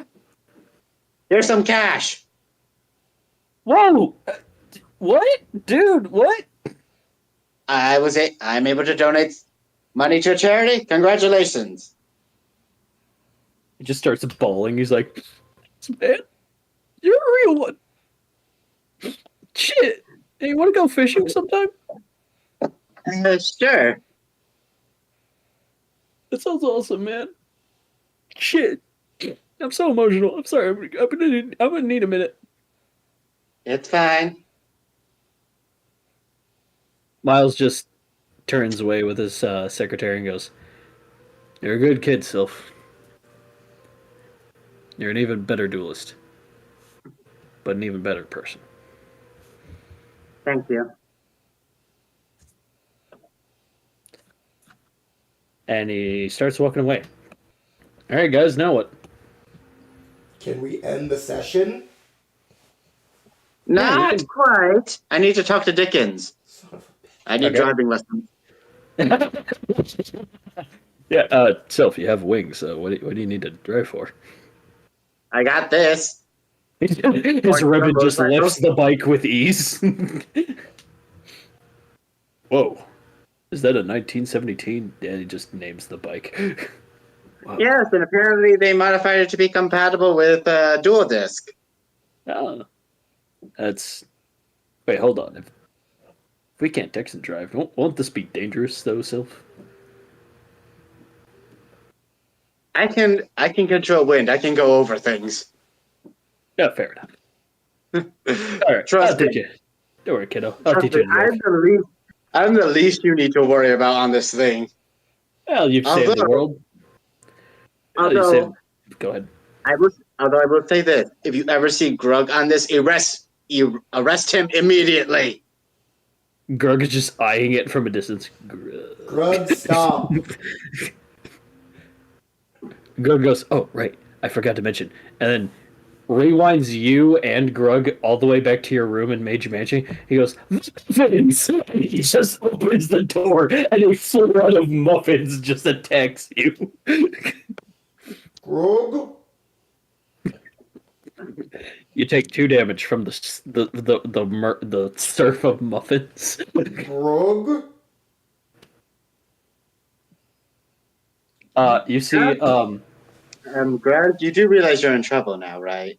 Grug just lifts his hands up and is just like, "Yippee! I made food!" You did not need to make this many muffins! You guys said make more, so Oh me my and Beans gosh, made all more. that money!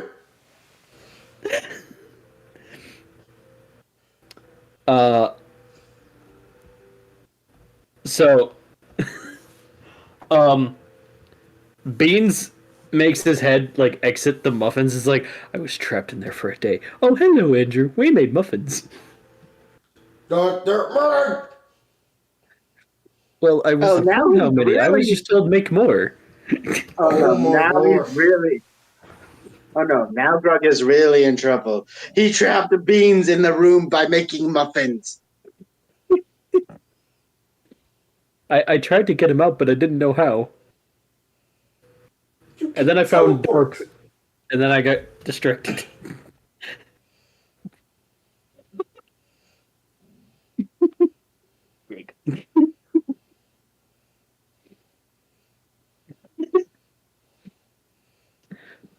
So Dickens kind of like pats your shoulder and is just like, "Well, you saved the world plenty of times, and well, you're 16. I guess I could teach you how to drive, kiddo."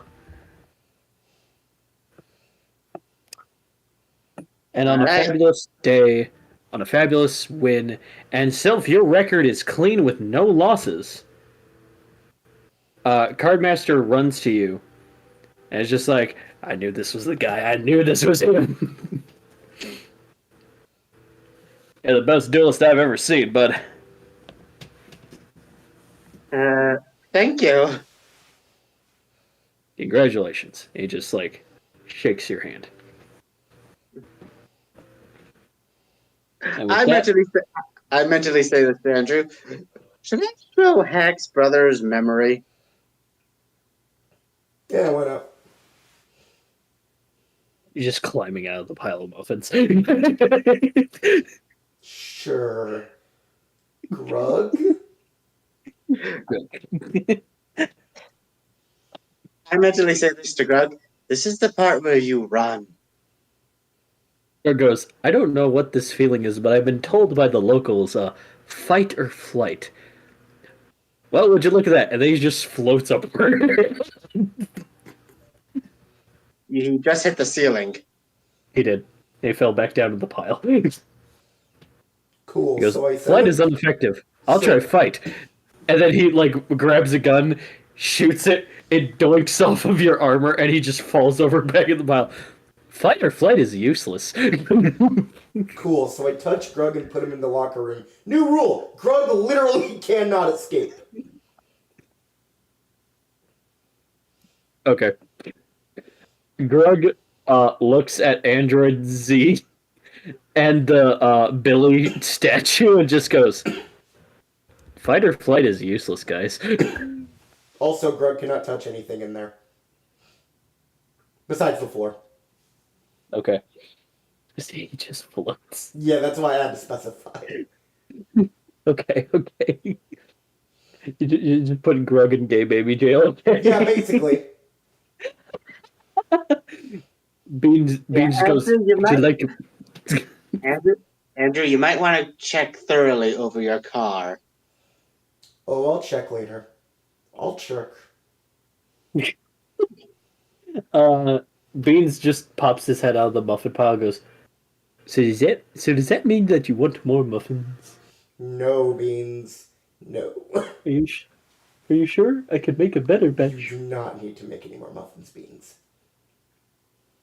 So this is the exact amount enough. Got it. No, you No. made too many. Too many? Oh well. Here, I'll take him to Africa. I bet they could use some good muffins. They seem sad down there. I don't know why. Beans just solves the fucking hunger crisis. Oh, I Listen, wish Hunger- that happened. That is a fun poster. Hey, hunger crisis? Answer. Beans. Beans? Beans. And with that, that is where we will end tonight's session with one after scene. It is pouring and raining in a city. Cardmaster, as a child, gets thrown around, kicked, beaten, some of his cards ripped up. 3 bullies are just like, that's what you get for playing a kid's card game, loser. He panics, starts running to his cards, and a stranger walks behind him. He goes, picking on you again? He turns around, and it is the figure you saw in the stadium itself. Oh, Who are you? My name is Yuza. And no one should ever treat someone's property that way. Especially when they're your friends. Huh? I know how much that you, like your cards, Garrett. And I've seen you duel in the schoolyard. They're pretty good. He waves his hand, and the cards return anew. How did you? Have you ever heard of Millennium Items, Garrett? No? Would you like to? Would you like to become a better duelist? Hesitates, but he shakes his head yes. And from then on, Yuza trains Garrett to become a pro battler in his teen years. Until, in one champion duel, much like the one you dueled today, Sylph, he was the final champion. And Cardmaster won. By sheer luck and one finishing move he didn't even know that would work.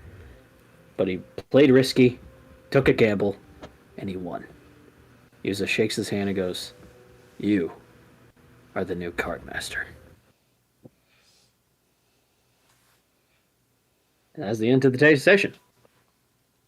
Question, Hunter. Yeah. Was that moth card truly luck? Yeah, I have all of his cards on a scale here. That was number 1. Huh. So yeah. Well, I now know what my best card is. Dad.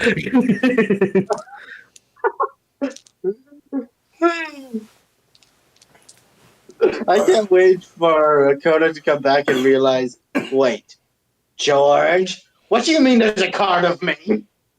I thought it'd be romantic. Well, not romantic as in like a. I thought it'd be loving, brother relationship. I missed you when I was bored. Okay. Yeah, this was fun. I also know some lore about something else in relation to that, but I don't feel like it is my thing to say. So, how did we enjoy that session? It was nice. Am I going to start with? So, Calvin. I had a lot of fun just trying to figure out ideas on how to stop my opponents, as well as having faith in my cards. I literally felt like I was in a Yu-Gi-Oh anime. I'm very glad you felt that way. And I will eventually, when I have free time, make you a nice document of all the cards in your deck. Thank you. It just, a lot of life kind of threw at me, so I felt like I didn't have time, and I eventually forgot. I even asked David to help me Sorry about that. find the episode so I could write down the episode. Sorry it took so long. All right. You're fine. Let me say this. Instead of a birthday present, you make the list. Understood. I know your birthday is somewhere in December. You don't have to tell me when yet. You can tell me off stream. But David, given that this was your relaxing session, how did you enjoy this? It was fun to see. It was tough to focus on due to how I'm feeling, but what I did focus on was very fun. I'm glad. I'm going to be honest, I didn't have a lot for Yvonne's deck, so I just went, making Super Sentai her stuff. Boom. Ninjas fuse into Samurai. Wah. Tai and Yuza, however, are some of my Yu-Gi-Oh! OCs. Yuza, I actually, in high school, was my favorite character, to the point I made a whole physical fake deck of his, which are based on Halloween monsters. Wow. He's kind of like Jaden's drive, Yusei's seriousness, with Yuma's tutor avatar stand next to him, but also he enjoys having fun like Yugi.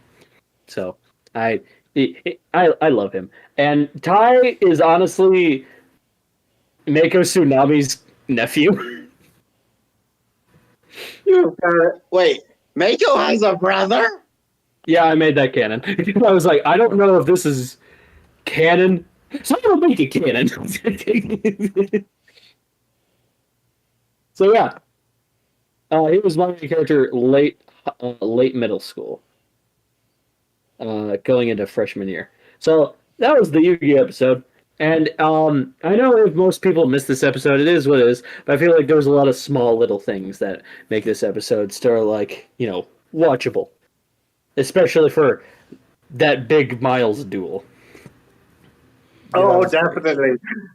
Yeah, I am so glad I was able to beat him with the most ridiculous odds. And the most ridiculous card. I figured I was like, what if how there's been like small niches and nausées of like things you recognize in this deck? What if there was a hex one? Let me guess, you created that on the spot. Oh no, I created a hex card. I just didn't create the effect until I think 2 days before. Oh. Yeah.